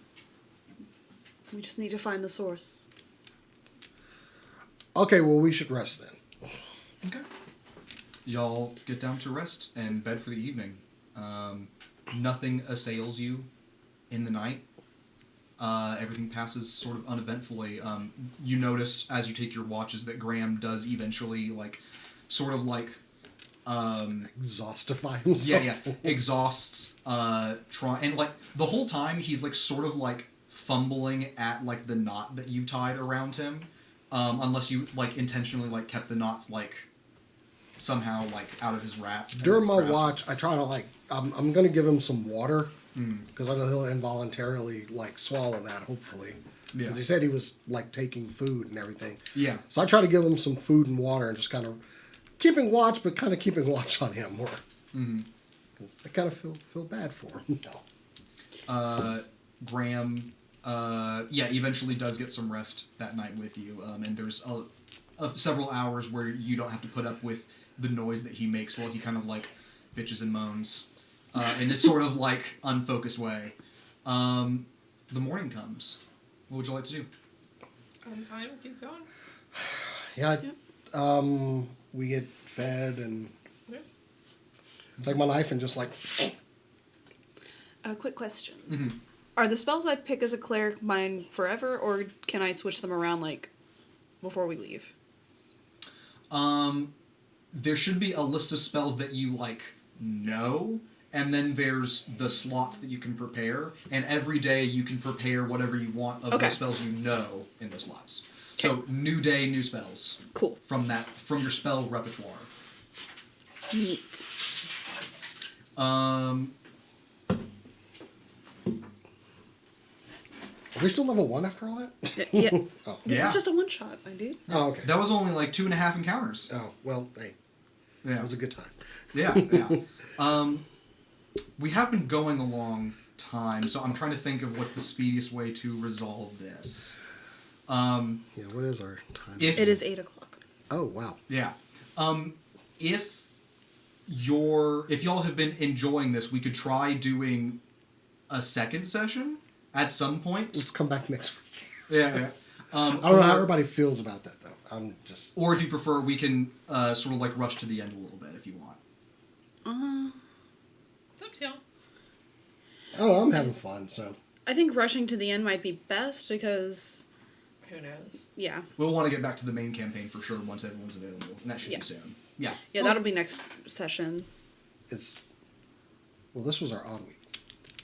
Yeah, next session would be not next week, but the week after. Okay, cool. Yeah. Okay. So, you continue to follow Graham for, if you're willing, several days. The journey does not seem to have a destination that's very close. Eventually you do pass by, like, a town.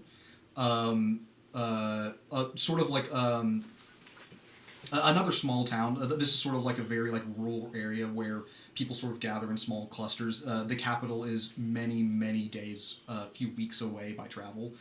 And as you're passing through this town, you're actually greeted by people who seem to recognize sort of like the look that Graham has. And they explain to you that they've started, basically all of these people that are wandering through, they've noticed the pattern and they've sort of like are catching them and have them attempting to treat them in like a like a medical building that they have here that like was normally just like this was like the doctor's house, and they've had to add expansions to the building to fit like tents and like trying to make the walls more permanent in order to fit all of these different people that are sort of being sent from the east here.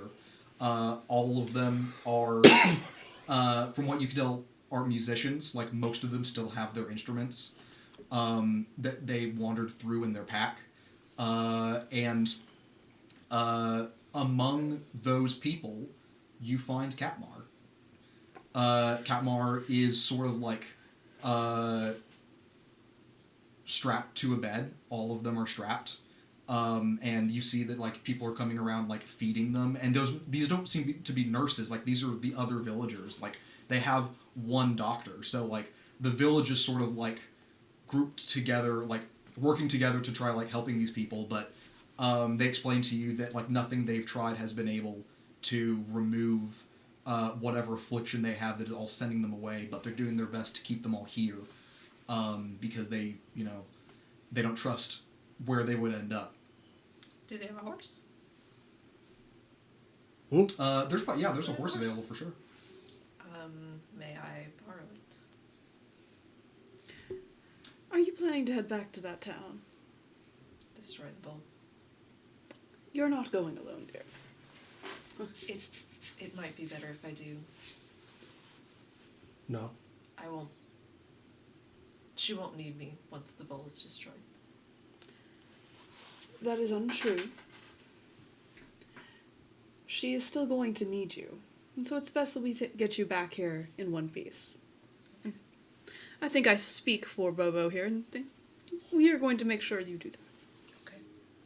And I think we travel back All right. to the village. You leave Graham in the care of this Yeah, village he's here. in good hands. Okay, yeah. You all head back, which feels weird given that you came all this way just to find Katmar, and now you have to leave her back where you found her, but at least you know where she was and hope that she'll remain there.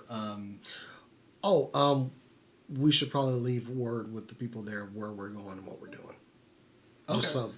They explain, or you tell them like what's going on, what you hope to do, and they express some relief that someone might know what's actually going on here. They haven't had like time or people that they can spare to like go west to try and find what's been happening. They've been so busy just trying to take care of these people with the numbers increasing and the demands on care all the time. And they lend you some horses. They ask you to like give them some coin so that if you don't bring the horses back, they'll have money for that. But they promise to return it if you bring the horses back safely. Here's like a safety. Ooh, okay. That'll work. Yeah. It's like a safety deposit. I don't have any money. It's all right. I think that works. The three of you head back to the village with the statue and the bowl, which you learn shortly is called Durevnica. And you know it's called Durevnica because there's a bit of chaos going on in the small populace of the hamlet. Yeah, as people are wondering, like, what the hell happened to our leader? Like, we're not sure, what we should be doing here. What happens to the crops if she's not here? Yeah, we don't know either. See, some people are praying to the big statue at the moment, but most of them are not. In fact, you see some people that sort of like roll their eyes at it. There seems to be like a mix of believers and skeptics, which is why there's so much like turmoil going on right now. Yosef is trying to figure out the best way to destroy that bowl with the people still there. Yeah, you see, even the people that are praying, all of them saw the people who were looking at the bowl and praying at it. None of them Or want looking to at do that. I'm just gonna. Excuse me. Pardon me. Hello. Sorry. Excuse me. Mm-hmm. I'm just gonna grab the bowl. Just gonna grab this. The bowl is affixed, like it's built into the base. Smash it. Smash that bitch. I Smash it. stomp it. Okay. You stomp on it, and before anybody can even gasp and like cry to stop, you smash it, and it's a thin enough material, and you are angry enough and determined enough that with the heel of your boot, there is a large crack in it that sounds much louder than it should have. And as soon as the crack appears, it doesn't like dissolve or shatter to a million pieces. There's just a large splinter across it. And you notice that rapidly that sort of oily sheen that was on it just sort of like, it's almost like it is absorbed and is gone. And now it's just a plain, silvery looking mirror bowl, if there's anything plain about that. Evil thing. And you also hear and smoke starts to come out of the top of the statue. I think that's our cue. What? Some of the people who were worshiping stand up. Like one of them looks angry, the rest of them look shocked. The crowd starts to gather a little bit. You recognize the little girl that you met when you were first about to approach Dorovnica. Suggestion. How thick is this statue around? Since everybody's gathering up, just how big is it? It seems to be human proportions, but if a human was 10 foot tall. Okay. I drop my hood, and as everyone's gathering around, I pull out my sword, like threatening. Okay. Suggestion, dear. Suggestion. Fairy lights, maybe, to distract them. Dancing lights. To distract them? Yeah, just, maybe the lights will distract them. We'll do the laser pointer and maybe we'll go that way. Look. How many tabaxi are around? I have an idea. When you draw your sword, many of them back off. Some of the a few of the men glare at you with a little. I glare right back, yeah, and maybe then, even like. From among them, the young girl steps out and she says, "I think it's been about time. Thank you. Maybe we can finally be done with this."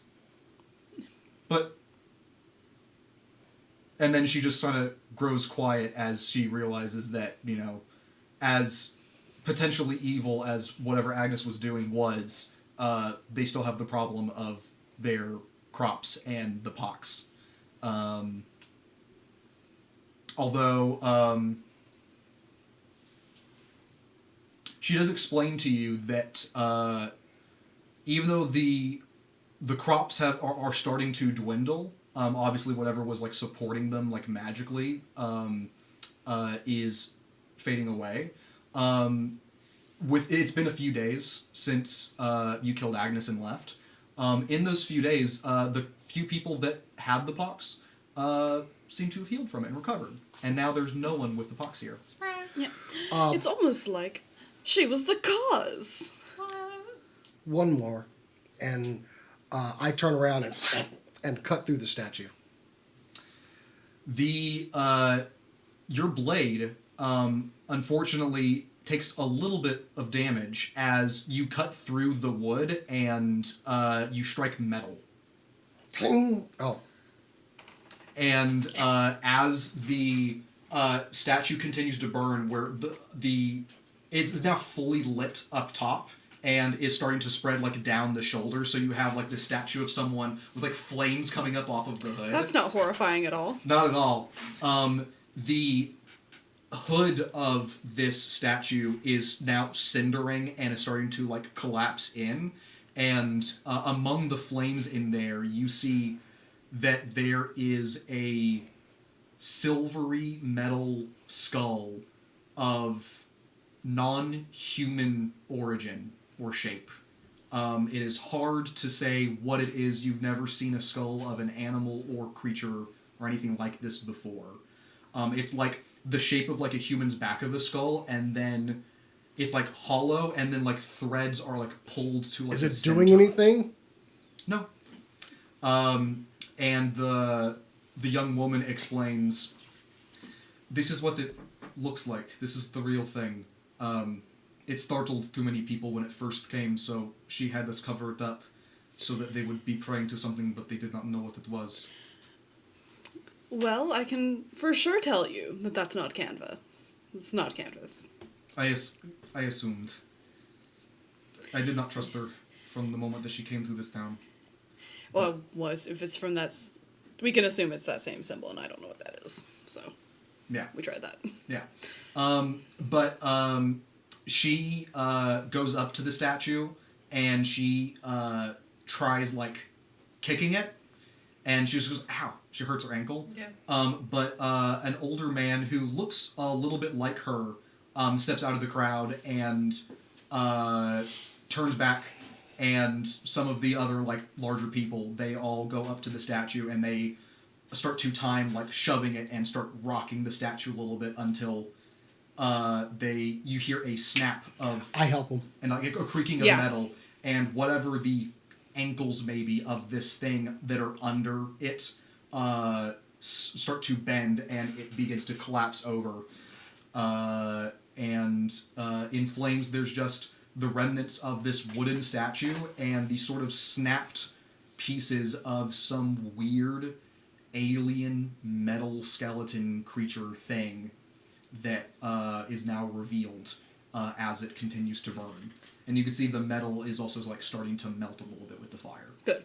Apparently it was a soft metal. Mercury. Everyone have fun with your next box. Yeah. Now we should go.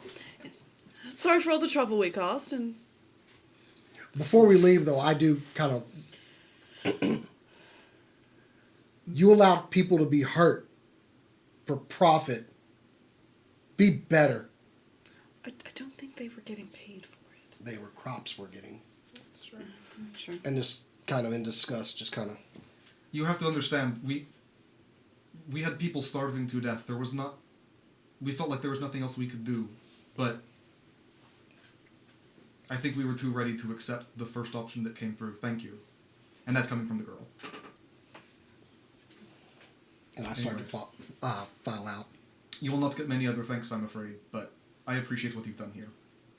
And I'm sure the musicians do as well. In time, the ground will heal and crops will come back. It's the nature of things. Perhaps move fields to a different part of stuff. But for now, we must go. She gives you a weak smile, but looks sort of down. They've been here for a few years. Yeah. The crops haven't taken until this happened, so she doesn't have a lot of belief that will change.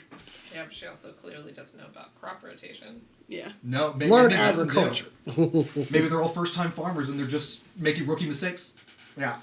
Gotta leave it at least one field every season, leave it completely empty, let it rejuvenate. Yeah. Come on. Yeah. So do we head back? Yep, we head back. Head back to where the musicians are? Okay. Yeah. I disappear before we get there. Don't worry about it. You go. On that note, he's just gonna...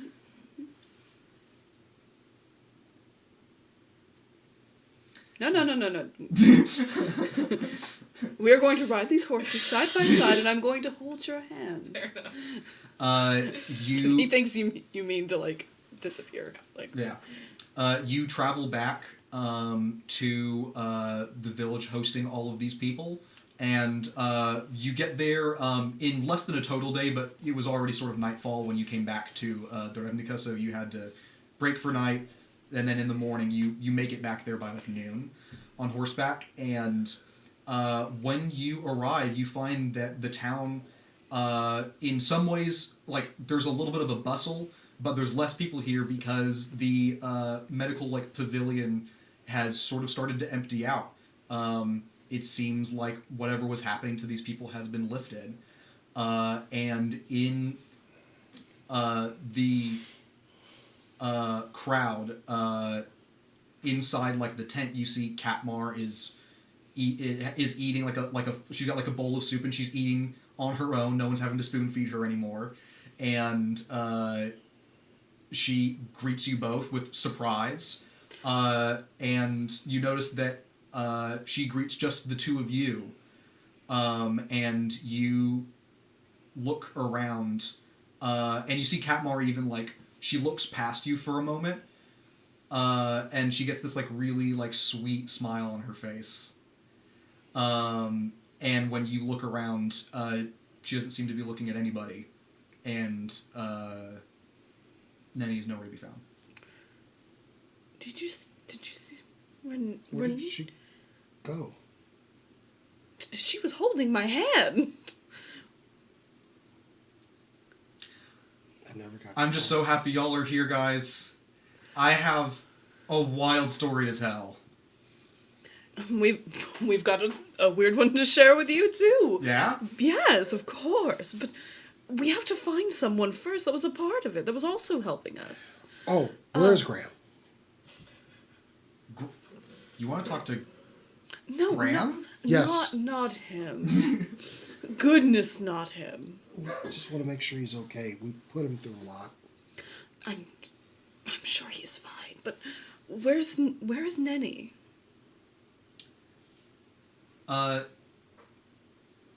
She's okay. It's a long story. Maybe I'll tell you that story too. Yeah, but we will have a whole night of stories. How about that? It's been a long time since we've done that, right? Talking? It has been. Yes, come. I missed y'all this fall. I just realized it's winter now, right? Yes, it is. That's a whole 3 months I'm not going to have a gig. I can't get that back. It's all right. I'm pretty sure Joe would appreciate any help you could give him. Yeah, he would. And the three of you... Bobby actually smiles when he hears that. Like, Yeah. and then kind of,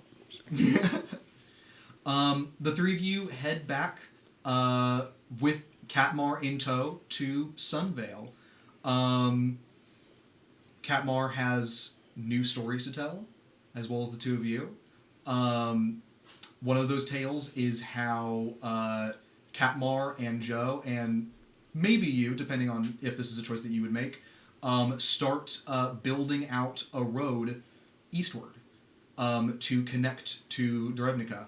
And in the coming weeks and months, there's more communication about what the state of that town is, and the development of that road is intended to help facilitate some more trade, so that the immigrants in Derevnica they can learn about crop rotation and get some extra resources. Joe fires up the smithy and crafts more supplies and equipment, which you noticed when you were there was rusty and mostly broken in some way or form. And I think that's where we draw our story to a close. This is really fun. my I have character got a last. job at the end. Another job.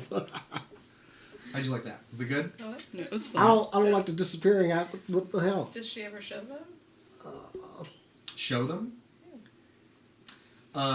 It's like a little... On a shelf somewhere, there's a Yeah. little action figure. I think of the fetchling. When you head back to Sunvale, Katmar heads straight to Joe's Smith and Joe's Smithy, and she goes to the back room that Joe looked in for a little bit, and you realize that this is her room. And on a shelf that was out of view because of the doorway and the angle that y'all were at, there is what is more or less a wooden, hand-painted and lovingly dressed action figure that looks strikingly similar to Nenny. I kind of look around and just kind of thank you. She takes the doll for a second and holds it close to her chest for a little bit, and then sets it back gingerly and continues to speak with y'all. All right. I hope y'all had fun. Of course. I hope y'all had a great time watching, getting a little glimpse into Pathfinder 2nd Edition and my jamming skills, whatever they may be. I had a blast playing. I was hoping more people would die. Oh, bummer. Yeah, my baddies were bad, but not in the good way. And then all of us just kept... those two actually just kept critting and hitting stuff. Yes, yeah. Especially you.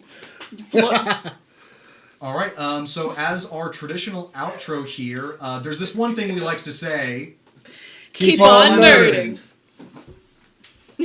I've never led that one before. Remember to go to supercoolnerdshow.com. Yes. Super cool nerd show. .com. You sure it's not .org or .edu?